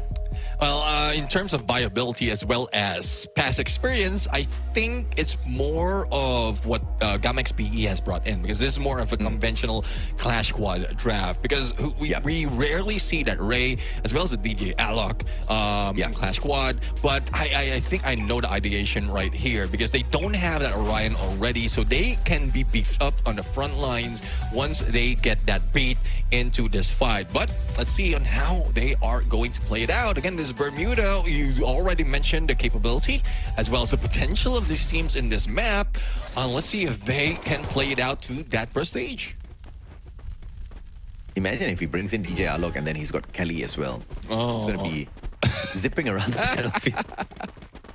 I don't know. I'm not a big fan of Alok. I mean, in real life, I am. In game, I'm not so much of a big fan of what he can do for the squad. Except the skill boost, though. Alok on skill boost is a different monster altogether. Yeah, let's see. I mean, there's a slowdown right now from both teams. Wang Shi a little too close. I don't think he spotted dudes just yet, but I heard the footsteps on a couple of players from RQ Kazu, and they're just playing for time. Now, where is that flank coming from? Look at that guy coming from GAMXPE. A long flank on the other side. It's, was it Sichuan, who's just keeping himself safe, but no one's getting out to play. Look at the positioning here by RRQ. Sichuan, one mistake and Ranze is going to punish. He's got the USP2 versus the M500. Sichuan needs distance. Of course, CQC as well. That bloody M500 on the headshots has caught me so many times. That's a very big chance. You can take a bet on the M500 USP2 really on whose hands it is in. Or run time. Abe has got the electrotherapy connected to him as well. So a little bit aggressive form of PE to deal with it. They bring out the super bonfire as well to prepare a greater battle in a few seconds. Well, let's see though. We are seeing a shift of the circle right now. And this is what they have been waiting for. Esports being taken by the zone, as well as the damage being dealt with by RRQ. Great position to take it as quickly as that. They go for the finisher. The timing. The timing was prestige. The waiting time played with the patience of AG.AL. Yeah, I mean, it's all about positioning. It's all about understanding what your angles are going to be when PE takes the fight. And initially, they had no information whatsoever. And it's PE with the info off of the coda, right? And surprisingly, they did not execute that perfectly. Yes, they did manage to kind of clump up together, but there was no advantage whatsoever. And even though they were together, I didn't see that chrono, the time turner, work in their favor at all to keep them safe, Neptune. That was a big letdown. And dudes, the hand cannon, the Deagle, pop in that head instantly like a pimple. That really hurts. That one really hurts. Now let's see. AG.AL takes down Mal, but a trade-off on the Wang Shi. Hopefully they can buy time for the team booster to pick him up. Here goes the push. Sichuan and LBT. And a Bay will be at Bay. And Dutz stuck in the corner. Speed run being pushed in just for recovery by AG.AL. That smoke play was insane. And I mean, the recovery from AG.AL, they laid out the super bonfire, but before that, they put the smokes down first, just so that they don't get stabbed in the back. And then Zarif and Sichuan just ran at them with the G36. That was just a ridiculous play. LBT had the mini Uzi, and he was just praying and praying. And guess what? His prayers were answered. RRQ went down. We are 1-all on the scoreline. And AG.AL just showing that they are not going to give away these games that easy. Well, let's see though. We go in for a different part of the map.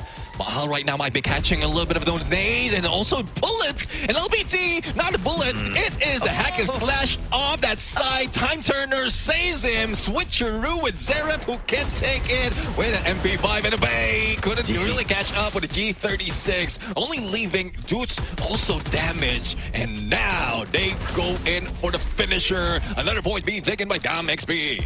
Man, what a turnaround here for AG.AL. Yes, they lose the first round, but the recovery on round 2 and then the follow-up on round 3, brilliant. In the smokes, they knew exactly what they needed. A sight.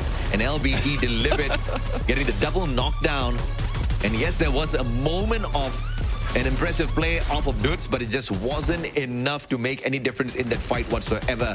And AG.AL secures the cyber point, and on top of that, they secure the round to put them ahead. Oh, let's see. LBT, 6 elimination already out of 3 rounds in this fight. And he's not really bringing in a lot of great weapons just yet. But he's always in the front line. Zarif, though, level 3 on MP5. Unfortunately, didn't land all of those shots. But Ranze will be taken down. Team Booster will be denied of a pickup. And Zarif is still on the roll. Now, Dutz needs to be picked up. The glue wall doesn't stop. That ice grenade, as well as the res squad of AG.AL and RRQ will be taken down. That's 3-1. Winning fight is AG.AL. Holy mama, what are we watching? It's a speed run. They are not giving any room for recovery at all. Yeah. And 3 rounds in a row, AG.AL has just shown us exactly what speed and determination can do for you. Annihilation for your opponents. And I think RRQ is getting pissed at this point. Ma'al needs to dig deep. Ranze needs to dig deep. Abe has not found a single elimination just yet. Still on the support, but has the Thompson this time around. And I think that things will change around a little bit here because economy-wise, I think RRQ has recovered. Yeah, well, let's see though. In terms of skills though, I think they identified that they need time, or RQ needs time to recover out of that, despite of the double support setup that they have. That's why GAM-XPE is playing with speed. If they can beat them now, damage them overall, even before they get on those HP and EP, then they will have a one-up already against RQ. Kazu LBT still chasing for the slash, but does manage to take down Wang Shi. Now it's a 3v4 situation. What can you do for the assist here? LBT picked right back up, has the med kit, and he makes that work perfectly. Abe gets the spray down onto Zaref, but LBT is still going to be a big threat here. PE Sports can turn things around. The risk of exposure there because of their Aurora vision, but Ranze says no. Mustachio said Ranze needs to wake up, and Ranze woke up. Yeah, Ranze ran around in there and ran away with this game. But look at LBT. A little too comfortable with that side until he switched over. But it's a little too late. Damage is already dealt on him. And whoever takes that high ground, especially if everyone or mostly everyone is in this compound, is in a quick view of being shut down. Now, let's see who has a perfect opportunity to take that this compound right now, the third floor. GAM-XPE is in a faster, shorter run to go for that approach, but we know that there's also some nades that can deny GAM-XPE of doing that, and they're already throwing that in. Flame Barrage, but the players are in front of the Flame Barrage, and Ranze, what a nade, gets the pop first. Wang Shi, a sliver of health, manages to sneak away towards the second floor, but the follow-up here is from Abe. Ranze will get the follow-up, and RRQ just as quickly as PE ran away and catch up with them. RQ Kazu says, you want to play with speed? We're going to play with speed. And they are doing quite well. And I think they know exactly what happened in previous run in Clock Tower. And this is where they played. I was anticipating that nade to be thrown by dudes, but it's a good thing that Ranze managed to squeeze that in through the glue wall into the window in perfect timing when GAM-XPE was just stepping up the stairs. And that was the distraction as well as the panic that was felt by GAM-XPE. Thus, they were pushed around and gunned down. We've got the glue walls to work around with this time around. And so does RRQ. And you would be like, this is where my iris will work. Oh, dudes, on the chase. LBT brought out the chrono, but just a tad bit too late to make any bit of that work on defense. And now RRQ with the numbers advantage. C1 exposed already up on top. Loses the first glue wall. Pulls out the third one on the roof. All three glue walls taken down. C1 now exposed. Zera finds Ma'al. Annihilates him from the equation. Wang Shi finds Ranze. And now GAM-XPE putting up a strong fight to show RRQ that this is not going to be that easy. Yeah, I mean, it's the high ground. Taking information first was priority of GAM-XPE at this point. Now, Dudes doesn't have that much of nade to work with. Does have M590, but the speed was not there just yet. And Valiant Nash was using perfect timing to go in for that finisher. So that's 1 point ahead by GAM-XPE right now after a speed run that has been delivered by RRQ earlier. I mean, the final decision made by Zaref to use that Valiant Dash was brilliant. Used it like a Tatsuya, no glue walls to break down. Just the hearts of the RRQ fans. And now they are with the lead. 1 round lead, 4-3. Looking for 2 rounds in a row to potentially bring us into a game number 3. But will RRQ end this one early and let me buy a pao so I can eat? I want a kacang pao. Kacang pao basically means red bean pao. I have no idea why I'm sharing my meal cravings with you guys. It's just that smell, man. I don't even know how I smell pao out of nowhere. Zaref with the Punisher, and LBT falls up as well. Looks like PE says no power for you, Mustachio. We're going to go into a game number 3 by the looks of things. RRQ cannot stop them. Dudes with a fantastic shot. Finds Wang Shi. The pickup's coming on through. Dudes too low on that HP. Can't do much. And RRQ crushed multiple rounds.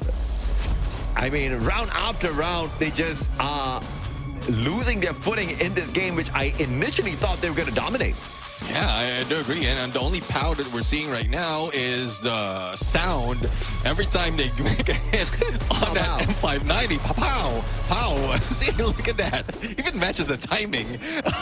Now it's a match point for Gamex PE right now. And let's see if RRQ Kazu can recover. Because it's going to be a 2-in-1 regardless if Gamex PE will be taking this. But we've seen how well RRQ has managed. But I don't think this combination of active skill is working for them or against Gamex PE. Thus, they are being at bay. I wonder what bao is called in English. Is it bao? That's Chinese. It's okay. We'll find out with Google later. Ranse, caught out by LBT here. Perfect time turner. And Chrono giving them that extra advantage. Ma'al up on the front lines, looking for the pickup onto his buddy, and he pulls that off perfectly. Dutz will get caught out as well. And Gamex PE will bring us into game number 3. Because there's no way in hell Abe pulls off this 1v3. Well, let's say he doesn't have Battling Dash on him. Still connected though, but no HP being taken by the Bay! A potential of a clutch. Let's see if the Bay can make it. And there you have it. Another one. A Bay. What a run. A motivation for RRQ Kazu. He gets the ace. He got the 1v3. Holy hell, Abe. Abe's like, Mustachio's gonna eat the damn bao. I will make sure of it. We will end this right here, right now. It's gonna be difficult, man. 4 cyber points, level 4 vest. Gamex PE, reigning defending champions of Clash Masters. They've mastered the Clash once, and they are showing that they're capable of mastering the Clash yet again up against RRQ Kazu. But will RRQ get me my power early? That's the question. Let's see. Let's see. I mean, that's clutch master clash at this point. Oh, Ranse taking down Valiant Dash. What? Zeref right now might be able to beat them down and confirm they're waiting for anyone to step in. And there goes Mahal going down. Gamex PE right now just pulling away from Dutz. But there goes a Bay, and this might be it. Gamex PE, but Dutz has the potential for another clutch play if he recovers his HP. Holy hell, dudes, what do you eat, man? Oh, Nate. Papao? Papao. Papao indeed. Gamex PE. All right. Oh, dudes, man, the Grenadier, no M79. But I got these in my hands. And it's Zeref with the final pow of that M590. Beautiful stuff. Beautiful game. I dare say this is the most exciting series of the day. With my POW cravings on one side and the M590 going pow on the other side. We go into a game number 3 in this exciting series between Gamex PE and RRQ Kazu. Well, no short of the expectation that we have on Gamex PE right now. But that was just an insane run for RRQ Kazu. We thought that it could have been done once again for that clutch. It was very close though. But if in case like Dutz was not damaged that much, he pushed forward, he could have ended it for another clash, another clutch. But Gamex PE says, no, we want to extend this game. We don't want to give AJ that opportunity to eat just yet. Nah, I'm just going to lose more weight, no problem. It's a win-win. I had some mango before the start of the broadcast, so I'm all right. I'll survive. I'll survive. I've got enough fats on me. But will RRQ survive the reigning defending champions of Clash Masters? It looks like it's going to be pretty difficult, man. I mean, Gamex PE is showing us that they can speed run, and they were pulling away those rounds in a confident fashion. If only RRQ brought the fire towards the end of that game too, at the very start in itself, I think it would have been a very different scenario altogether. I did start to see Ma'al getting a little bit nervous and then going in for the rush, making some unforced errors. He was the backup player. He was the secondary rusher in a lot of those situations. And I feel like the decision to back away was just never on the cards for him. He was always thinking of, I need to go pick up my buddy. I need to go pick up my buddy. And then he gets taken out as well. The numbers dwindle very quickly after that. Abe and Dutz, on the other hand, they actually maintained their distance. They were keeping a lot of the momentum alive for the side of RRQ. But you can't just depend on 2 players to get the job done for the squad. Yeah, I do agree. And I think the distraction is coming from him using that Ray because he knows exactly where the opponent is, but like in subconscious, he also understand that the opponent knows where he can be targeted. So I don't know, if they want to make a change, probably let go of one of those support skills or just change it up. Ray as well can be let go by AG.AL because he managed to pull it off quite well earlier. Absolutely. And, you know, if you look at the potential here for RRQ Kazu running away with the series, it's actually very high. As long as you can kind of contain the front lines a little bit more and keep AG.AL alive a little longer, I think the chances of them getting the victory increases drastically. How do they do that? I think Abe just needs to play a little bit closer, right? I think he is the backup player with the Cassie in hand, was not very effective. In a lot of these battles, you just didn't see Abe anywhere near the rest of the team members. And, you know, the electrotherapy, whenever it was played, wasn't giving his team members any advantage at all. Yeah, I mean, I guess it's something that we called for from the earlier parts of the group stage. We're in. If your support, you go a little too deep and you get taken down, your chances of having your teammates recover those HP would be low. So they're trying to play with that. But Xerath right now, Valiant Nash, together with the Joseph, Shani, and Nikita, especially with the M590, too aggressive. And this is what was shown earlier. 8 elimination, 4,536 on a damage, and 13 assists. Yeah, no A124 is going to be slowing him down. And clearly, looking at the active-passive combination, it was that aggressive setup. He wanted to get into the thick of the action. He had the Rocky. He had the extra refreshes on those Valiant Dashes. And he knew that he's going to be very active in the game on the front lines. And that's exactly what he was. In the previous game, he had no eliminations. In this game, he's your MVP. Well, definitely really looking good for Xerath right now. And I'm really looking forward to what they're going to bring in later on. But let's take a look at more of the numbers out of the entire roster that we have out of these teams. And starting it off with GAMXPE, LBT still also putting in the number 3K on damage, 8 elimination, also 6 assists. With 11 assists coming from Wangshi, always participating in the fight. Same goes for Sichuan, but Abe right there. The clutch support that we saw, and I thought it will be done by Doots as well, but the timing was just off. Yeah, absolutely. But in the overall grand scheme of things, very impressive improvement yet again, I have to say, for RRQ Kazu. They're holding their own against the reigning defending champions who snuffed out many Titans in their lower bracket run in the previous spring season. So now they, I would say, are struggling a little bit against RRQ. In that first game, Xerath could not step it up, but when he does wake up in the battle, you see that it changes the pacing of the game totally. GAMXPE is able to be aggressive. GAMXPE can go in for the speed runs as well. And look at the mechanical plays. 7 headshots versus the 3 that RRQ Kazu got off of this game. It just shows that who was a little bit hungrier, who was a little bit more accurate. And the damage, man, unbelievable sort of damage from the players on the side of GAMXPE. But Doots, very impressive. Yeah, definitely impressive enough. But I'm quite surprised that it's not like they made a few changes, but this is the opportunity wherein he could have brought in a few of those bomber skills. So I know that they're gearing away from the usual play that they have just to throw out their opponents, but hopefully it's not throwing them off as well, because using that outlook, yes, there's a potential of healing up together with Cassie as well in the front lines, but none of those players was sticking together. They are spread too thin, and thus they're being caught off guard by GAMXPE. So it's a combination of bringing skills together with their tactics, with their position, and it just didn't work for RQ Kazu at that point. Yeah, it's great to see so much of improvements from these squads.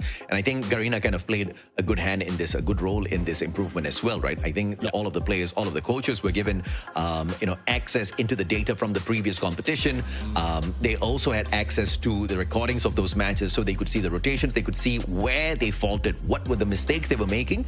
And they also got to see what kind of improvements the other teams had brought into the spring season, which they could obviously, emulate in this particular summer season. And I think they are doing everything very well. Mechanically, formation-wise, I think RRQ Kazu has improved a lot, but there's still a little bit of catching up to do when you want to compare them up to GAM XPE, especially with what Zaref can do on the front lines. I think that one you can't just study. That one you can't just match up overnight, right? It takes a little bit of time, and especially when your frontliner is a sniper converted into a rusher.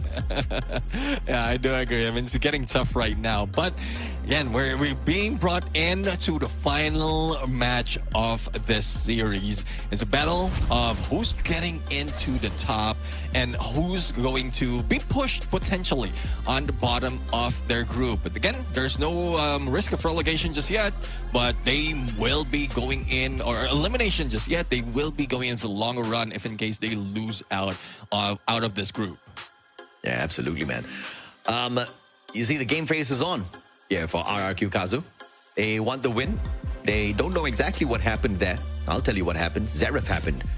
And but thanks, boys. You know, they fought hard for me to have my power a little bit earlier. But it's okay. I don't hold it against you guys. I forgive you for failing.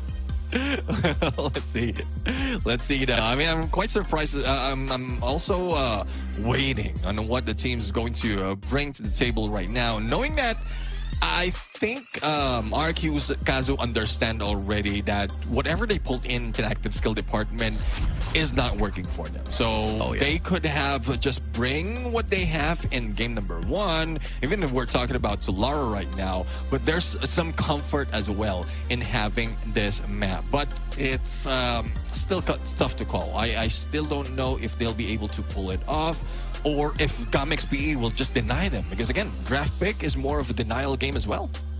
Yeah, and RRQ has an advantage here with the map pick.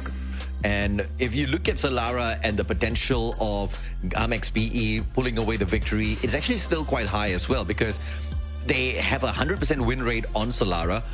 They are not too concerned about, whichever map they go to, as a matter of fact. And I feel like this is going to be a big decision, that they probably will not be too threatened about. If you look at their spring season performance, they had an 80% win rate on this map as well. So they understand exactly what they need to do out there.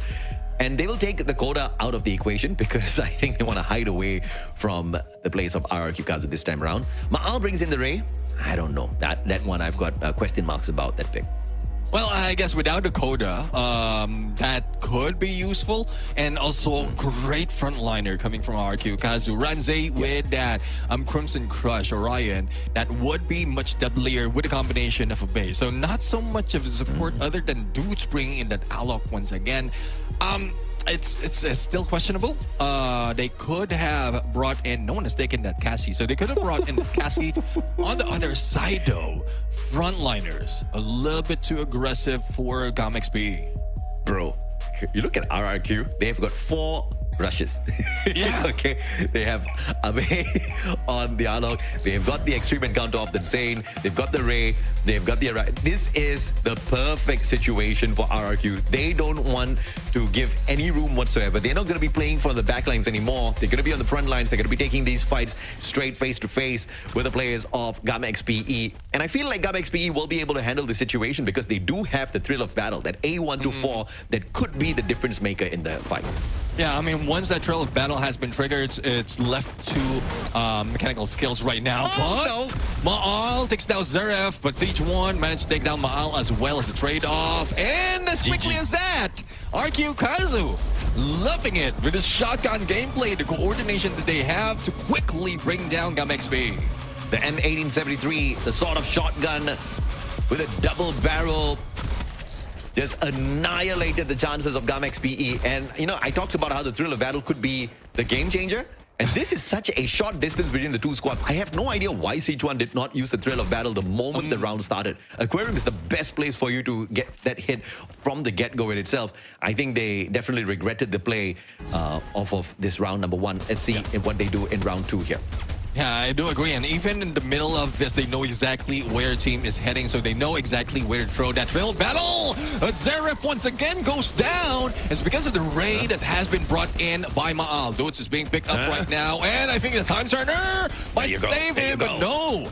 The bot has been taken out. But Bay, though, goes for the push. And Zero is not even recovering. And there goes the ice grenade. LBT now will be in a solo mission. But this ice grenade pushes a Bay on the other side. Might be able to go for the pickup if he chooses to. But unfortunately, delayed movement coming from the guy.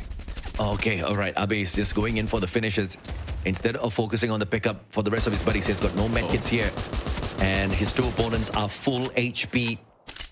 Now, we talked about the thrill of battle having to be activated. C2 did the right move this time. The timing was perfect. And because of that A124's thrill of battle, Maal and Ranze lost their lives back-to-back. They could not use their active skills in the fight, especially that Orion.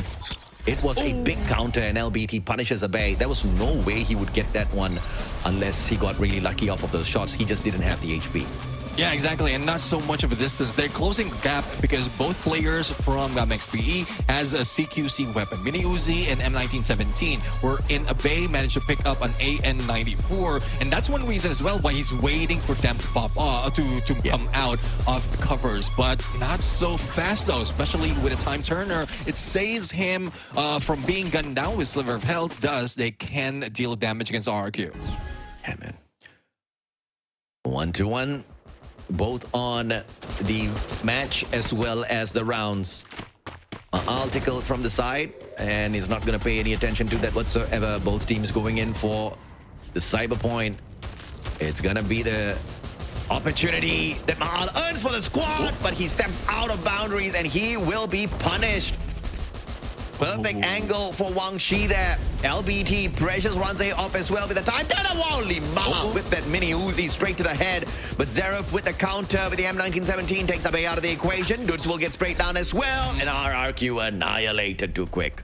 Yeah, great angle being held on by Wang Shi from that moment. And it's spread of RQ Kazu that was the downfall of them. Ranze was just distracted. Abe tried to go in for the push, but pulls off a glue wall to, I don't know if it's a distraction or just to protect himself for the moment. But if he regrouped, if Abe could have regrouped for the rest of the squad, they have more firepower if in case one of the players of GAMXPE will be coming for the push. But time's running out, as well as economy. Look at that level 3 MP5 coming from Wang Shi, and as well as the Mag 7 and a couple of AN94 in this fight makes them deadly at long range. RRQ did manage to sneak away the cyber point earlier, so that's a small win for the squad. But are they going to survive long enough to make anything work off of those cyber points? GAMXPE can definitely speed run them. I do like the lineup of active skills on the side of RRQ, but the counter with the A124 is the difference maker here. They also have the Chrono for the defense. So GAMXPE can be very cheeky on the front lines. Abe's already tagged up. Nice Grenade's gonna take away more HP from LBT, but still not really punishing him like those shots. And Ranze now moves in for the finisher, but the glue wall, and he still catches out LBT. Wang Shi cannot get the pickup just yet. Here comes Ranze for the finisher. He's going to be able to take the player out of the equation, and Abe with a backstab perfectly timed. C2 too low. Zarek finds Dudes. He's flying on the other side. And Abe with a punisher still. But he is the lone player from the side of RRQ that can still get anything done here. Oh, let's see if he can pull off the clutch. Unfortunately, it's that jump. And Zeref just ends them a Mag 7 against 3 players of RRQ. So that's 3 for 1 already in this game. And from the way I'm looking at it, the speed of RRQ right now also reflects what the motivation is for the squad. It seems like they're losing out on that fight in them, and it's not looking good for RRQ. Kazu. Damn, this is one hell of a match. If RRQ wins, they obviously hold on to the #1 spot in Group B. But if GAMXPE wins this one, thanks to the head-to-head, they will take that #1 spot. And you know what that means? Buriram, oh Buriram. It's going to be tough, bro. Oh, Dudes, perfect backstab. Time turner pulled out as well. LBT, but it is useless. Just 1 second too late on that play. As Dudes caught up with him already, was inside the time turner when it was pulled out. C2 with the Groza, high ground, big advantage, but can't pull much off of that. Maal punished from the opposite end, but Wang Shi loses his life. This is a big play. Can they pull? Oh, Zaref still keeping the team alive with the numbers finally sorted out by Dudes and the Mag 7. C2 looking for the Groza shutdown. Is he going to get the backstab? The glue wall is there. CQC, Abe jumps around, just could not get the shot. And C1, Zaref combo on the front lines, just looking like it's too hot to handle for RRQ. Bro, I mean, that Groza on the CQC being used as if it is as an SMG. I mean, he was just on point in here, tracking the movement of the opponent. Look at this, Seraph right now, Max 7, and then Toots also tries to go for the fight, but unfortunately he goes down. That could have been the advantage that they have, the RQ have. And look at C1's movement with the jump as well. That lead, that makes a lead of them 3-1 already. And it's making it difficult to call if RQ Kazu can make a recovery run. Well, RRQ, they do have 2 cyber points. But they need round wins as well. So this is going to be a problem.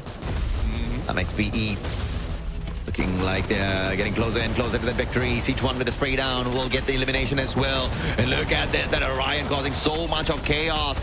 But it's still not going to be able to pull away the numbers from the side of GAMXPE just yet. Abe, again, the final survivor, will be able to put Vladimir down on the ground. It's a 1v1. C1 alive, but on the opposite end, making those pickup work. And Abe single-handedly sorts out the competition, keeping RRQ alive and stopping PE from getting to series point. Abe was just like, all right, I'm going to pick you up, so I have elevation to jump against GAMXPE. Because even if he is...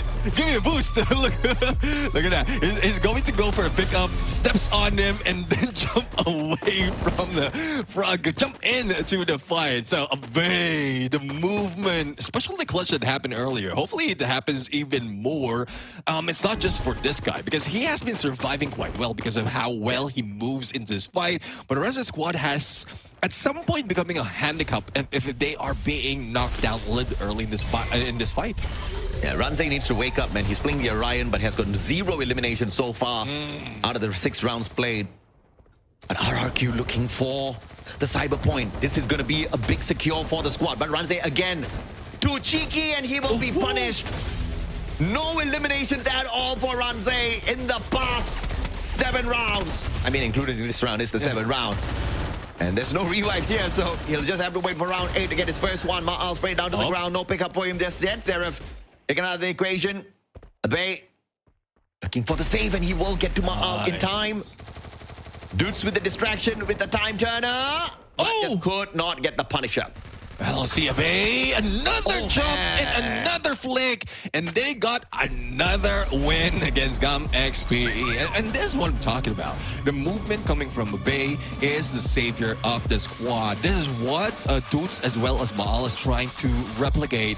And if it wasn't from Ranze being taken down, that could have been 2 of them jumping through those hoops and beating down GAMXPE. So hopefully Ranze, I don't know, hopefully he slows down a little bit, play with the timing for the rest of the squad, and then they have better advantage to equalize and probably win this fight. If GAMXPE loses the series, they are in trouble. There's a big opportunity for Buriram to beat Argon later. And of course, that's just pure assumptions. And that would put GAMXPE in the lower bracket for sure if that happens.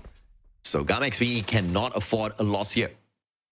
They need to get the victory, and they're 2 rounds away from doing exactly that. Dudes gets the spray down. C1 looking for the assistance from Zaref, but Zaref is going to be punished by 2 players. Orion is there for Ranze, putting on pressure a little bit more. Fell down though, so that's a big disadvantage. And he got up for that left flank just in the nick of time to put us equal 4-4. RRQ Kazu threatening GAMXPE. And the threat is basically, we're going to kick you down to the lower bracket with this victory. Well, looks like it. It is getting close to that. And let's see if GAMXPE will be able to recover out of this. Look at the reds in there for side of RRQ. Most of them are Thompson X. I'm pretty sure Dutch grabbed this Groza X out of C1 earlier. And I don't know. It might be a good chance for C1 to recover, especially with the elevation that he can take in here to spot out Dutch, who's getting a little too close on LBT. But Zaref might be able to make that shot, but Dutch right now is also on the roll. Maal will be taken down with a combination of the two players from GAM XPE. It's not looking good for RQ Kazu. Oh, the A124 used perfectly. Oh, no Orion to save you, Ranze. And Dutch with a sliver of health. Has got no extreme encounter to help him in this situation. Tries to recover, has the inhaler, but still locked down by that A124 in a 1v3. Bye-bye, says GAM XPE as they reach series point. But RRQ still has a massive advantage. 4 cyber points on their side. Level 4 West on standby for this next round. I mean, it's not looking good, but RQ has been in this situation before. They managed to equalize, and they might take advantage later on. The same area of the map just yet, but they lost out on a few of those weapons earlier. Hopefully they can play it out. It's a good thing Ranze managed to get a few of those elimination already, because we're expecting him to be the ones leading the fray. But again, it's Abe who might have that elevation, but does he have a weapon? It's Dutz right now who has that AWM, and he's not even taking high ground. To put GAM XPE in a tiebreaker fight up against Buriram, to kick them down into the lower bracket, RRQ must take this win. If GAM XPE takes this win again, they will jump to that #1 spot. And RRQ Kazu will easily get the head-to-head victory over Buriram because they already won 2-0 in the series at the very start of our group stages. Man, it'll be crazy to see Buriram make that lower bracket run. Oh, yeah. I mean, they didn't play it quite well from the early parts of the group stages. So it was somewhat expected. So let's see, though. Now, it's up to the patience of the squad, but RQ Kazu do have a better position right now, if in case that zone shrink against GAM XPE. And look at where Ranze is. He does have a little bit of cover, he does have a little bit of super bonfire on him to top off his EP, and Mahal is also joining that flank. Now, Abe has now been a distraction, throws an ice grenade, and this is still them forcing them to be on the edge as the zone closes in. You want to stand on the edge, or do you want to take this leap of faith? A124 on play again. Ranze is absolutely useless on the front lines. He needs to buy a lot of time. Abe just teasing the players right up in front. Zaref will get caught out. That's a big play for RRQ. And they have taken out the biggest predator from the side of GAM XPE. They go in for the shot. Dudes get sprayed down. Abe gets traded out as well. LBT down, and RRQ snuff. GAM XPE move to the top of the leaderboard in Group B. And RRQ Kazu will make sure even if Buriram gets the victory against Argon, they do not get to the upper bracket. The reigning defending champions, a small little celebration, and they deserve it. Beautiful, phenomenal game against RRQ Kazu. Yeah, I mean, no lower bracket run for GAM XPE this time. They know how troublesome it is. They know how grueling it was on the lower bracket, and now they want to chill and wait for those contenders on the upper bracket. So GAM XPE, defending champions, showing why they are in there in the first place. But that was very close, though, a very tight run against RRQ Kazu from that fight. Man, oh man, what a game, what a battle. I mean, GAM XPE, the reigning defending champions, definitely put on their best. Zaref did not wake up in that first game, and they got punished. But when Zaref was playing, when Zaref was on fire, RRQ Kazu stood no chances whatsoever. But brilliant fights. I think Abe as well as Dutz, they stood out and they shined in this game. I think many of those rounds, they were the only, final bastion of the squad, and they actually pulled off those fights fairly well. But it just wasn't enough to take the game away from GAM XPE.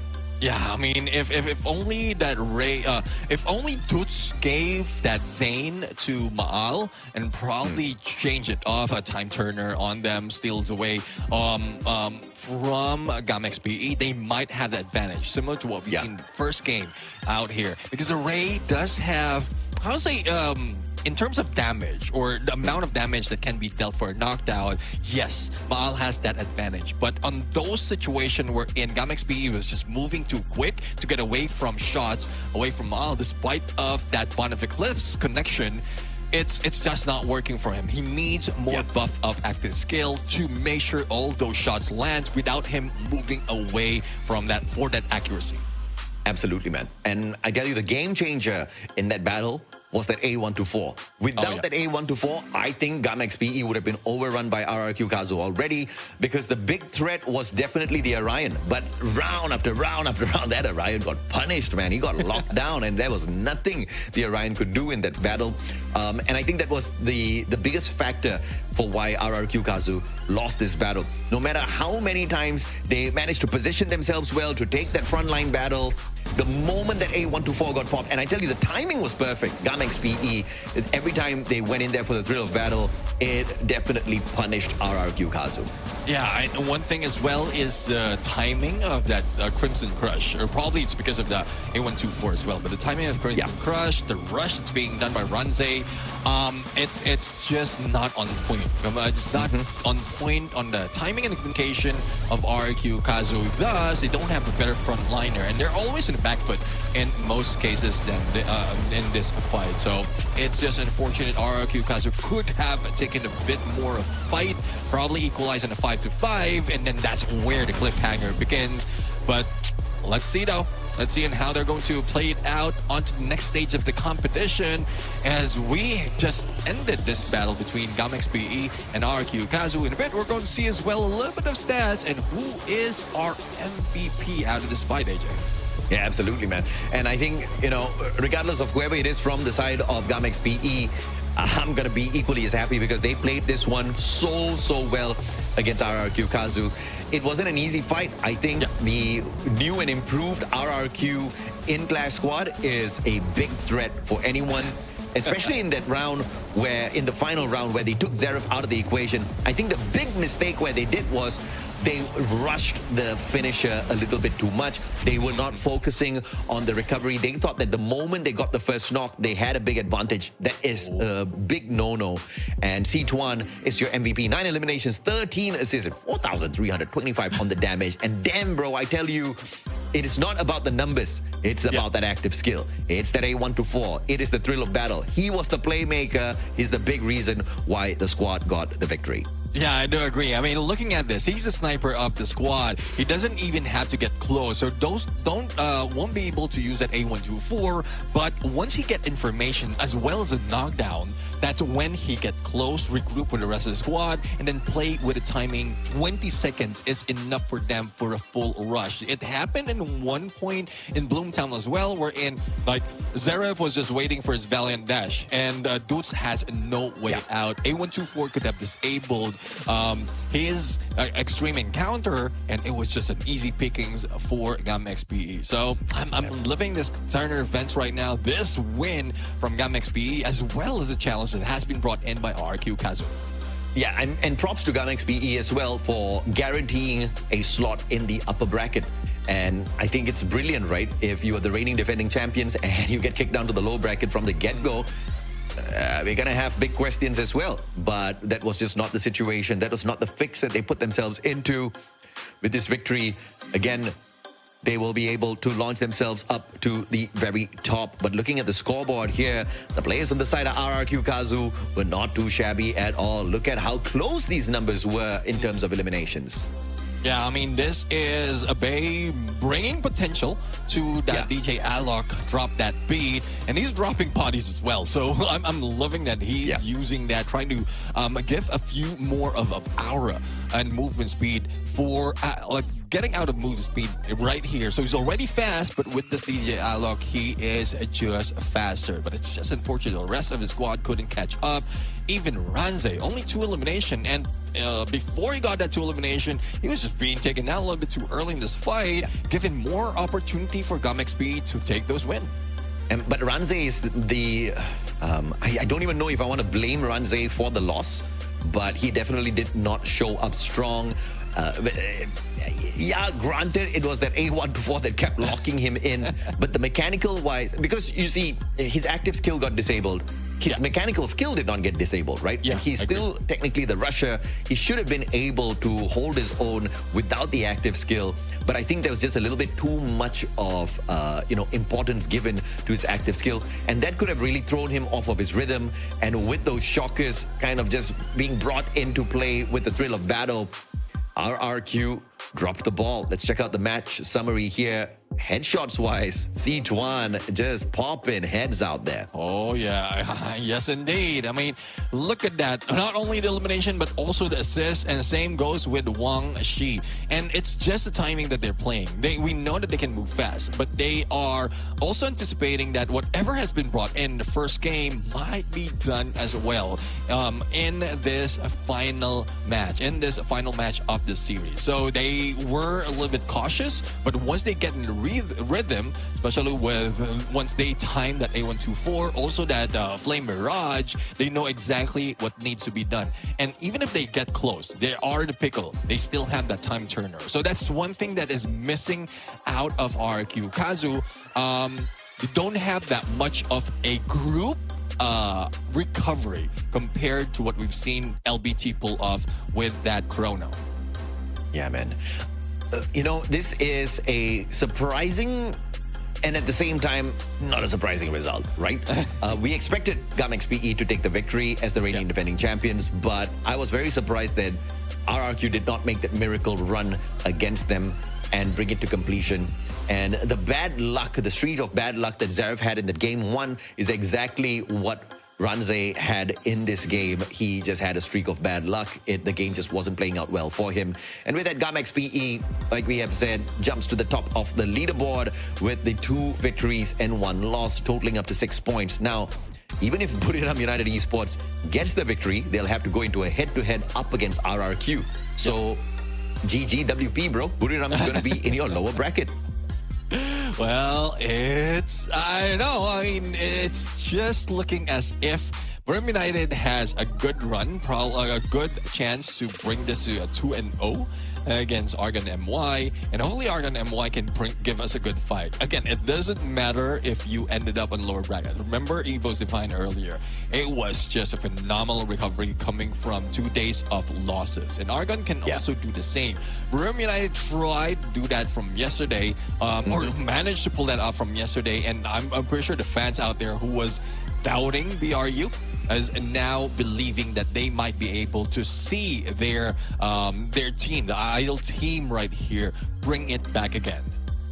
Yeah, absolutely. And, if Argon does not get this victory over Buriram, which obviously is asking for a lot, they'll be the only team within the group stage who has not had a single series victory. So, unfortunately, they're going to be the underdogs of this particular competition. We kind of saw that from the very start already, but there were moments where I started to believe in Argon MY, right? There was the match victory against GAMXPE, and even up against RRQ, they managed to sneak away a match. So it was very impressive, but just not enough to really make them or show them as a threat in the competition.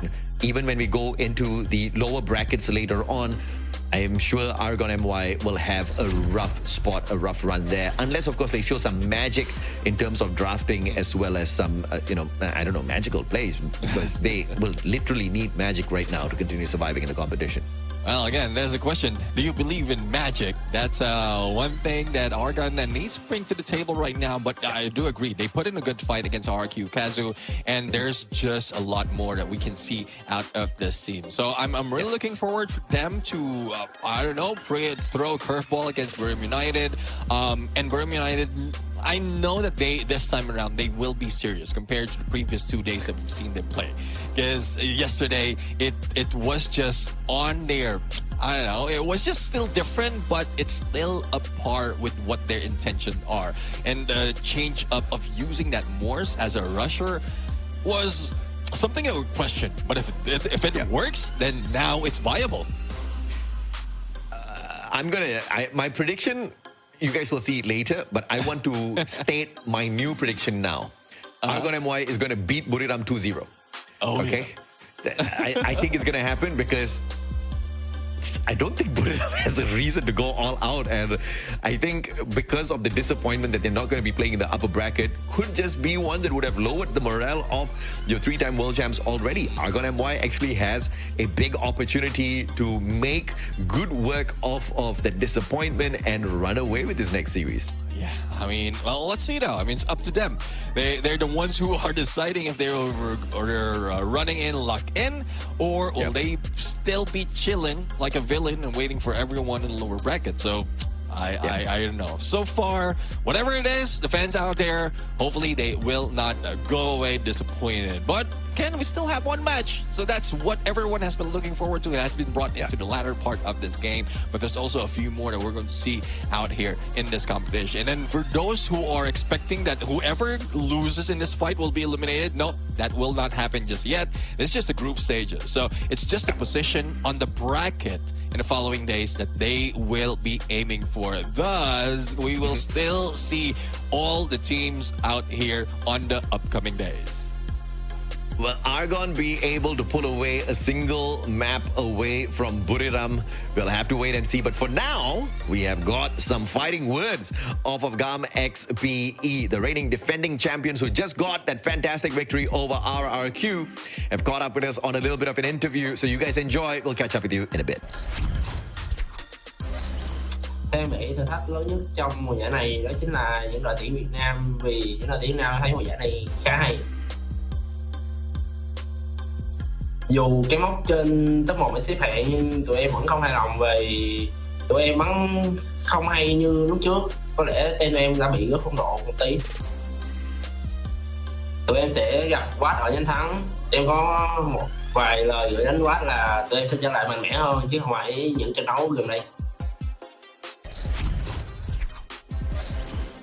And there you have it. Thank you very much, Zara. I'm really loving that they're also seeing the pattern, the trend that is happening in this competition. I do agree that most of the Vietnamese team has been growing in Clash Squad, in Clash Masters. So that's one thing that they're expecting to be a big challenge.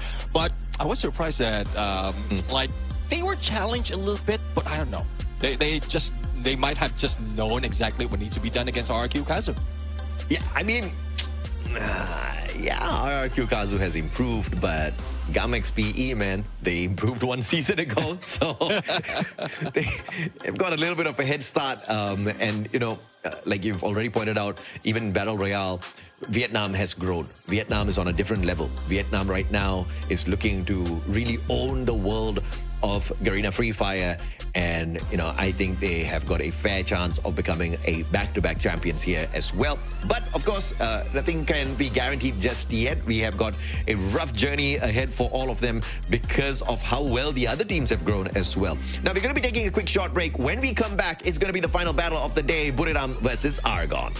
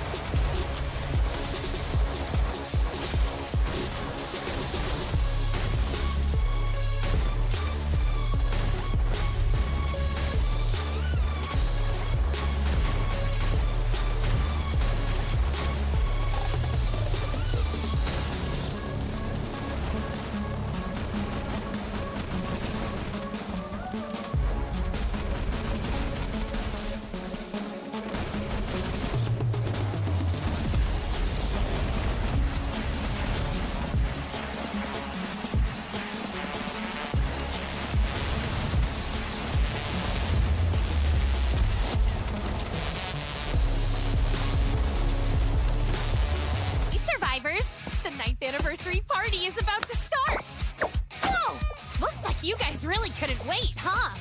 All right, let's get this started. The 9th anniversary is here, and the rewards are ready to party. Complete tasks, earn tokens, celebrate, and unlock milestone rewards all the way to the grand prize. This time, you can get an ultra-stylish male bundle and a super cool vehicle skin, so don't miss out. Jump in through the event entrance and explore the brand new 9th anniversary party lobby. There's a ton of fun stuff to do here. Fight your way to become the champion of the arena, or hop onto the dance floor and follow the lead dancer. The fun doesn't stop there. Team up with another player for a hilarious piggyback battle. Grab wacky items such as the big hammer, or turn into a giant or a mini character. Don't miss out on the awesome free anniversary rewards either, including a special backpack skin designed and voted by all of you. Factory is also getting a 9th anniversary makeover. If you're in Bermuda, make sure to stop by and enjoy some unforgettable anniversary fun.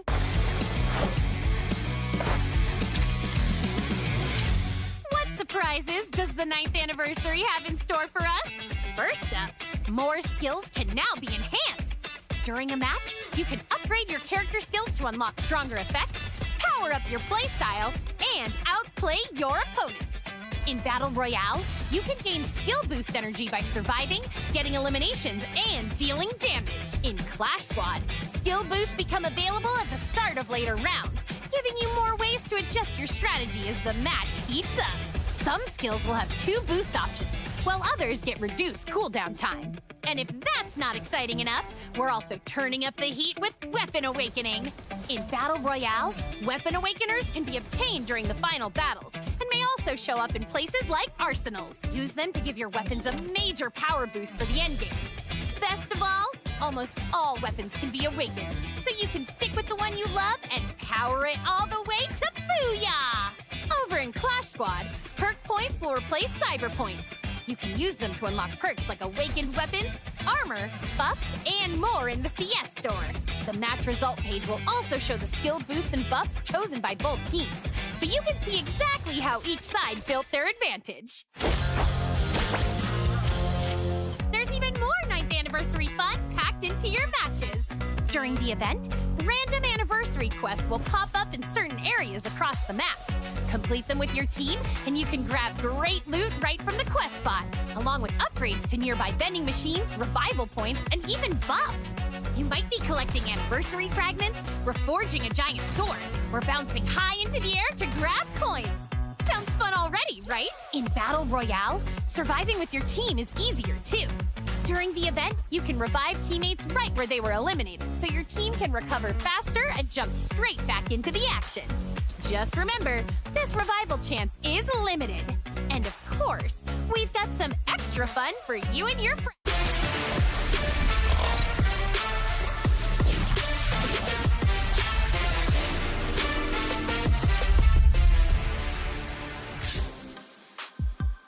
Welcome back, ladies and gentlemen, boys and girls, survivors of all ages. This is the Clash Masters 2026 Summer Edition. My name is AG.AL. I'm the Mustache down here with the one and only Neptune German Garcia. 3 series done, 1 more to go. Unfortunately, both these teams who will do battle will be in the lower bracket regardless of the scoreline of this next matchup. But it is the opportunity for Argon MY to really step it up, or for Buriram to show us exactly how pissed they are. Yeah, exactly. Well, let's see though. There's a lot of things, a lot of unorthodox play that is being done by Buriram United, especially from yesterday's run. And Argon was popping off quite well despite of them losing in this fight, especially with the battle that they have against RRQ Kazu from yesterday. And I was just looking at the average score of this. When you look at the average score, the team has managed to pull off. Argon has a better chance of, has a higher average score because of how far they're bringing those fights against the opposing team. But Buriram United, we know once they wake up once, they might wake up even more in this last game. Yeah, I mean, if you need to wake up multiple times, that means you are falling asleep multiple times, right? So there's going to be a problem here. Let's check out our predictions. You and I both think it's going to be a victory for Buriram. but I already changed this before we got into this matchup. I think Argon is going to stomp Buriram 2-0 this time round. Worst case scenario 2-1. But either way, I'm flipping the script on my own predictions here. I think Argon MY is going to run away with a little bit of a disappointment that has been cooked up here, since Buriram will not be able to play in the upper bracket now. Yeah, let's see now. I mean, one of those that might be upset against Buriram is if they ban the Moors. So once they manage to pull it off, they ban that Moors, they pull it away from Wasana this time, and then they can get close to winning that fight. It happened in Kalahari yesterday against RQ Kazu, and I was telling a story that it was a very close fight. All matches by Argon was 6-5 or 5-6. So it's really, really good that we're seeing Malaysia pop off like this. Yeah, man. I mean, if they could keep up with RRQ, I'm very sure they'll be able to do a number. Okay, I'm not so sure. You know, fighting against RRQ versus fighting against Buriram, two very different scenarios, right? Yesterday, Wasana redefined the use of Mars as a rusher. And I feel like I want to see more of that magic. I want to cast that magic today as Wasana makes more magic happen out there. Get high XL, Moshi, Wasana, Turner, and sometimes Jonah. Let's see how Jonah will be sitting this out right now. I think focusing more on leading the squad on the back end, as they are now playing in a different ball game right now. Again, they're throwing off the meta, or the usual meta the team is bringing into the table right now, which I love from yesterday. But now I'm thinking of it, there's a few teams that is taking advantage of what has been put in, what has been used already, and was successful in the previous season or other installment of Clash Squad when it comes to Southeast Asia. So let's see though if this is the same story that Buriram United is going to bring into the table right now, as they are going against Malaysia. And again, the hopes are still there. Let's take a look at who will be playing or starting it off. We have Traps, Alif, Noki, and Faiz. And I know Noki will bring a few of those rush differently in the table right now that might throw Buriram United off. Yeah, no doubt at all. I mean, if you look at the players on the side of Argon, in the overall grand scheme of things, and you compare them up against Buriram, they've actually got more eliminations so far in the competition. How crazy is that, right? So that's actually a very big viability here. Even the average eliminations per game, Argon is doing better than Buriram. Numbers-wise, if you look at it purely based on the stats that we have, you know, within our Excel sheet and all, it seems like Argon is going to be able to run away with this matchup. But if you know Garena Free Fire, if you know the esports scene, if you know Buriram United esports, you know they're going to be able to stomp Argon. I mean, unless Wasana does look sleepy. He falls asleep in this game. You know, I guess since Turner's the newest player on the side of Buriram, if some of the audience sends some bad juju the way of Buriram, maybe he gets affected by it. Yeah, you gotta take whatever underhanded tactic that you have to get the victory off of Buriram here. Because it's going to be tough, man. There's a good reason why they became 3-time world champs. They know how to shoot. Exactly. I mean, point and shoot, it seems like easy for Buriram United, but I guess Wasana did explain it after getting that win yesterday. And it's because from the earlier parts of this group stage, Turner was just adjusting to the squad, especially in Clash Squad, wherein it's not the usual playing field of the team just yet. But Argon, I believe their confidence is being built already. They are that close. So let's see on which map they will be playing right now. So the map pick by Argon would be Bermuda, and then it will be followed up by Buriram United with a Kalahari, and then we might end it in Solara if we get to game number 3. My goodness, I did not expect to see Argon with the advantage here, but I am very happy to see Argon with the advantage because they're going to need everything going their way in order to stand a decent chance up against Buriram. And with them picking the map, at least they get to play on their comfortable maps a little bit more if we do go the distance. Let's see now. We're going to see the draft right now. What's going to be picked and banned by the team. So bans first. We're going to see Buriram United take out Zane as well as Steffi on the other side being taken out. Okay. And we're going to start off with that Oscar Kazi combination by Noki and Aleph. Deadly already on paper. Oh yeah. I mean, very deadly. If you've got the Valiant Dash, you've got the Electrotherapy powering up that Valiant Dash. Noki's going to be a menace on the front lines. And obviously, Buriram can still play a little bit of their own aggression, right? You've got that Sentino for Moshi. You've got Turner walking in here with the Orion. I wonder if Wasana will ever play the Orion. They get a double pick here for the side of Argon. Let's see what they complete things with off here. Possibly the Coda and the Ignis should be locked in. And this will keep that viability here for some magic out of Wasana once again. Come on, show us what we all want to see, man. Oh, Nani? Double Nani? No, you teaser. You are a teaser, Wasana. Look at this fella. Look at this fella. He's like, which one do I use to throw this game? Oh, man. All right. Okay. Wasana. Oh, Wasana. I think he's definitely very annoying out there on the battlefield. Now, with AL giving him a little bit of extra speed boost, some extra HP, I think he gets to be annoying as well as survive the encounters a little bit more. Yeah, I do agree. I mean, look at that. You have Alok from Wasana. We have the Time Turner Chrono from Get High, and then Turna will have that Orion. So 3 frontliners already, and if it gets into the pickle, they will pull off the Time Turner to save them up a little bit. And then Santino can be used to regroup with the rest of the squad. So the frontliners can switch from a 3 to 4 as easy as that, especially with this part of the map wherein it's quite open for Moshi to pull off that shape splitter. Ooh. I like what they're wearing. Yeah, full-on Buriram outfits. Turner's going to get tagged up, but in a 1v2, he's going to punish Aleph here. Oh! He's got the Crimson Crush to keep him safe after he made a mistake with that rotation. And Noki's going to overshoot this, get backstabbed as well, holding his own against Get High, who pulls off the perfect 180 with the USP2. Turner down on the ground, fires as well as Aleph, turning things around for the side of Argon MY. But Get High sneakily picking up his money. Full fail as Fires punishes, Fires aces out Buriram. This is what I'm talking about. 2-0. Bring it, baby.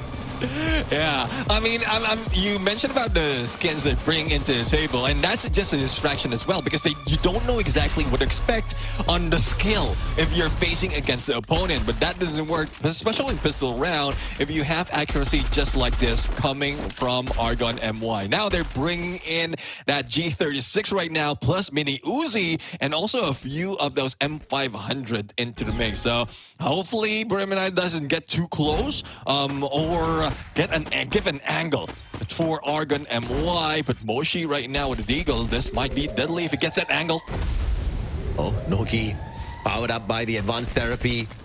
A ton of his health taken away by Turner, but just like that, he's right back up. Turner still with a Punisher though. Electrotherapy or not, I'm gonna eat you up, he says.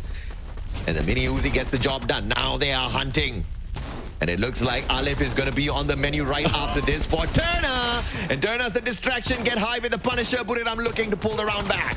Oh, let's see now. Here comes Get High. Hacks and Slash. Only 5 remains. And that ace that he pulled off earlier, I don't think it will turn off for a clutch.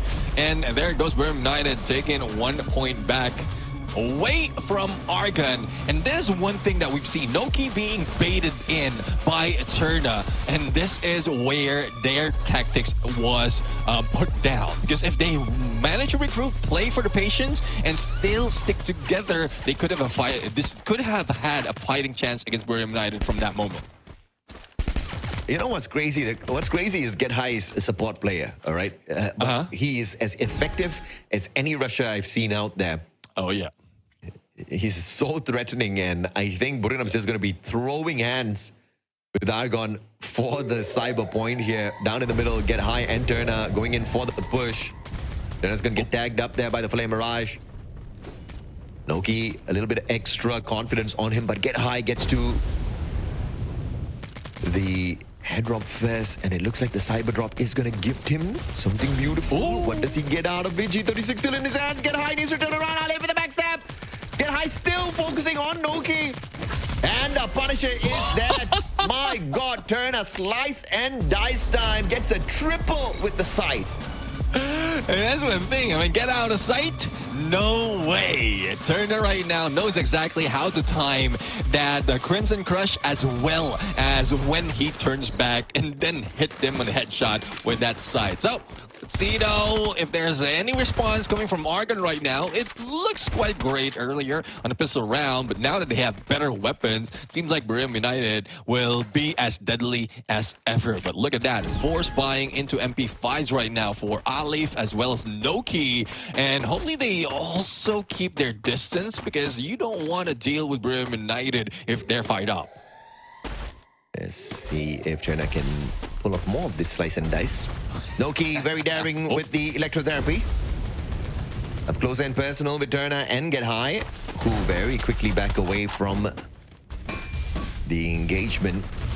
Turner on standby with the scythe, waiting for that opportune moment just behind the wall. He might have a chance here. They see the scythe. Oh, Turner beautiful with the Crimson Crush, stays alive, but Noki with the Punisher, timing's perfect, and they will be able to find the shots on the Get High as well, taking away a chunk of his health. Osana does manage to punish traps. It's a 3v3 as each team finds one for themselves. I'll Get High right now, level 3 MP5, deadly. That's one reason why everyone's pulling away from him. Moshi still has a high ground. What? Wasana with the Groza X right now, deadly, and doesn't have to get close. Just have to get an angle, and a bit everyone will be forced out as well. So Argon needs to buy plenty of time, recover from those HP, from those losses right now, and it's a waiting game as until that shift of that circle. Cyberpoint on the side of Buriram in the previous round. So in the long game, they're going to have a little bit of an advantage here. They need another Cyberpoint to really make use of that Cyber Store. We'll see if or not they do get anything off of that. I think, what gun was it that they got off of the Cyber drop earlier on? Doesn't matter. The Groza. The Groza, okay. Either way, it's a good one. There's a Scar, Groza, 1887. And High now looking for a little bit of an angle to play here. Okay, Olive, but Moshi, where the hell he got that angle from? But with that high ground, spots the players and gets the knock. Yeah, he's at very top of that building.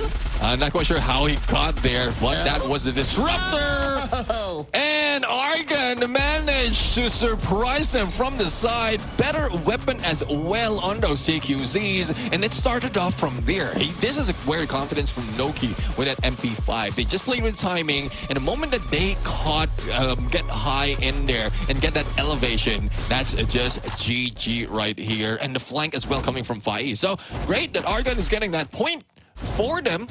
Now, the only question though is, will they be able to continue this? Because Argon has a longer run towards that building in the middle of Clock Tower. Whew. Argon. Give us the 2-0, baby. Let's see if or not they are a good match here to shut down Buriram. Keeping up with them so far. Begin to take over. Turner gonna be very dangerous up close and personal, looking for the cyber point yet again, but Get High tagged up. Noki perfect from the second floor with the pressure going in for the finisher. Slice and dice. Noki doesn't get it. Yes, he does, but actually it was traps.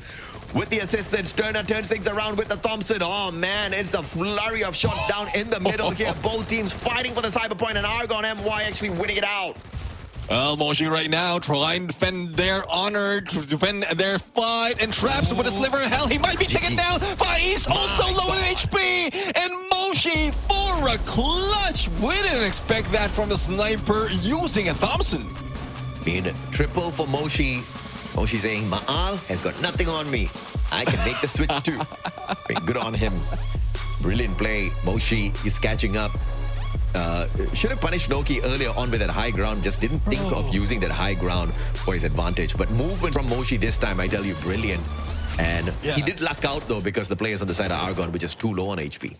I mean, look at this. If you saw that sidestep onto that fence, on that wall, he was just on point, not falling down exactly. I was just now imagining if it's in real life. But let's see now. This is a chance for Argon to take a higher ground. They pull up that glue wall, stop anyone from stepping in. Now, the only question though is if they take that high ground, can they take the rooftop as well, similar to what we've seen most teams do in Clock Tower? The grenade's going to get tossed out. Oh, double nades will find absolutely nothing. Argon unscathed by the initial frag attempts. FFCM staying far, far away, looking for a backstabbing Buriram to stab them in the back. A little bit of a sly plan there, which is going to go his way just yet as Buriram stays very patient. And FFCM is going to get caught out, get high, getting to the high ground. FFCM unlucky in that situation. Oh, yeah. I mean, get high, living up to this name right now, but Argon still have an advantage. Here comes Turna with a Crescent Crush. Now, will they be able to beat them? Now, Wasana goes down first, but Traps also follows through. Team Booster, but unfortunately, get high a little too quick with the Thompson, not waiting for the pickup to happen. Man, oh man. Get high with the triple in the game. And you gotta love it. Again, one of the best supports out there who's taking matters into his own hands, has the chrono to play aggressive. And he knows that, you know, who the hell is he gonna revive in this game? Nobody. So, he says, I'll play too. Goes all out. Usually we see him on the electrotherapy, but since that was stolen away by Traps earlier on, that actually allows him to play way more aggressive than he usually does. And it's actually bringing in big numbers for Buriram. Yeah, exactly. I mean, Get High is one of those who managed to make that switch a long time ago, even in Battle Royale. Now, Turna trying to survive in front line. Being distraction gives Wasana the opportunity to shoot down on Alif and Noki, but they still have cover. Turna tries to play in. When that Crimson Crush Moni turns back, he goes for that annihilation. God nade by FFCM. Managed to reach, but didn't bring anyone down. As critical as that, Buriram United is now in match point. And this is that opportunity for Buriram to really run away with this. There goes my hopes of seeing Argon smash them 2-0. But I guess I'll have to appreciate Buriram. If they bring the 2-0, I get to have my dinner. Well, let's see now. I mean, they're close to it for the 1-0. So if they manage to pull this off once again, and they do have the weapon to play with. Moshi does have that AWM. All I have to do is take a high ground, and this is a perfect position. This is a perfect spawn for them to do so. One boost as he's already on there. And Wasana and Turna is the one on a high ground, and Moshi keep his distance. Now they have advantage against Noki. The nade will not bring Wasana and Turna down because they do have that Steffi on them as a skill card. Man, that was close because that nade almost popped Turna and Wasana off of the roof. And the Steffi keeping them on their feet, and the nade from Turna does nothing. But it'll keep the players on the side of Argon scrambled. So that's an advantage for sure. FFCM now under a lot of pressure. Steps out of the time turner. Wrong timing. Wasana punishes with the MP5. Yeah, I mean, doesn't he even need to get close? And he's just dealing damage on the time turner until it expires. Now, Noki might be able to go in for the backstab against Get High, but Moshi's also waiting in here. Turner is trying to recover, and there goes the dash. Noki was knocked back, but no finisher just yet on him. And finally, it's a 2-1. Make that a 2-0, and they get that point, 6-2 for this match. Yeah, I'm calling it right now. It's Get High, the MVP. Man cooked out there. He was whooping the boys from the side of Argon round after round, getting triples, I think, multiple times in this game. And that's what happens when you take his Cassie. That's what happens when you don't allow him to support and you force him to play offense instead. And offense is technically his best defense, and he stood on the front lines for his squad and snuffed the fire of Argon in this first game.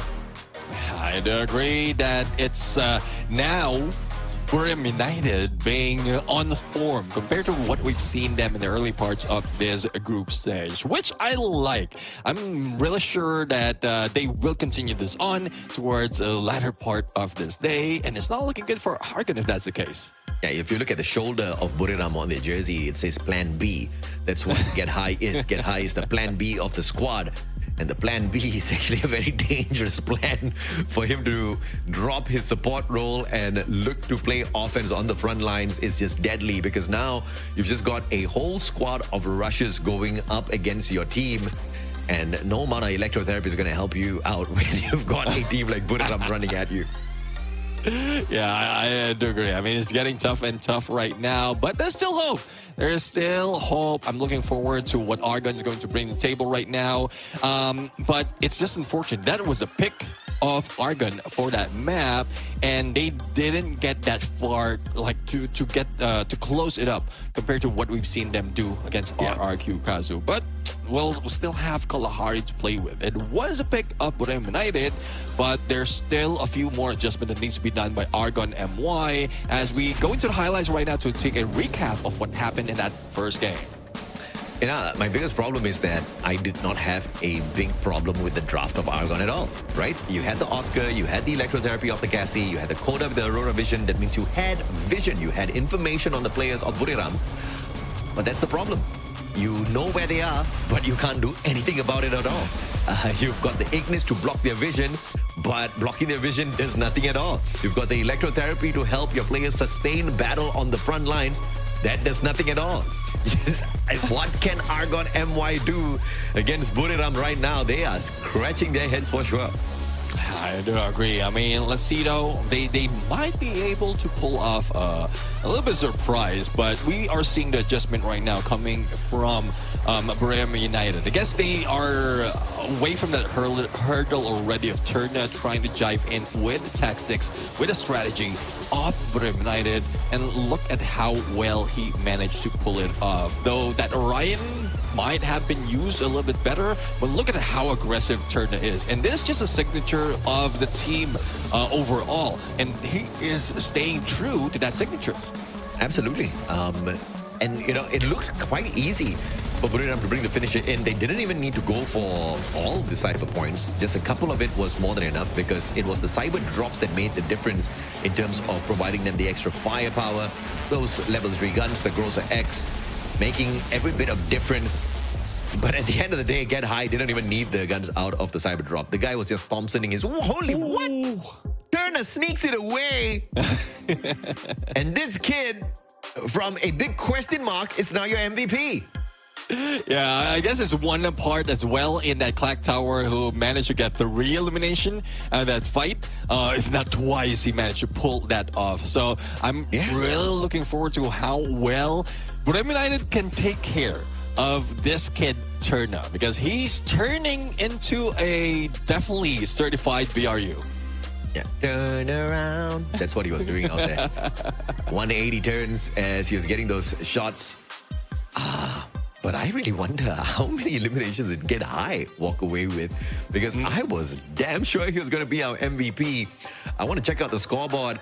But either way, good play off of Turner. I think the Miguel-Orion combo made him very annoying on the front lines. Get High does get more eliminations, but obviously lesser damage contribution overall. Turner was running and gunning that MVP off of that. Oh, remember, let's not forget about the slice and dice. So that is also another reason why he managed to get that MVP. So, true. Well, if he can pull it off, and it's similar to what most of the survivors out there in Clash Squad has been doing. Not on the Orion though, but more of that Wukong. So you turn yourself into something that couldn't be shoot that easily, and then you switch it up and get that headshot. The same goes with that Crimson Crush. It's much viable though, because you can connect to more of the opponents in the front line and chip off their HP before you deal the final damage. Absolutely. Let's check out the map summary and see what the stats were like for the headshots. And obviously, Buriram was cooking 7 versus 1 headshots. When you look at the side of Argon MY, they struggled. Alif and Traps could barely get anything to their side. All they got was damage and assist, not a single elimination in the game. Yeah, I didn't expect that. More of Traps, really, because Traps is one of those who always stacks up with Noki on the front lines. But if Noki's not performing that well, then that tells a story of how difficult it was for Argon right now to fight against Buriram United, especially in a situation wherein they were forced into one corner. But I'm seeing a few of those adjustments that can be done. It's minor though, but still, Buriram United has the strength to turn things around, to make those adjustments as they've always done in the other competition that we have in this region. But it is a potential that it might end up on a 2-0 as you hope for, or probably a 2-1 if Argon fights back even better. I don't know if my tummy is gonna last the game, Argon. Don't do it, man. I mean, just make the low bracket run already. Buriram, I gotta depend on you guys since you took that first game already, right? But jokes aside, I think it's gonna be a very tough fight because it looks like Buriram is going all out to punish Argon MY to really push them to see how far can they go. And game one showed that, you know, in the initial rounds, they could kind of play for it, but, you know, nothing much came through from that game. Like you said, up against RRQ, at least they were pulling away some solid rounds, right? They had those 5 rounds, pushing us into a round 11. But up against Buriram, they could barely cut much because, of course, get high, turning things up. And that's exactly what we like to see out of the 3-time world champs. But I kind of want to see Argon wake up in this game as well, right? Show us what Malaysia's made of. Show us, even though you're not in the upper bracket, that you're definitely going to be putting up a strong fight in the lower bracket run later on. But it starts here in the series up against Buriram. Well, let's see though. Again, Wasana right now, from the beginning of the match, as you called earlier, it seems like he's sleepy. But now, he's more sleepier. So this might be an opportunity for Argon to take advantage. But looking at how Argon is looking right now, feeling right now, there's a little bit of disappointment that I'm getting, or the energy that I'm getting out of these squads. So hopefully they can shake it off and just reset, and probably they will have a better chance. Absolutely. I think, you know, Osana's getting a little sleepy mainly because he's not the MVP, nowhere close to it. He wants to dominate. But I tell you, this is crazy because Wasana's not even popping off just yet, and the team is winning in a very dominant fashion up against Argon MY. Can you imagine what happens when Wasana starts pulling in the numbers, right? When Buriram's players starts competing with each other to see who can pull away the biggest elimination numbers here, I think that's where the excitement will really start for the Buriram fans. But if you are a Malaysian fan, Argon MY, I think you need to send them a lot of love, a lot of support, because they will need every single bit of it. Well, let's see though. We're going to see the maps that they played and they will be playing right now in this game number 2. We already saw that Buriram United winning a pick coming from Argon. Now, there's a chance for Argon to turn things around in the pick by Buriram United, which is Kalahari. And if in case it does end into game number 3, then we go to Solara. And this is a Buriram pick. They should be able to find dominance on this map without any problems whatsoever. Argon's not too bad here as well. We've seen them pull away a couple of decent rounds. But can they best the 3-time world champs in Clash Squad? And also the champions of the Thai region. I mean, Thailand's a very strong region. You've got AG.AL there as well. And Buriram managed to oust them to take that number 1 spot. But when you look at the bans, they take the Orion out of the hands of Buriram. And it's going to be a Steffi ban from the set of Buriram. Well, let's see though. Steffi ban, I think they're going to bring the fire or the nades in this fight. Looking at Orion ban, so I guess if they cannot use it, why not take it away? Yeah, absolutely. I mean, I like the Zane, I like the Cassie. This is going to give them more opportunities, more viability out there on the battlefield. But Buriram has got that Chrono to play very aggressive on the front lines, right? You've got Santino for Moshi as well. The Shape Splitter will be very annoying to deal with. Wasana with the Koda. Yeah, Wasana wants to hunt. This is a problem. This is a big problem. They don't even have a Chrono to defend themselves. And if Wasana, by some chance, hunts down Aleph first, it is all going to come crumbling down. Faiz, I think, is potentially going to be the game, changer here. If he can make that Moss, if he can put that Moss to work, get a good angle, stay hidden, and then punish Buriram with a backstab, that could just be that thing that just turns their fate around here in this game 2 and pushes it into game number 3. Let's see it. I mean, it's looking close to what they brought in for Buriram United. What they brought in against RQ Kazu, unfortunately lost that on a 4-6, where Wasana was using that coda. So let's see. Probably this is a part of their practice right now to use other skills. In this fight with Kalahari, there's not so much of opening they can run into, and there's a lot of risk as well if they got pushed down onto lower ground right here. But Wasana's great headshot as he tries to anticipate where Argon will be coming from. Well, anticipation is one thing. Ooh, good time, Turner. Turner punished from afar. Noki. Oh, backstab, USP2, but Traps does not get that perfect backstab. Overshoots, and XL. Get high, XL shoots him down. And Buriram now with the numbers advantage. Get high, XL too low on that HP, but he sorts this one out with a USP2. Alif taken down. And the pickups are the priority here for Buriram, not taking any chances at all against a very threatening Argon in this pistol round. Well, definitely the threat has been averted for United right now. A little bit too aggressive carrying over from the earlier fight. And earlier, it was Argon who managed to get a 1 point out of the pistol round, but Buriram United just knows how to funnel them in specific order, in specific areas of this refinery. And this is the threat as well. Once you jump into this area of Kalahari, same story will be happening right now, but Argon will have an opportunity to get a higher ground much faster, but I don't think they have the weapon to work with. The G36 might work, but they also have, or Buriram United has a better advantage right here. But Wasana almost being taken down. The latest shots that might have cost Argon this fight. Oh man, Buriram. They are cooking so early. And Faiz here. The whole world of Buriram. D36 working out against Get High. But can he stop these pickups? He's looking for an opportunity to bring Traps back into play. Faiz at the very least trying to spray down the players that are already knocked. Turner caught out, but he turns it around with the M1917, shutting down Faiz 2-0 up. Buriram looking strong at the start, and economy-wise, they are looking solid. Oh, yeah. I mean, they can bring in more weapons. They can bring in more fight. And it's not looking good for Argon right now. As you call it, they might be able to end it on a 2-0. This is, I think, a very tough fight for the side of Argon MY to overcome, because Buriram's not giving any space at all for recovery. They're going all out from the get-go here. Aurora Vision already played very early on, and they've got a little bit of an advantage with the rotation information. Get High XL with the sight up close and personal, looking for the slice and dice. Alif spotted Turner already. They've got the electrotherapy connected. Noki versus Turner. This is going to be a big one. Turner still having the M1917 in hand. Valiant dashes into the vortex, and the smoke vortex gives him the advantage.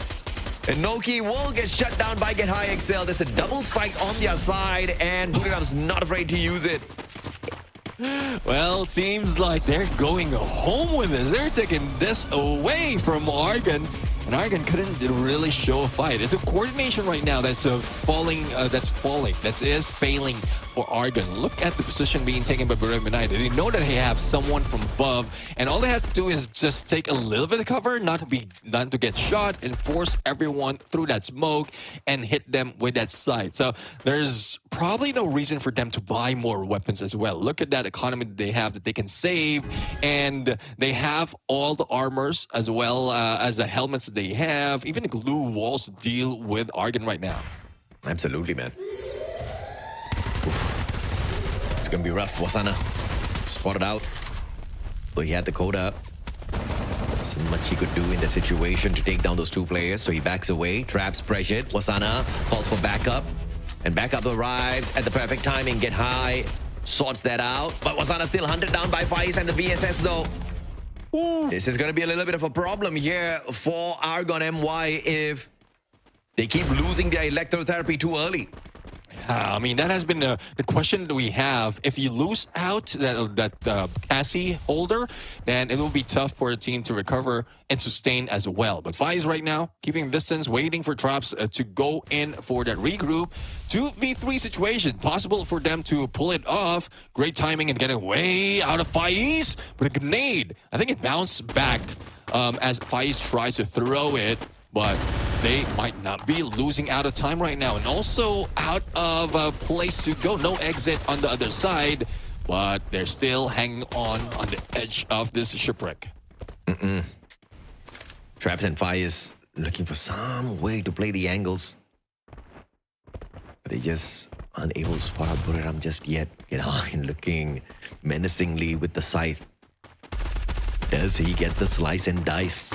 Now into stealth. Also has got the Mag 7 on him for the Punisher. And FaZe gets away. Puts him out, but man! How in the world did Get High get the tag with the ice grenade? Timing was just too perfect. And Get High again, such a big threat, roaming around, looking for that scythe knockdown. And even if he could not get close enough to use the scythe, he still had the throwables on his side. 4-0.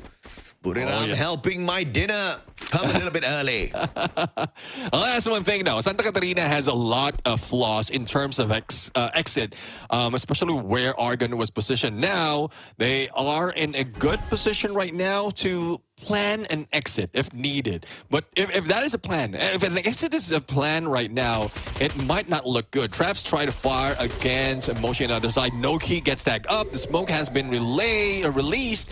But will they be able to get high right now? Because the flank might be happening and the regroup will be put in by Turner. So you need to decide who to take down first. Absolutely, man. Noki out of the equation. Aleph found as well. Up close and personal. Get High still menacing as ever. And it looks like this one is going to be over before it even gets out of hand for Buriram. No game 3 for you, they say. 2 cyber points on their side, and the number after number they pick up. But FaZe, Moshi's all you're going to get, they say.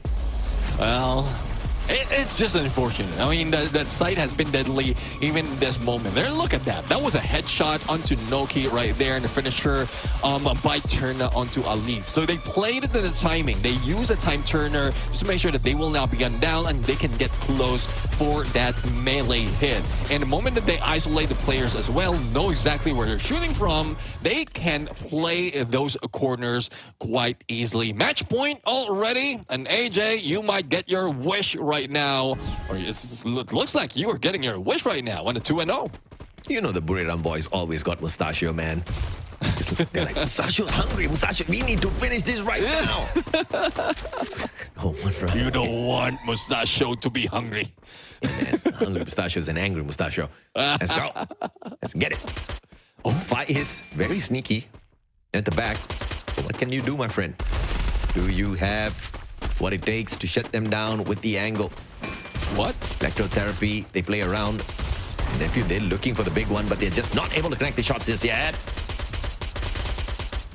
Look at this. I mean, Wasana managed to take the tower, go full flank. Moshi also managed to get back. And the side, once again, has been a threat. Now, 2 down already. Make that 3 down already. As FaZe will be taken down. A pickup is being attempted. But will they be able to pull it off? Argon, though, managed to go for it. It's now a 2v2.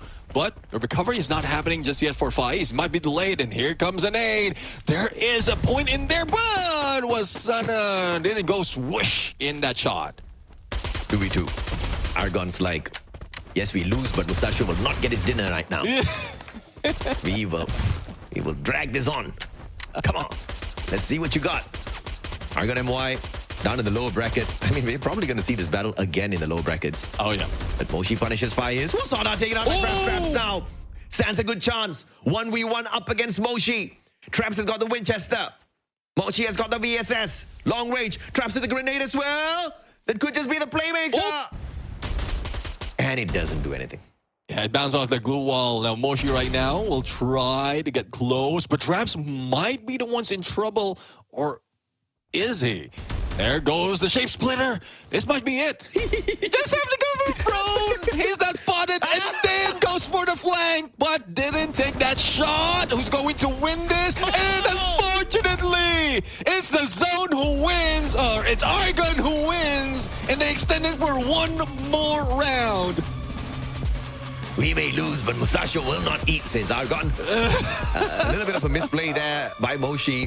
Very cheeky, but you gotta respect Raps.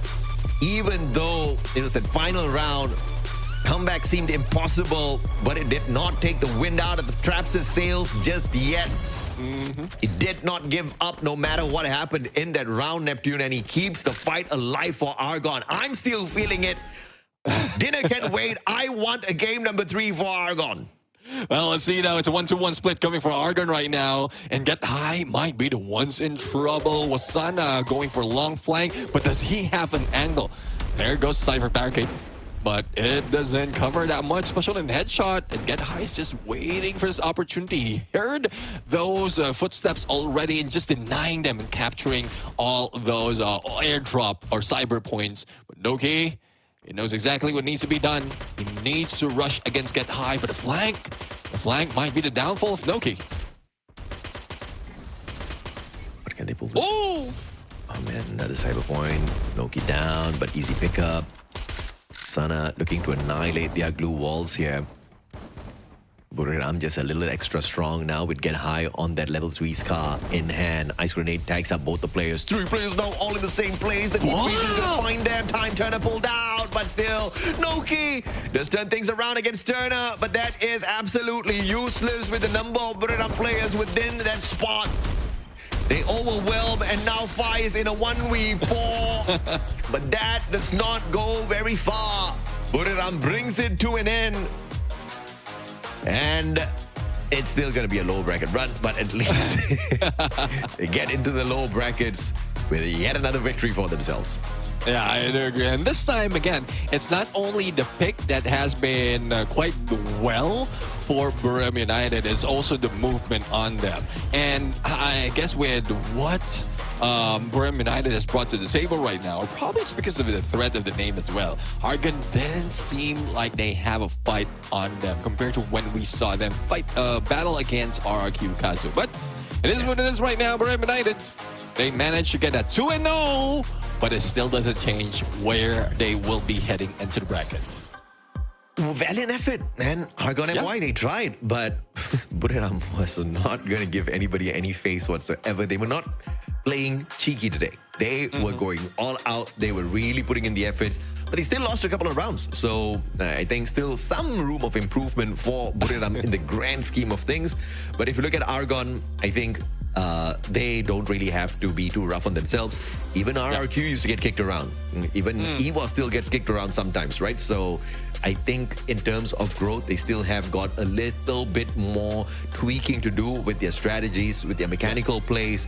Fingers crossed, the next season we see more of them. They've already dominated the Malaysian region for FFCM, and if they can keep this up and just improve a lot of their meta plays, I think the team can definitely go far. Yeah, I do agree. I mean, we're looking forward to that to happen, but there's still more to this journey in FFCM because they're not out of the battle just yet. They will be going in the lower bracket, and there's just a lot more of studying and homework that needs to be done. It's just unfortunate that this last run is against Buriram United, but even in the previous run, although it's close, it was still a loss. But let's give it to them. They're just new to the FFCM compared to the other teams who has been here from the previous season. Yeah, absolutely. You know, they did say in their interview they are upset that Malaysia only got 1 slot. They are the best team from Malaysia, and it looks like even if you had given Malaysia 2 slots, the results would not be too far away from this. They are the best representatives from Malaysia, and even they are having a very rough time here in FFCM, right? You know, summer season's always going to be hot, and when you look at the quality of teams that we have here that's fighting at Argon MY to climb to the top, it's a rough journey for sure, no doubt. I do agree. I mean, there's still hope for next few days of matches right now, but we're still looking for them to change that. But we're going to take a look at the highlights right now, peek of what happened, and most of it is the slice and dice that has been played quite well by Buriram United. Oh yeah, absolutely. Of course, the side plays were very fun to watch, but it was the aggression from Buriram that I was really liking. The aggression from Buriram was lacking at the start of FFCM, and I feel like they ramped it up. The question is, did they only ramp it up because they knew they could be aggressive with Argon and walk away untouched? Or did they get aggressive because they understood that, okay, lack of aggression is not getting us these victories. We got to ramp it up. And Argon MY was just the unlucky team to meet them when they had made that change. We'll have to wait and see exactly which side that one falls on in terms of probability when we get into the elimination rounds. Thankfully, we don't need to wait too long for that. It's tomorrow. Yep. And I'm expecting more from Buriram for sure. Yeah, exactly. I mean, more focused picks as well as a gameplay, and not so much of a cheekiness in the sight though, but they can pull it off if they want to. It is exciting to see. It is exciting to shout at. But again, this kind of a run is what we often expect from the beginning of the competition. But longer runs wherein they get to work on their gameplay, even with Turner, especially with Turner as a new introduction for the team of Clash in Clash Squad, then it gives more potential of them being the champions. So let's see though if that happened. But let's introduce the MVP of the game right now. Won't be surprised if it will be Turner once again, or it might not be. It's Moshi! That Santino gameplay that he pulled off brought him more of damage compared to the rest of the squad. Damn, bro, Moshi, 16 assists, 3.1k on the damage. He was tagging everyone in every single round by the looks of things. And yeah, the Santino was very flashy. It was just that one round where it was a little bit... is it a misplay? I guess it was a misplay, right? Because obviously the circle was catching in already, and he used the shape splitter from the wrong spot. So when he tried to trade back the spot with the mannequin, he ended up outside the circle, and that is not the kind of circle you want to be messing around with. Oh yeah, exactly. I mean, just a few seconds and you're out. Like, not even a few seconds, a millisecond and you're out. Especially with a shot as well coming from that was Faiz or Traps who went against them. But either way, he still managed to bring in a lot of fight. He kept his distance, make sure that he can bring in damage and help out Res squad as well. Let's take a look on the rest of the numbers that has been brought in by the squads right now. And look at that, Get High, as you called it, has brought in a lot in this fight as well. Turner was, well, not so much, but still looking at that, how well they assisted the squad. It seems like Buriram United just wants to end this quick. Yeah, team play-wise, everybody participated well on the side of Buriram. I've got no comments for Argon because they were taking on a monster, right? Anybody that goes up against Buriram stands a good chance to lose the series. And Argon MY is just the unlucky chumps that stepped into the final game where Buriram started off pissed off because they're not going to have a slot in the upper bracket. Then again, my prediction for Buriram was definitely going to be a lower bracket run from the very start of the group stages. I kind of felt like that's what they wanted to force. Husky disagreed with me. He's like, nobody wants to make a lower bracket run. Yeah, Buriram's the team. Buriram's definitely going to make a lower bracket run just so that they can get some extra smiles off of the audience. I'm sure they have a strong chance of doing that. Can they pull a PE Esports or GAMX PE on everyone and make the lower bracket run all the way from the start to end and become champions here for the summer season? I have to wait and see. Yeah, we'll have to see though. It's still a few more days in this game, and we're going to see more of the details out of this game, and hopefully it does change for Argon MY in the future. But look at this, the KDs coming from Get High and Turner, 16 and 15, only losing out one in all the 7 games that they played. I mean, Turner may have gotten the least amount of eliminations here together with Moshi, but his KD is insane. He only got taken down a single round, and the same with Get High XL as well. Just a single round where they got eliminated.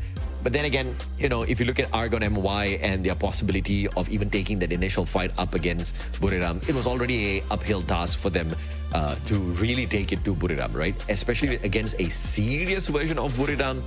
Anybody out there will struggle. 6 headshots versus 1. Buriram still mechanically winning this out. I guess you saw that through the elimination numbers already. Doesn't need to be proven through the headshots, but I wish to see more from the side of Argon.